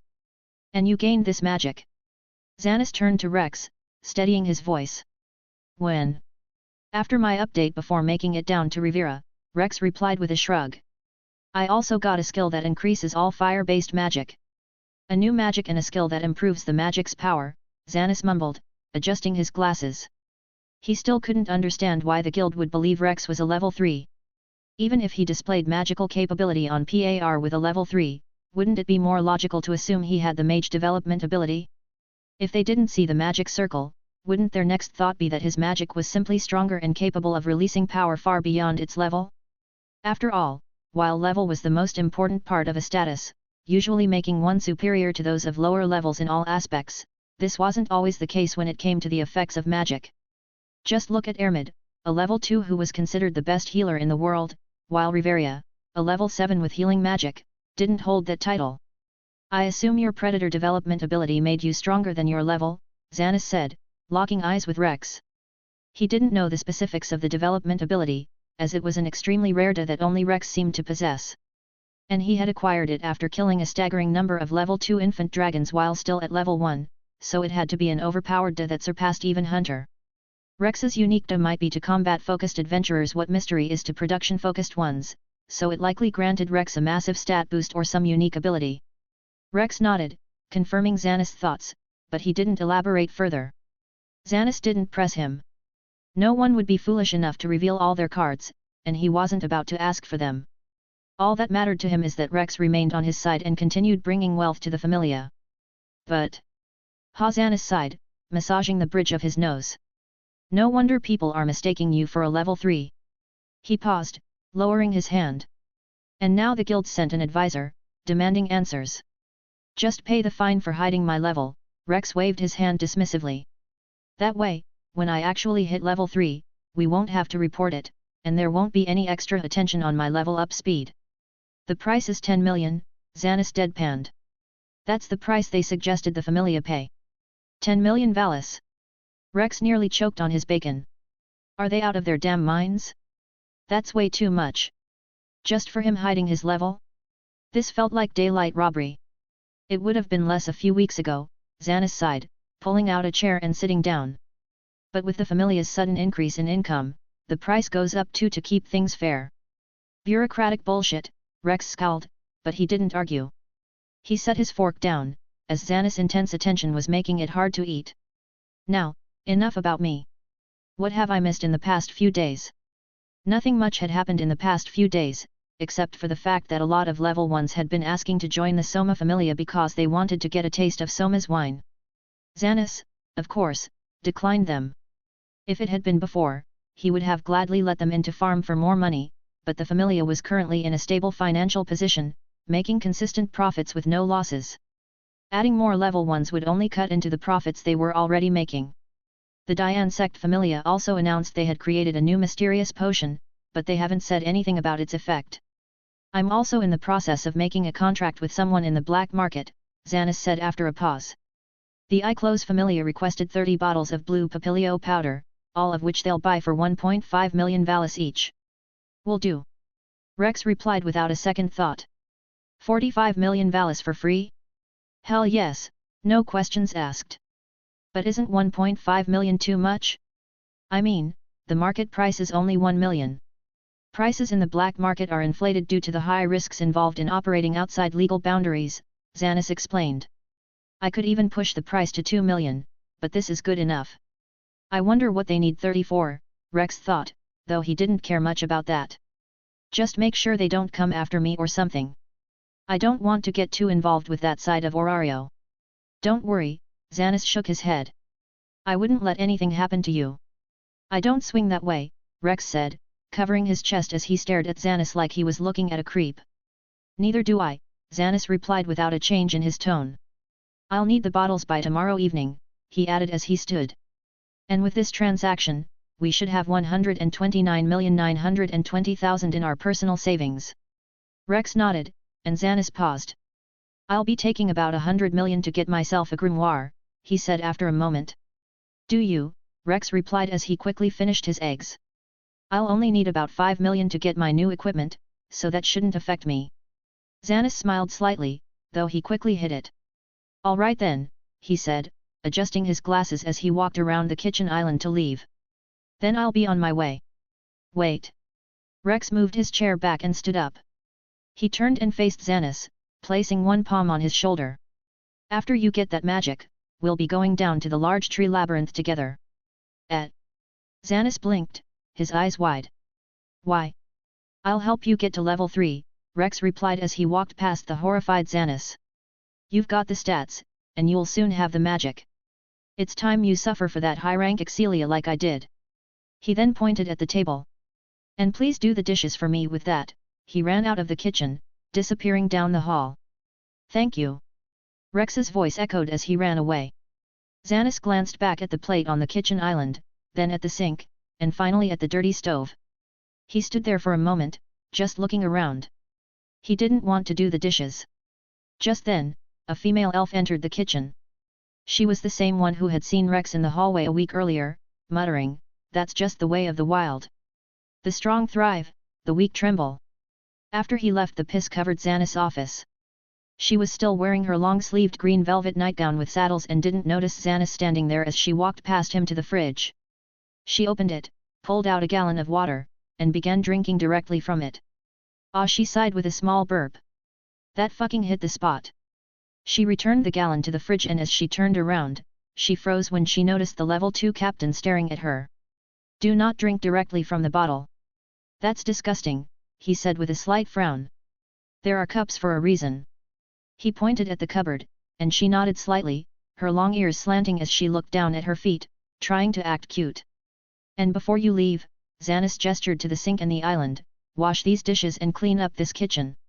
She looked around, her eyes narrowing with a frown. Why do I have to do it? You do them yourself, you lazy fucker. She didn't say that though. She wouldn't want Xanis to take away her soma for this week. Xanis didn't care what she thought and turned around to leave.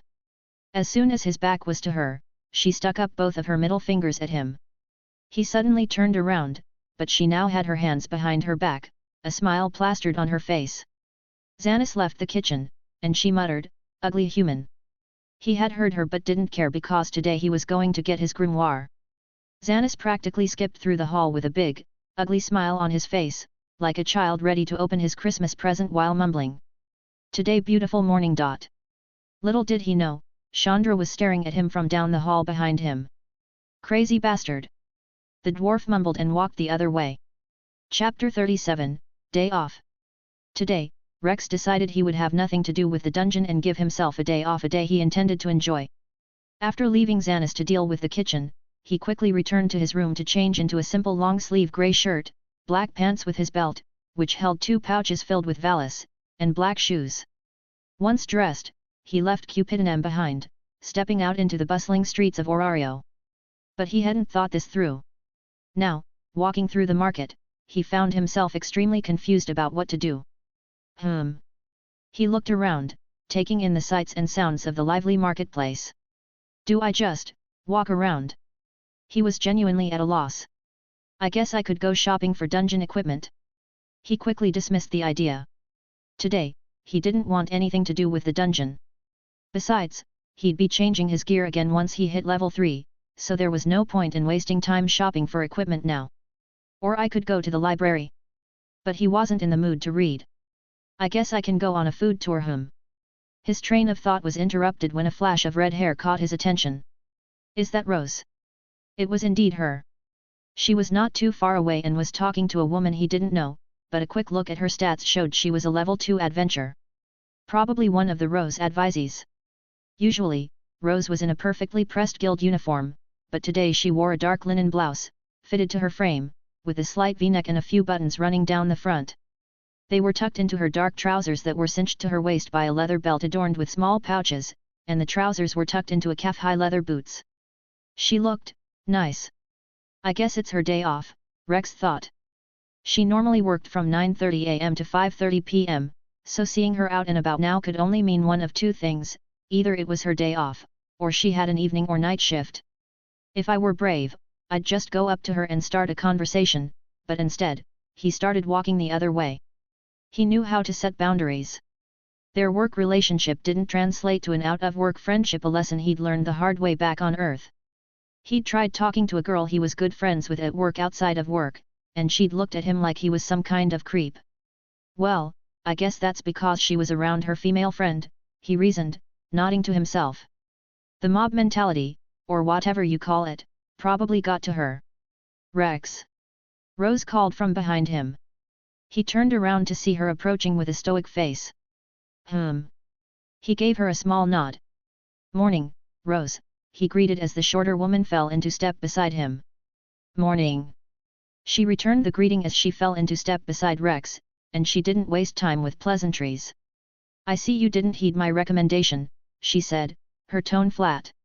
Recommendation? He asked, trying to remember when she gave him a recommendation. About staying in the cave labyrinth for at least 2 years, Rose clarified, her voice steady.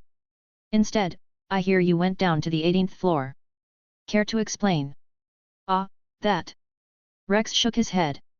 I saved a group on the 16th floor. They were in bad shape, and I was too lazy to carry them all the way back up. So, I took them down to the 18th floor instead. Rose nodded slightly, and he continued. The Goliath spawned when I went down, trapping me on the floor until the Loki familia killed it. Wasn't really planning on going down at any point.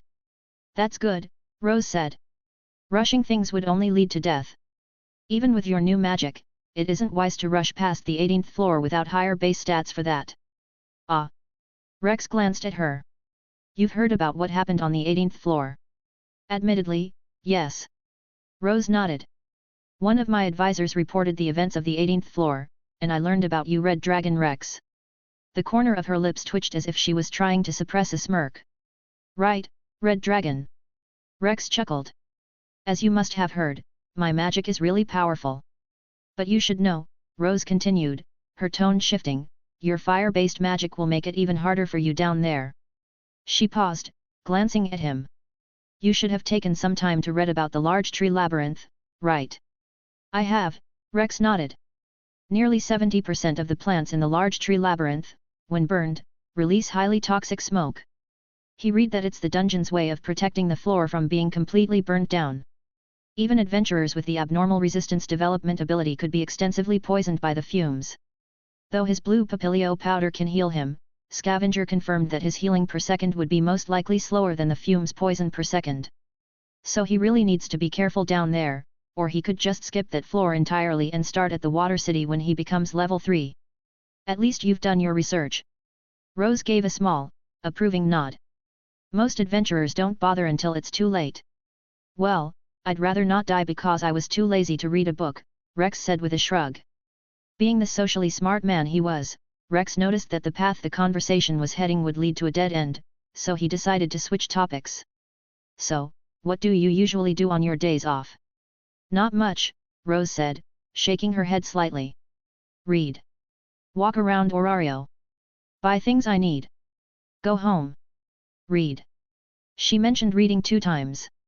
Rex noticed, asking. So, you don't hang out with anyone? No friends to kill time with? Not really. Rose answered without hesitation or embarrassment. Hey. It wasn't the answer he expected. Rose was beautiful, and she looked like the kind of person who would have a lot of people to talk to, especially other guild workers. And as a man who had thousands of friends in his past life, he decided to give a good life advice. You should get friends and enjoy the time you have, or else when you get older you will regret wasting your time. Rex said with the wisdom of age. You are 28 now. Soon you will be 30. Then 40. And you will miss out on a lot of things you. He noticed she had stopped walking and glanced back at her. I don't think I've ever told you or anyone else my age, Rose said, her golden eyes meeting his amber eyes. A few days ago, Rex had guessed it using Scavenger out of curiosity, but he wasn't going to tell her that. Instead, he gave her an ugly smile, his eyes turning into an upside-down crescent. I'm your stalker. The genuine shock on her face made him realize what he'd just said. Right, we aren't close enough for that joke, he thought, almost feeling like punching himself. He could have just said he guessed or something. Welp, he said, waving as he turned around. I have an errand to run. Then he quickly walked away. He turned a corner and disappeared into an alley, and then sighed. I guess that relationship is burned to the ground. Being a beautiful girl, she might have had a stalker in the past, especially in a world like this, so she might have really believed what he said. "Good job to me," he mumbled. Since he had nothing else to do, Rex decided to go on the food tour he'd been planning earlier. He bought street food from random stalls, some of which were things he knew like grilled skewers, stuffed pastries, takoyaki, and Babel Tower cones, all earth foods with a twist, while others were entirely new. One vendor offered a guild-approved safe herbal tea that guaranteed not to contain toxins. He tried it and immediately regretted spending 60 valis on the bland, tasteless drink. Another stall sold mystery meat pies, which the vendor introduced with a cheeky, "What's inside? Who knows?" The first pie tasted like heaven, so Rex spent another 150 valis to try a second one. This time, he had to hold back from punching the vendor. Inside the pie was a white, slimy substance that looked suspiciously like something released from a male body. The vendor claimed it was snail slime or something, but Rex wasn't convinced. He tossed the pie to some stray raccoons and spent a small fortune on water trying to wash the taste out of his mouth. "That's what I get for trying food from random street vendors," he mumbled, squatting in an alley with a look of absolute despair. He could still feel the slime on his tongue and the inside of his mouth. It was absolutely disgusting. "Yeah, I'm done with this." After that experience, he wasn't in the mood to continue his food tour, so he headed to the library to continue his reading. After walking around on the second floor for a few minutes, he picked up a book named, "On Children of the Gods, Spirits."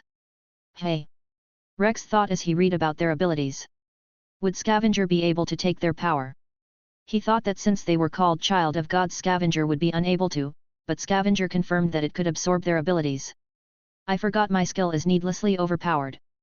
But that brought up another train of thought. Should I try to absorb one of their abilities? Spirit were rare because most lived secluded from society, with a few living in Orario, like the Undines and Salamanders living under the protection of the Rapso familia to make Undine cloth and Salamander wool. But I could ask Xanis to get me a spirit from the black market and then try to use Scavenger's pity on them. If he absorbed enough abilities of the four most common elemental spirit gnomes, Undines, Sylphs, and Salamanders, he could become the Avatar, master of all four elements. Should I? The thought didn't sit right with him. Spirits were intelligent creatures, like humans. Buying them would be akin to buying slaves, and then killing them in cold blood. That was a bad, horrendous thing. Fuck slavery. Boo. Boo-oot. He noticed someone in his peripheral vision and glanced over to see Rose staring at him with a few books in her hands.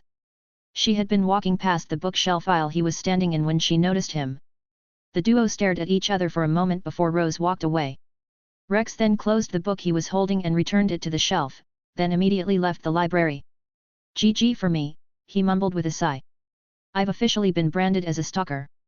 But that thought was quickly suppressed by the idea of buying spirit slaves from the black market and brutally murdering them for power. It felt like a pay-to-win method. Spirits would undoubtedly be expensive, maybe costing in the high tens of millions of valis. But he was a rich motherfucker, so why not use his money? Then again, slavery. He walked around the city for a while, thinking about it, but he couldn't come to a conclusion. Say fuck you to morality and hello to power, or leave the spirits alone. "I need to clear my mind," he muttered, massaging his temples. As he tried to think of something fun to do, his eyes landed on a casino not too far away. He stared at it for a moment before grinning. "Scavenger," he cracked his knuckles. "Let's go gambling." He entered the casino with 54,000 valis, and in the first few hours in the casino, he lost 43,000 valis, but this didn't make his heart falter. After all, 99% of gamblers quit before they make it big. Besides, he didn't know the rules of most of the games and had to figure out how to use Scavenger to cheat and which games would work best with his ability. There were a few options, but the best he discovered were poker, especially Texas Hold'em, as he could simply think, "They're bluffing," or "I should fold now," or "I should bet big on this hand," and Scavenger would judge whether these thoughts were high or low quality. This allowed him to play confidently, relying entirely on his best friend, Scavenger. The same strategy worked in games like blackjack and roulette, as Scavenger was basically his sugar daddy, holding his hand and telling him what to do. He started being watched when the casino noticed he was winning consistently. They couldn't prove he was cheating, but he was eventually kicked out after winning another game of blackjack that brought his total winnings up to 12,552,360 valis. Phew phew phew, Rex laughed internally, a big smile on his face as he walked out of the casino. He looked up at the sky, which was transitioning into night. I will never be short of money. If someday he took an arrow to the knee and had to retire as an adventurer, he wouldn't go to a village and start farming. No, he'd become a frequent visitor to casinos to earn big. Ah, he moaned, looking down at the casino check he could take to the guild to check out for his money. Today was a good day. Almost 13 million valis from 40,000. This was one of the most excited he had ever been since arriving in this world. No wonder people got addicted to gambling. It was a good feeling to win big. As he took the busy road towards the guild to check out his earnings, he noticed. I am being followed. He could feel the people watching him from behind, and the scavenger confirmed this. Using scavenger, he noticed they were 6 level 2s, which he was confident in winning if a fight broke out. He turned a corner and entered an ally, and soon the level 2s followed him in. There was a muffled sound and Rex soon walked out with their pouches of money in his hand. This world should really send more thugs my way. He was even surprised that these were only the second group to attack him. Normally, in a fantasy world, he should be constantly being attacked by cannon fodders. I guess it's because I am kinda low-key. Then he continued his way back home, deciding to exchange the money tomorrow in the guild and then maybe start his hunting to max stats. Author's note: no chapter yesterday because I was busy, so I posted it today. Also, I noticed the flaw in my calculations for heptathlus thanks to my lovely readers' comments, and this is the correct skill description. Heptathlus, skill/active when activated, the user's next 7 attacks within 7 seconds each deal 70% more damage than the original attack, stacking additively, starting with the first attack. After use, the skill has a 12-hour cooldown. So the multiplier becomes like this. Attack 1, 100% plus 70% equals 170%. Attack 2, 100% plus 70% times 2, equals 240%. Attack 3, 100% plus 70% times 3, equals 310%. Up to attack 7, 100% plus 70% times 7, equals 590% or 5.9 times multiplier instead of 4.9. Before the damage would have increased by 4103.4%, 41.034 times base damage, because it had stacked multiplicative instead of additive, which is my bad. Thanks for pointing out my mistake. Chapter 38, Heptathlus and Birakakele. The next day, Rex went into the dungeon at 4 AM with a few weapons he had taken from the 18th floor. He decided to continue hunting monsters in the cave labyrinth to get his stats to their max, and of course test the new abilities he had scavenged. He decided to test out Heptathlus the moment he stepped onto the 13th floor. Since it had a 12-hour cooldown, he hoped to use it a second time by 5 PM before finishing his 12-hour shift. After flicking the blood of a hellhound off his sword and absorbing its magic stone, Rex stood straight and stretched. I wonder how this will look, he thought as he held his sword in front of him with one arm, pointing it at an imaginary opponent. With a deep breath, he uttered, Heptathlus. As the words left his lips, nothing happened. No aura, no change in his physical appearance, no indication that the skill had activated. But he knew the skill had been activated, just no physical indication. Boring, he thought.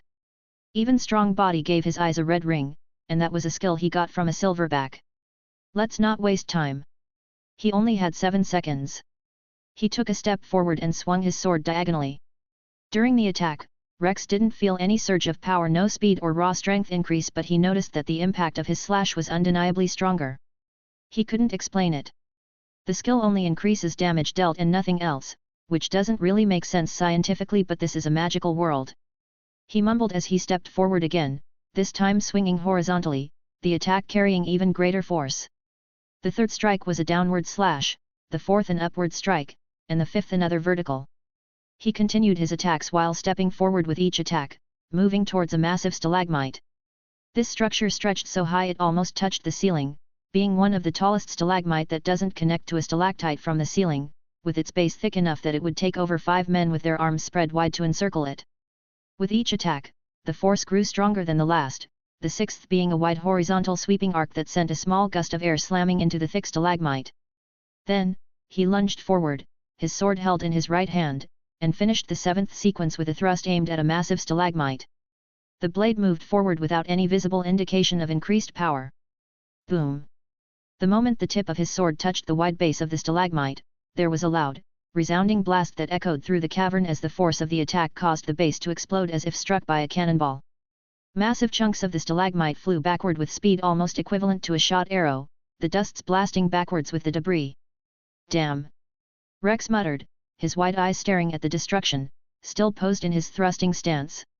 At the other end of his sword tip was a gaping hole that went through the thick stalagmite's base, large enough for him to crawl through.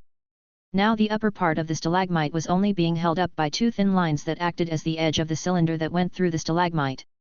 He didn't even use his full strength for that attack, and he was able to do more damage than his strongest physical attack with strong body activated. Especially with a sword thrust. He pulled back his sword. I mean, it is a 6 times increase. Crack! Spiderweb-like fractures spread rapidly through the remaining base of the stalagmite, some snaking upward toward its peak.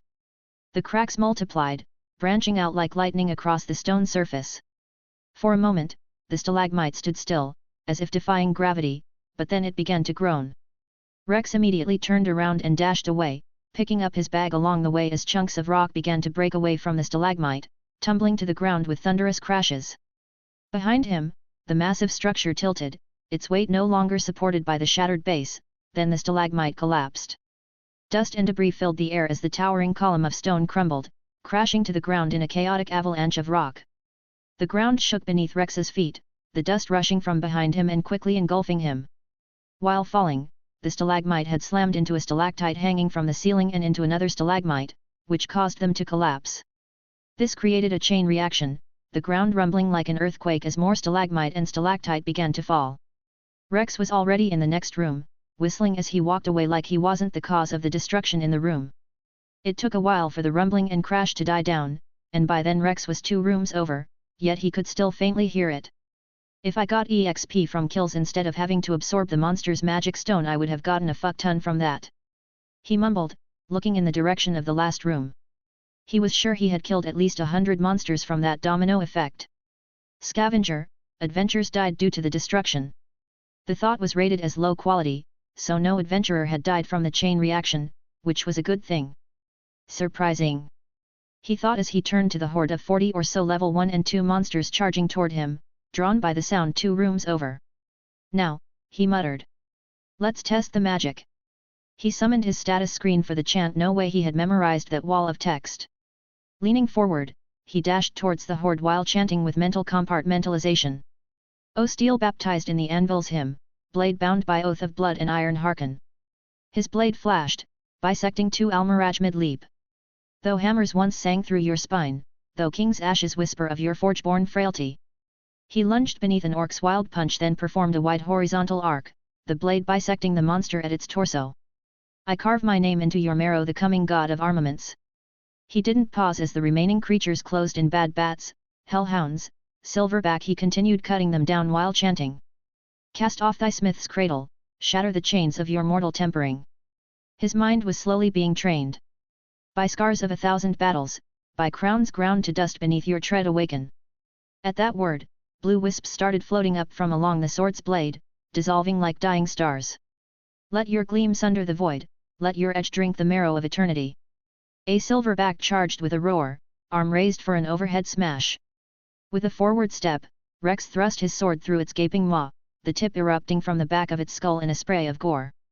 He then slashed to the right, wrenching the blade free from the side of the beast's mouth, and deflecting a tomahawk hurled by a shrieking Almiraj.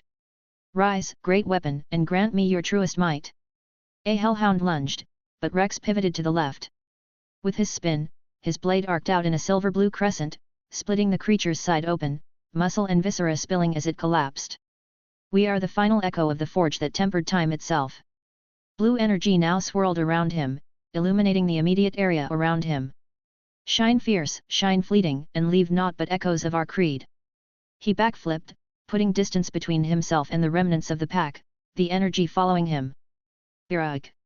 He raised the sword overhead, both hands gripping the hilt as the wisps coalesced into a vortex. Hakele! The aura surged into the blade, compressing into a razor-thin sheath of blue energy, darkest at the edges, blazing brightest at its core. Twilight stars flickered within the blue, winking in and out like dying embers. He felt like he was one with the blade, like it was an extension of himself. He knew where the tip of the blade was even with his eyes closed, he knew every curve of the blade, its sharpness, everything. His amber eyes, ringed with crimson, flicked from the blade above him to the 25 remaining monsters that were frozen mid-charge. Then he slowly lowered his new energy sword, its movement leaving a slight blue trail. Holding the sword with only his right hand, he extended it out to the side like a single wing, the glow of the sword casting a shadow to one half of his grinning face. Then he dashed forward, the sword flashing blue as monsters disintegrated. Limbs and torsos fell with the perfect blue arcs of his sword, severed with machine-like precision. There was no effort, no resistance, just the clean snick of steel parting flesh like a hot knife through butter. It was as if he was just slashing air, and in about 2 seconds, over 20 bodies collapsed. Oh! A lone silverback turned and fled in fear, its heavy footfalls carrying it forward. Dread it, run from it, Rex uttered, holding the sword at his left side with both hands, its tip grazing the ground behind him. Destiny arrives all the same. With a roar, Rex swung the blade in a sweeping semicircular arc from left to right. The stored magic erupted from the blade as a razor-thin crescent of blue energy soundlessly slicing outward at breakneck speed. It expanded with every meter crossed, its width expanding as it moved outwards. The silverback, still mid-stride, didn't even have time to react. The crescent passed through its spine without slowing, the beast's momentum carrying it 3 more strides before its upper half slid free, bisected at the ribs. Its legs collapsed as its torso thudded to the stone, the cut surface smooth as glass. The crescent energy blade continued outwards, illuminating the dark dungeon like a bolt of lightning. It flashed through all stalagmites in its path as if they weren't even there, cleaving through columns of connecting stalagmites and stalactites. With a flash, a distant pack of unsuspecting hellhounds froze in motion, their skulls halved with surgical precision. Half a kilometer away, a solo adventurer ducked under an orc's just as there was a blue flash. They then looked up to see blood flowing from the orc's abdomen, then its upper body fell to the ground, severed at the ribs. They stared at the bicepted monster in confusion. Finally, after nearly a kilometer, the crescent dissipated with a soft wisp. The stalagmites that had been sliced remained standing, bearing no visible damage save for the faint, almost imperceptible line where the blade had passed. Ha ha ha ha! Rex laughed like a madman, his voice echoing through the cavern as he stared ahead. That was the shit. The chant, the aura, the appearance, the release of energy, everything about this magic was amazing. But there is no free lunch in this world.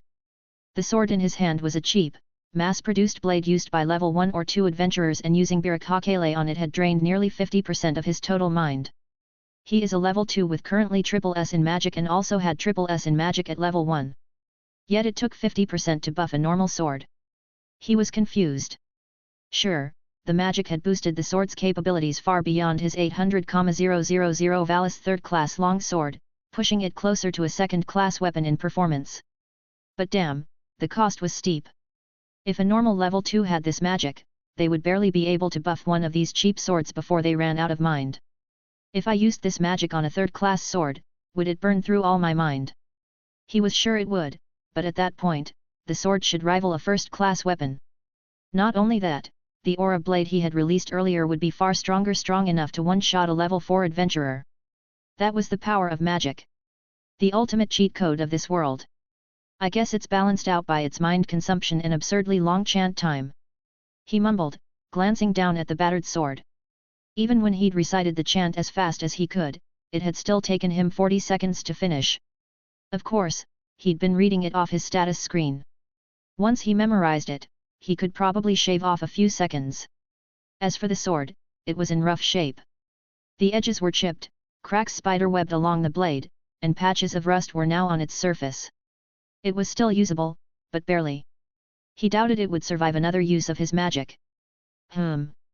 He pulled out a basic mind potion, downing it in one gulp.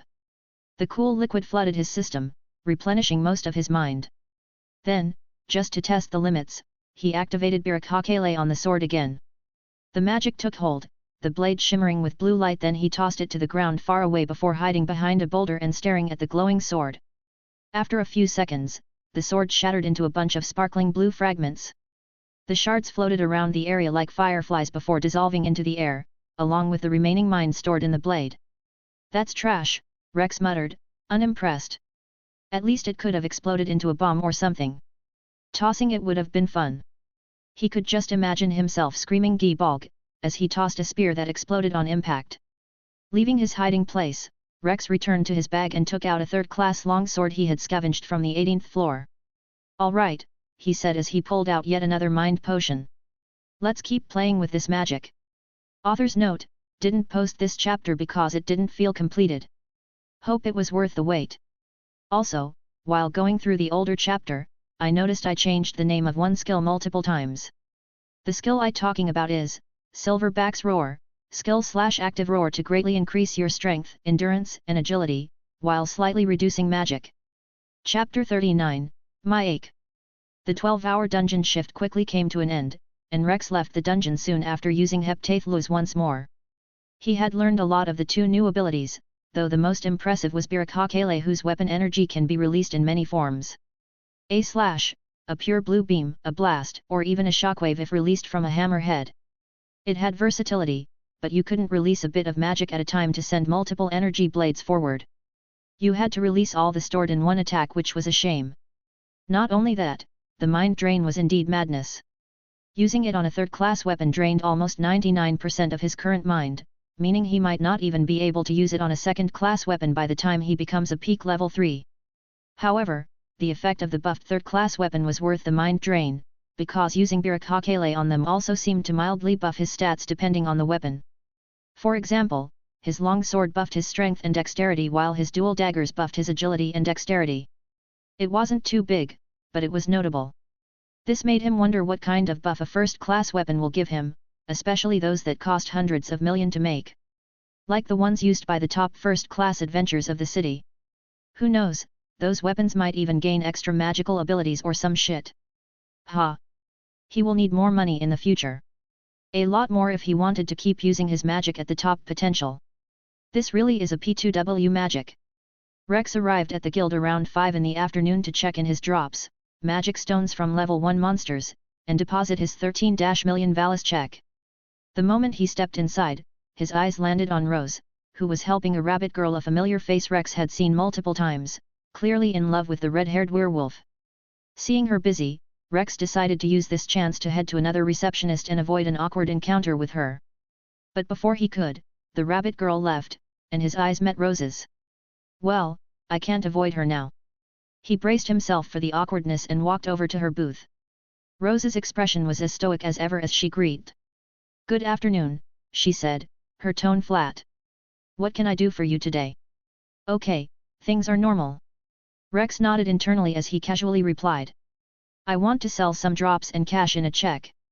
As always, Rose nodded and stepped out from behind her booth, gesturing for him to follow. Rex trailed behind her, mentally chanting, "Yep, nothing happened yesterday. Yesterday was just a dream." Reaching one of the drops assessment rooms, Rose held a door open for him, and Rex stepped into the room. She closed the door behind them, and Rex began unloading his drops from his bag onto the table. "See," he thought, trying to reassure himself. "She's saying nothing about yesterday, so it was just a dream." "I didn't realize I was interesting enough to have a stalker," Rose said suddenly, her voice as calm as if she were commenting on the weather. "Oh my god!" Rex almost clawed his face in frustration. "Haha," he laughed awkwardly. "I mean, you're beautiful. What's there not to stalk?" he said it jokingly, hoping she will catch the humor. "I'm sure a beautiful woman like you has had a lot of stalkers." He gave her a forced smile at her, his movements speeding up as he hurriedly unloaded the rest of his items. "No, I don't think I have," she said, shaking her head with her eyes on his. "You're the first." Haha, Rex laughed again. "So I'm your first? Hooray! What the fuck am I saying?" he screamed internally, deciding to pivot the conversation. "So, what are you doing after work? So you can stalk me?" Rose deadpanned, her tone so dry it could have started a drought. At this, Rex nearly dropped a bundle of minotaur horns on the ground. "All right." He clapped his hands after placing down the last bundle of minotaur horns. "Those are all the things." They weren't. He still had a few items left in his bag, but he wasn't sticking around to unpack them. "And I also have cash to check in, so if you can just..." He started reaching into his pouch, but Rose raised a hand, cutting him off. "Checks will be handled separately," she said as she pulled open the door. "You can wait in one of the private rooms with the door open, and I'll meet you after the appraisal." Rex nodded and practically bolted out of the room. He closed the door behind him and exhaled deeply. He walked away, muttering to himself. At least she knows it's a joke. Her casual tone made him believe she wasn't taking it seriously. Besides, as a werewolf, her sharp nose would have alerted her if he'd actually been stalking her. That thought put him at ease. Rose is a chill girl, he decided, seeing potential for a good friendship in the future. If I don't fuck up again. Rex entered one of the private rooms, the same one where he'd registered as a level 2 adventurer, and took a seat across from the window. Late afternoon sunlight streamed in, illuminating half the table while the window bars cast long shadows across the wooden desk. He sat with the door open, idly watching people pass by. A few glanced curiously inside, and one dog girl even met his eyes, blushing before scurrying away. Shit, I knew I'm a handsome xenophobe, Rex thought, his ego inflating. If I wanted, I could build a harem anytime. I don't even need personality, just be a cardboard cutout, handsome, strong, and rich. I'd have a massive harem of girls. But he wasn't really into that kind of thing. Harem wasn't really his thing. In his fantasies, he sees himself with a single wife, and maybe 2 children, a boy and a girl, and they own a flower shop in a seaside town. Maybe after I kill One Eye's black dragon, I'll try to look for a wife. He thought, folding his arm. She has to be a first-class adventure though. He would most likely be a level 10 by then, meaning he would live a very long life. He wouldn't marry a low-level woman and have her die hundreds of years before him. I shouldn't think about that now. He shook his head.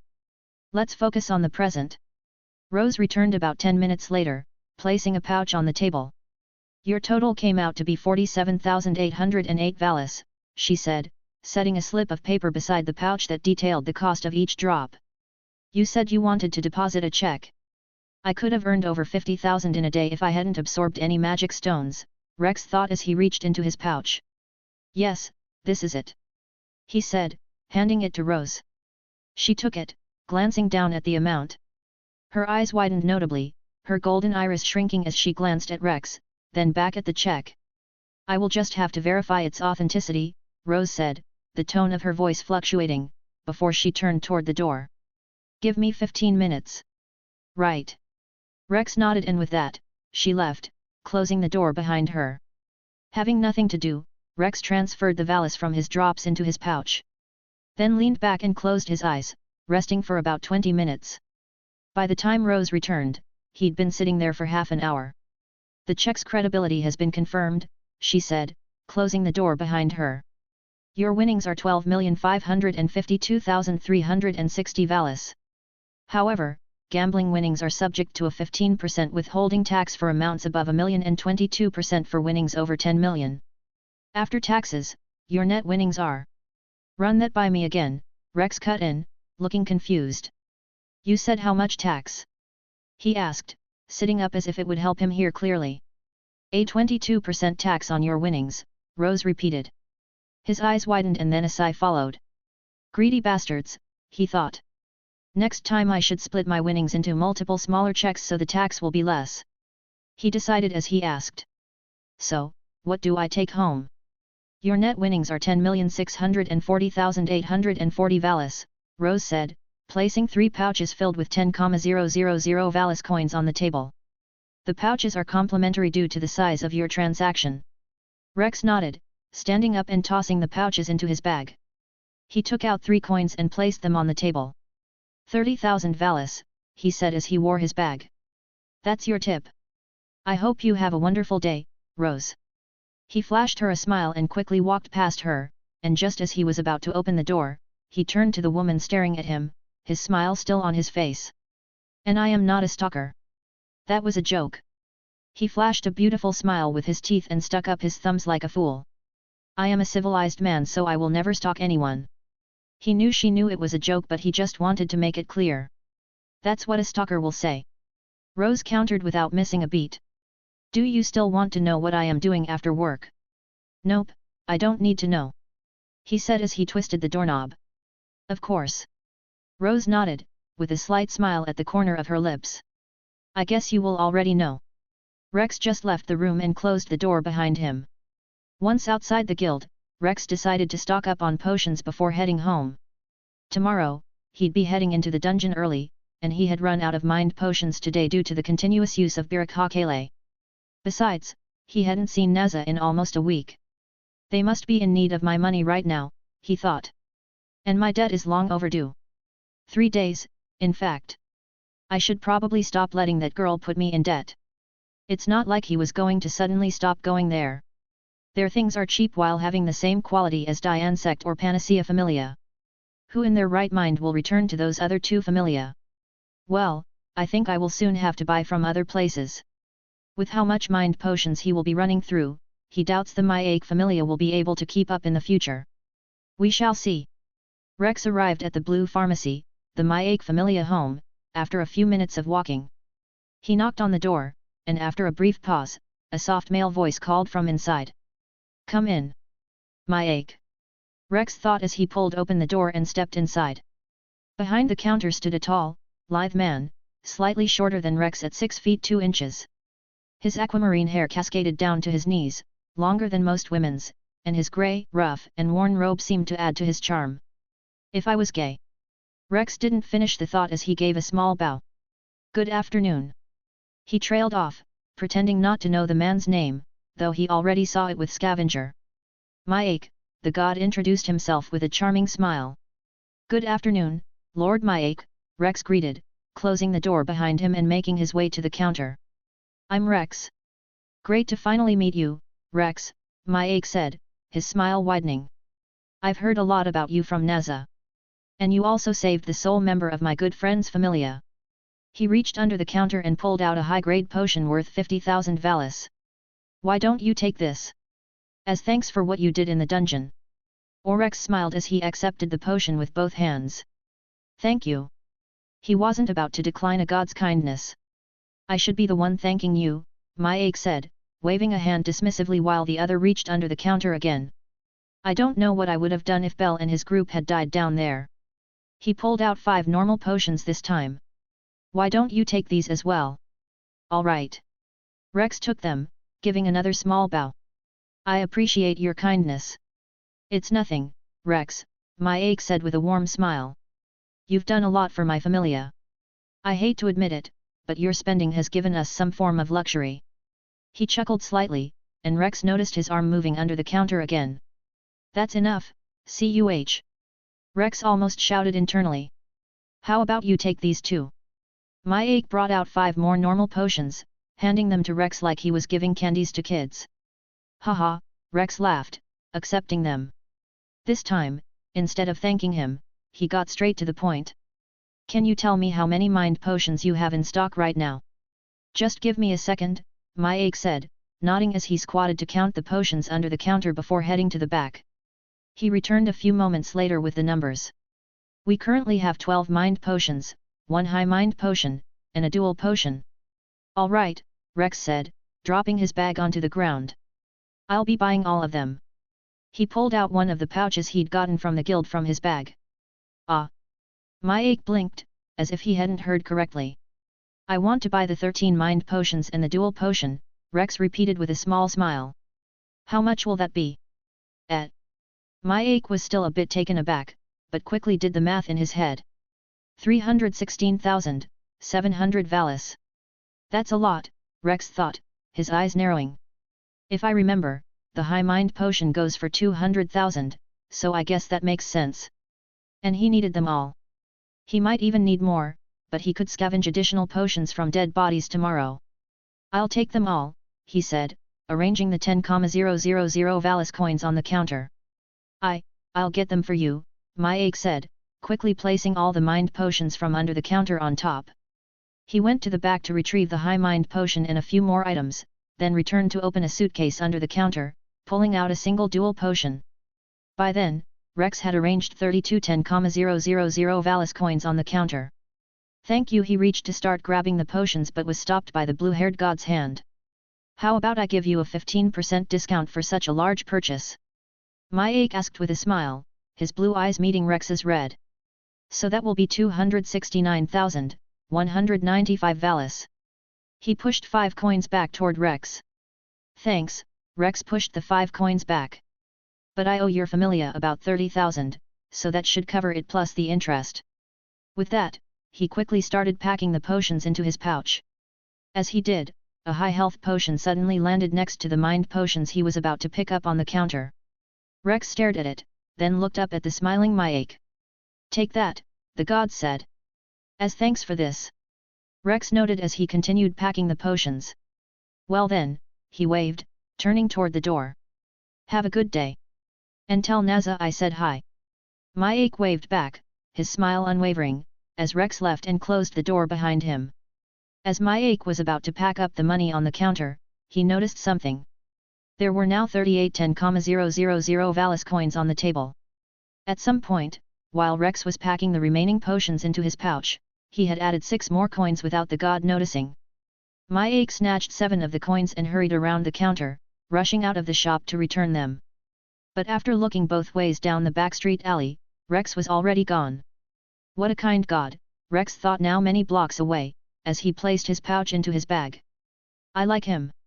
It didn't take long for Rex to return home. After exchanging a few words with some familia members, he finally climbed up to the 3rd floor of the main mansion and headed to his room. There, he found the 3 little musketeers waiting in front of his door. "Why are you guys here?" Rex asked as he approached. "Rex!" Kaed shouted, rushing to stop in front of him. "Where the hell you been?" she demanded, looking up at him with wide eyes. "We've been looking for you for the past few days," Momiji added, walking over to join Kaed, a slight frown on her face. "It's not good to suddenly disappear without saying anything." "You're right, Momiji." Rex nodded. "I sincerely apologize," he said with Momiji smiling. "Apologies accepted," she said. "Hi, Coco." Rex waved at the small palom. "Hi, Rex," Coco replied with a bright smile, waving back. "Me?" Kaed glared, the fur in her ears bristling as she pointed at her face with both index fingers.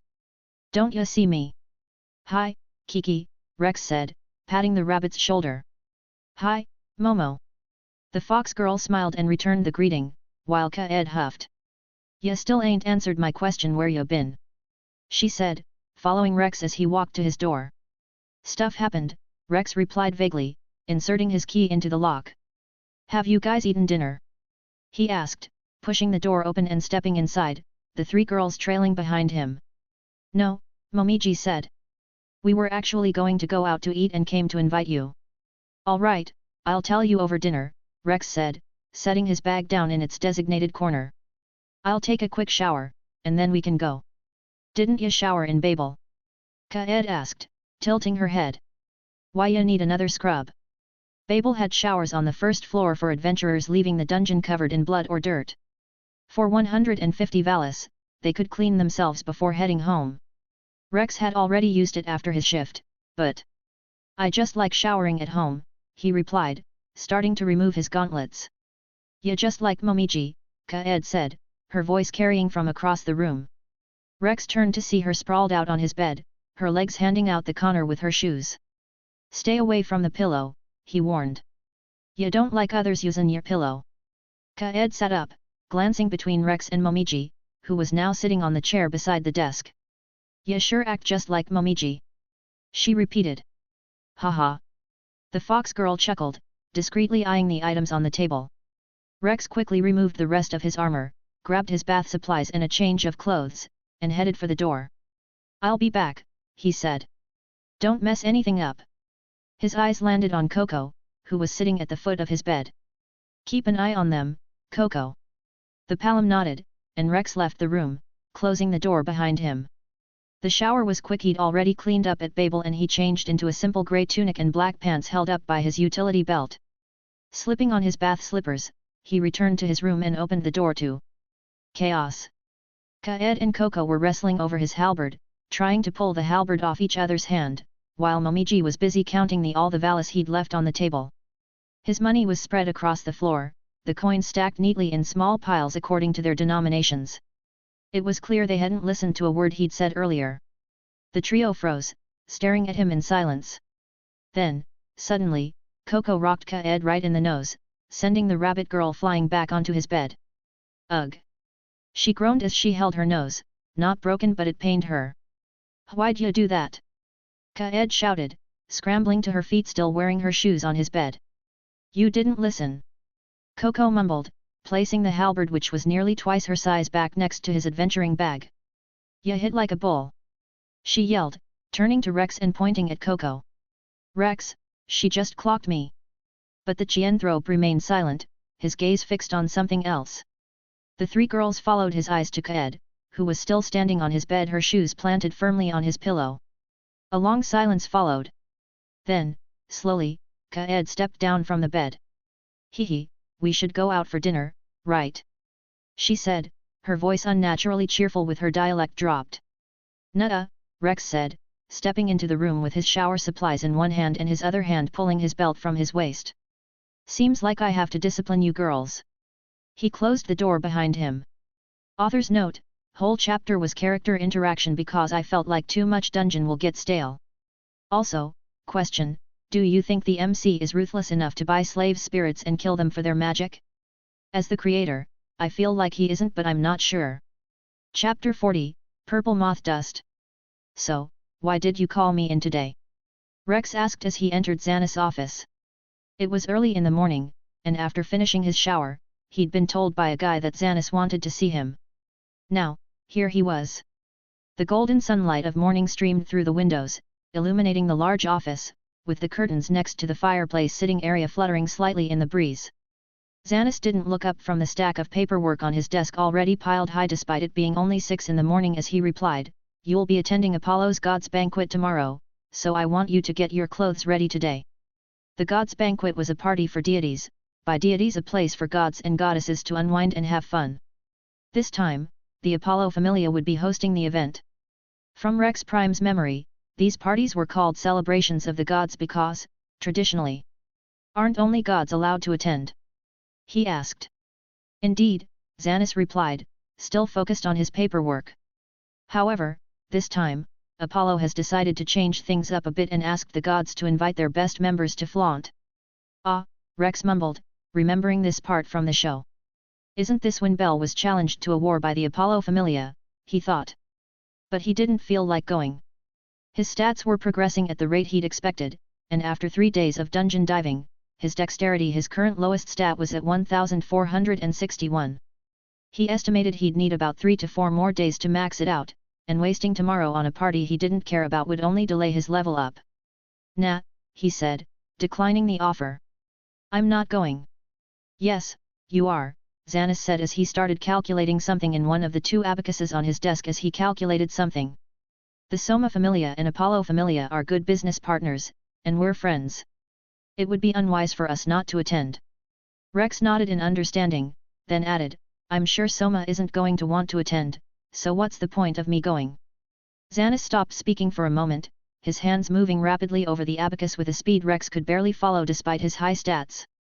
After his calculation, he wrote something down before speaking. He declined at first, Xanis admitted, but I managed to convince him.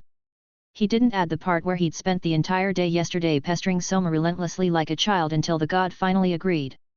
Then why don't you go? Rex asked, and the captain looked up from his paperwork, meeting Rex's eyes, then gestured at the table. He understood without needing further explanation. You're still doing all the accounting by yourself? You really didn't hire anyone to help you? I don't trust others to handle something so private, Xanis replied, returning to his paperwork. But you don't have to worry about the party taking up your time.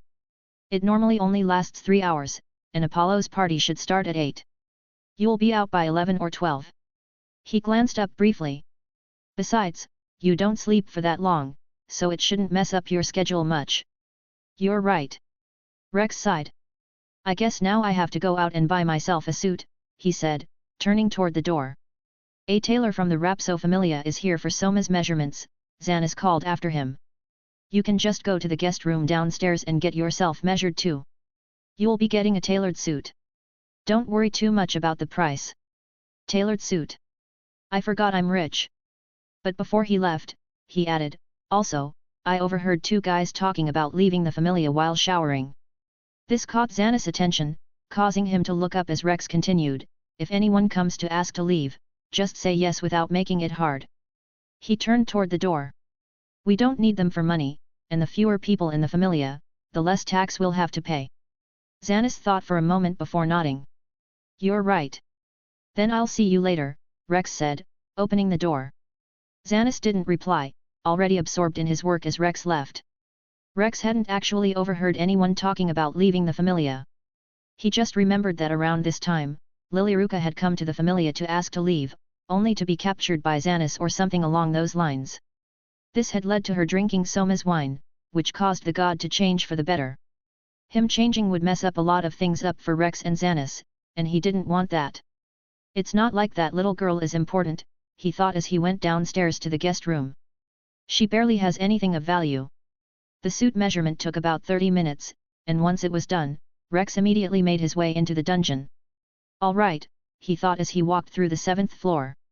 Let's hunt for that purple powder. Today, he decided to mass hunt purple moths until he acquired their powder magic, just as he had with the blue papilio.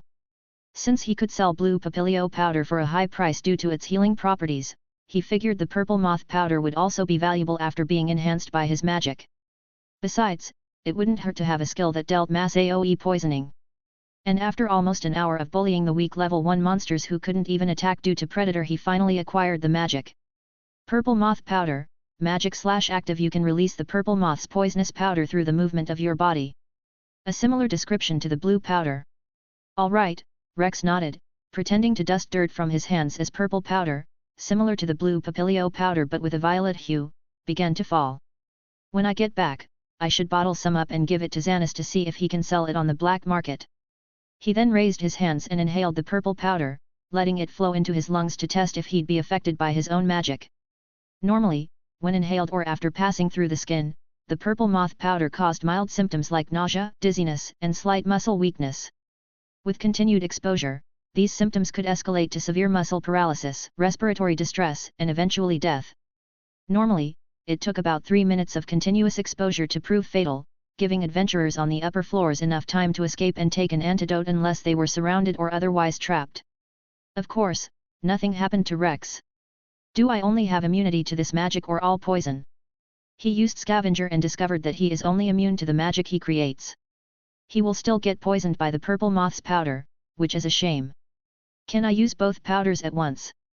Deciding to test it, Rex began walking while activating both magics. Sure enough, the blue and purple powders trailed behind him, mixing together to create an even more mesmerizing scene. Healing and poisoning, he grinned.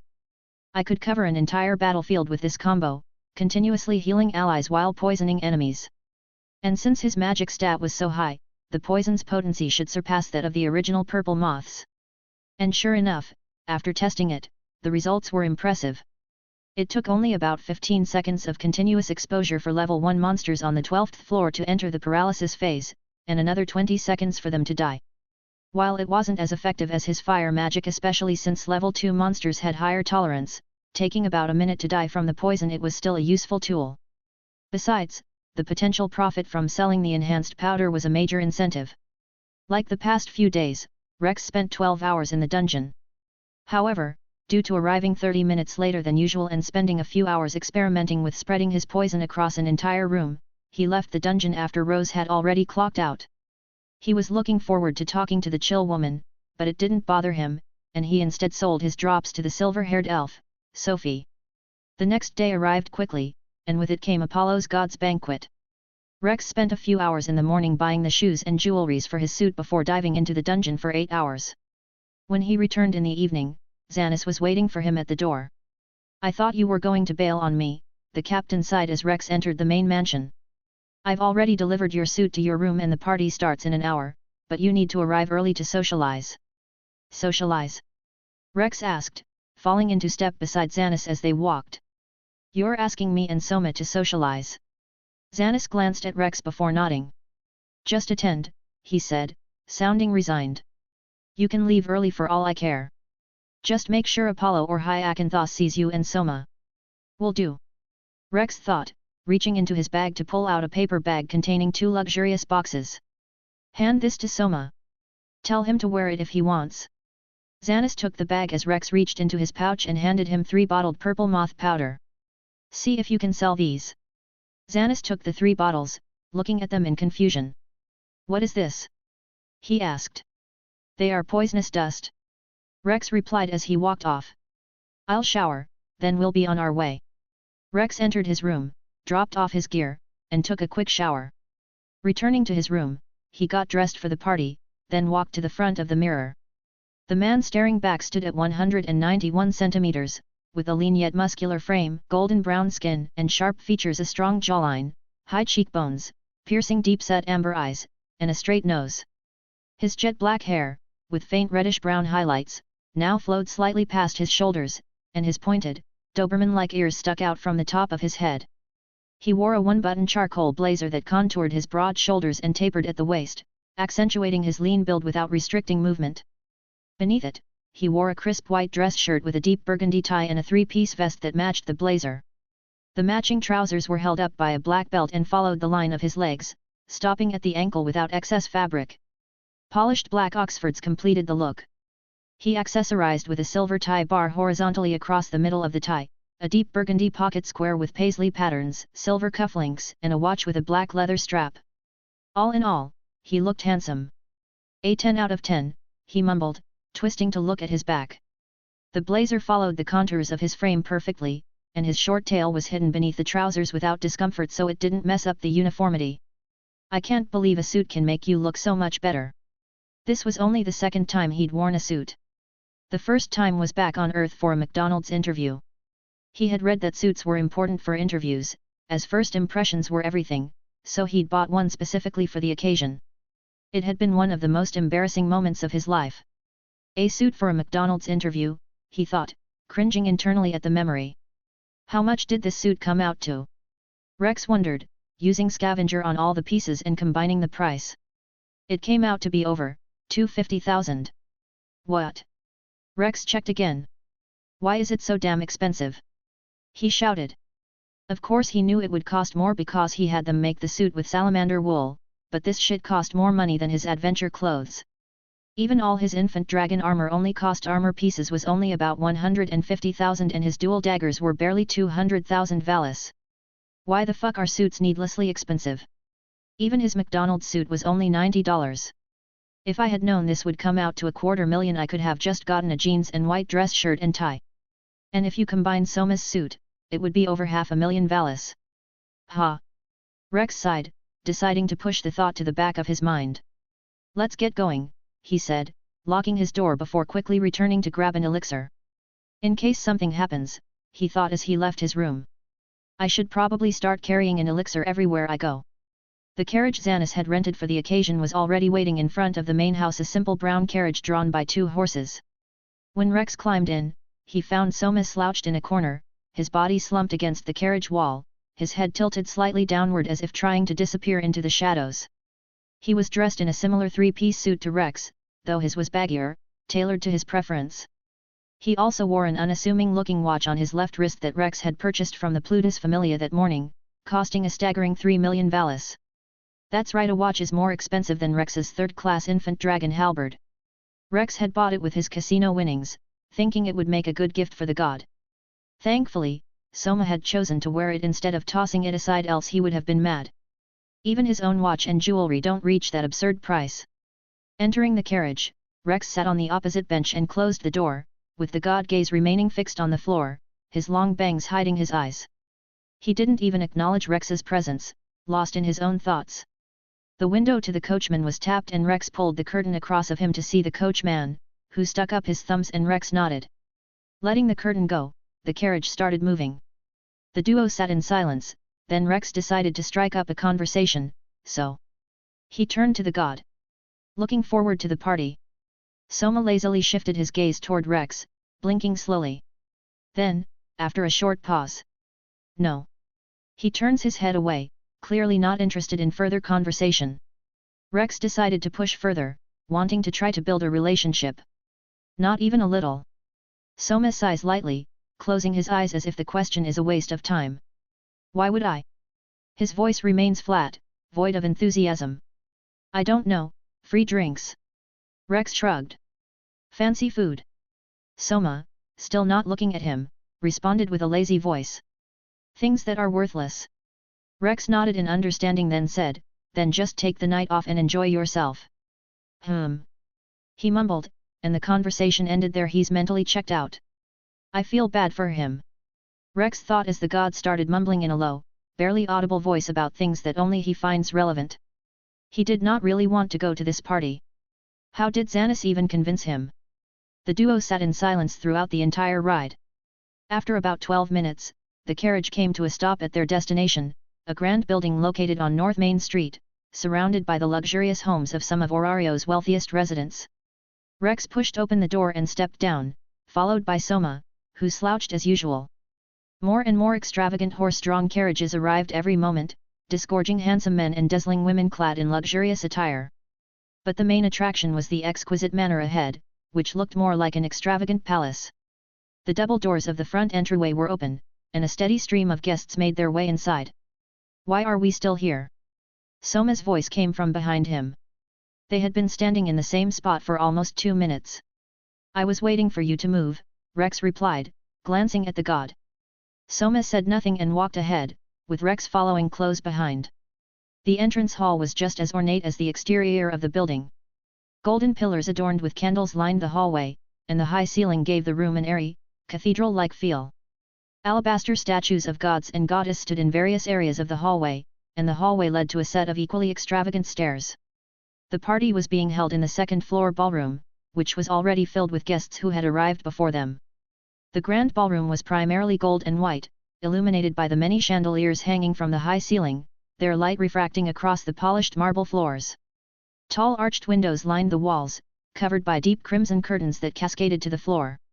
Large arches with glass doors led to balconies, but with the sun already set, no natural light filtered in from outside.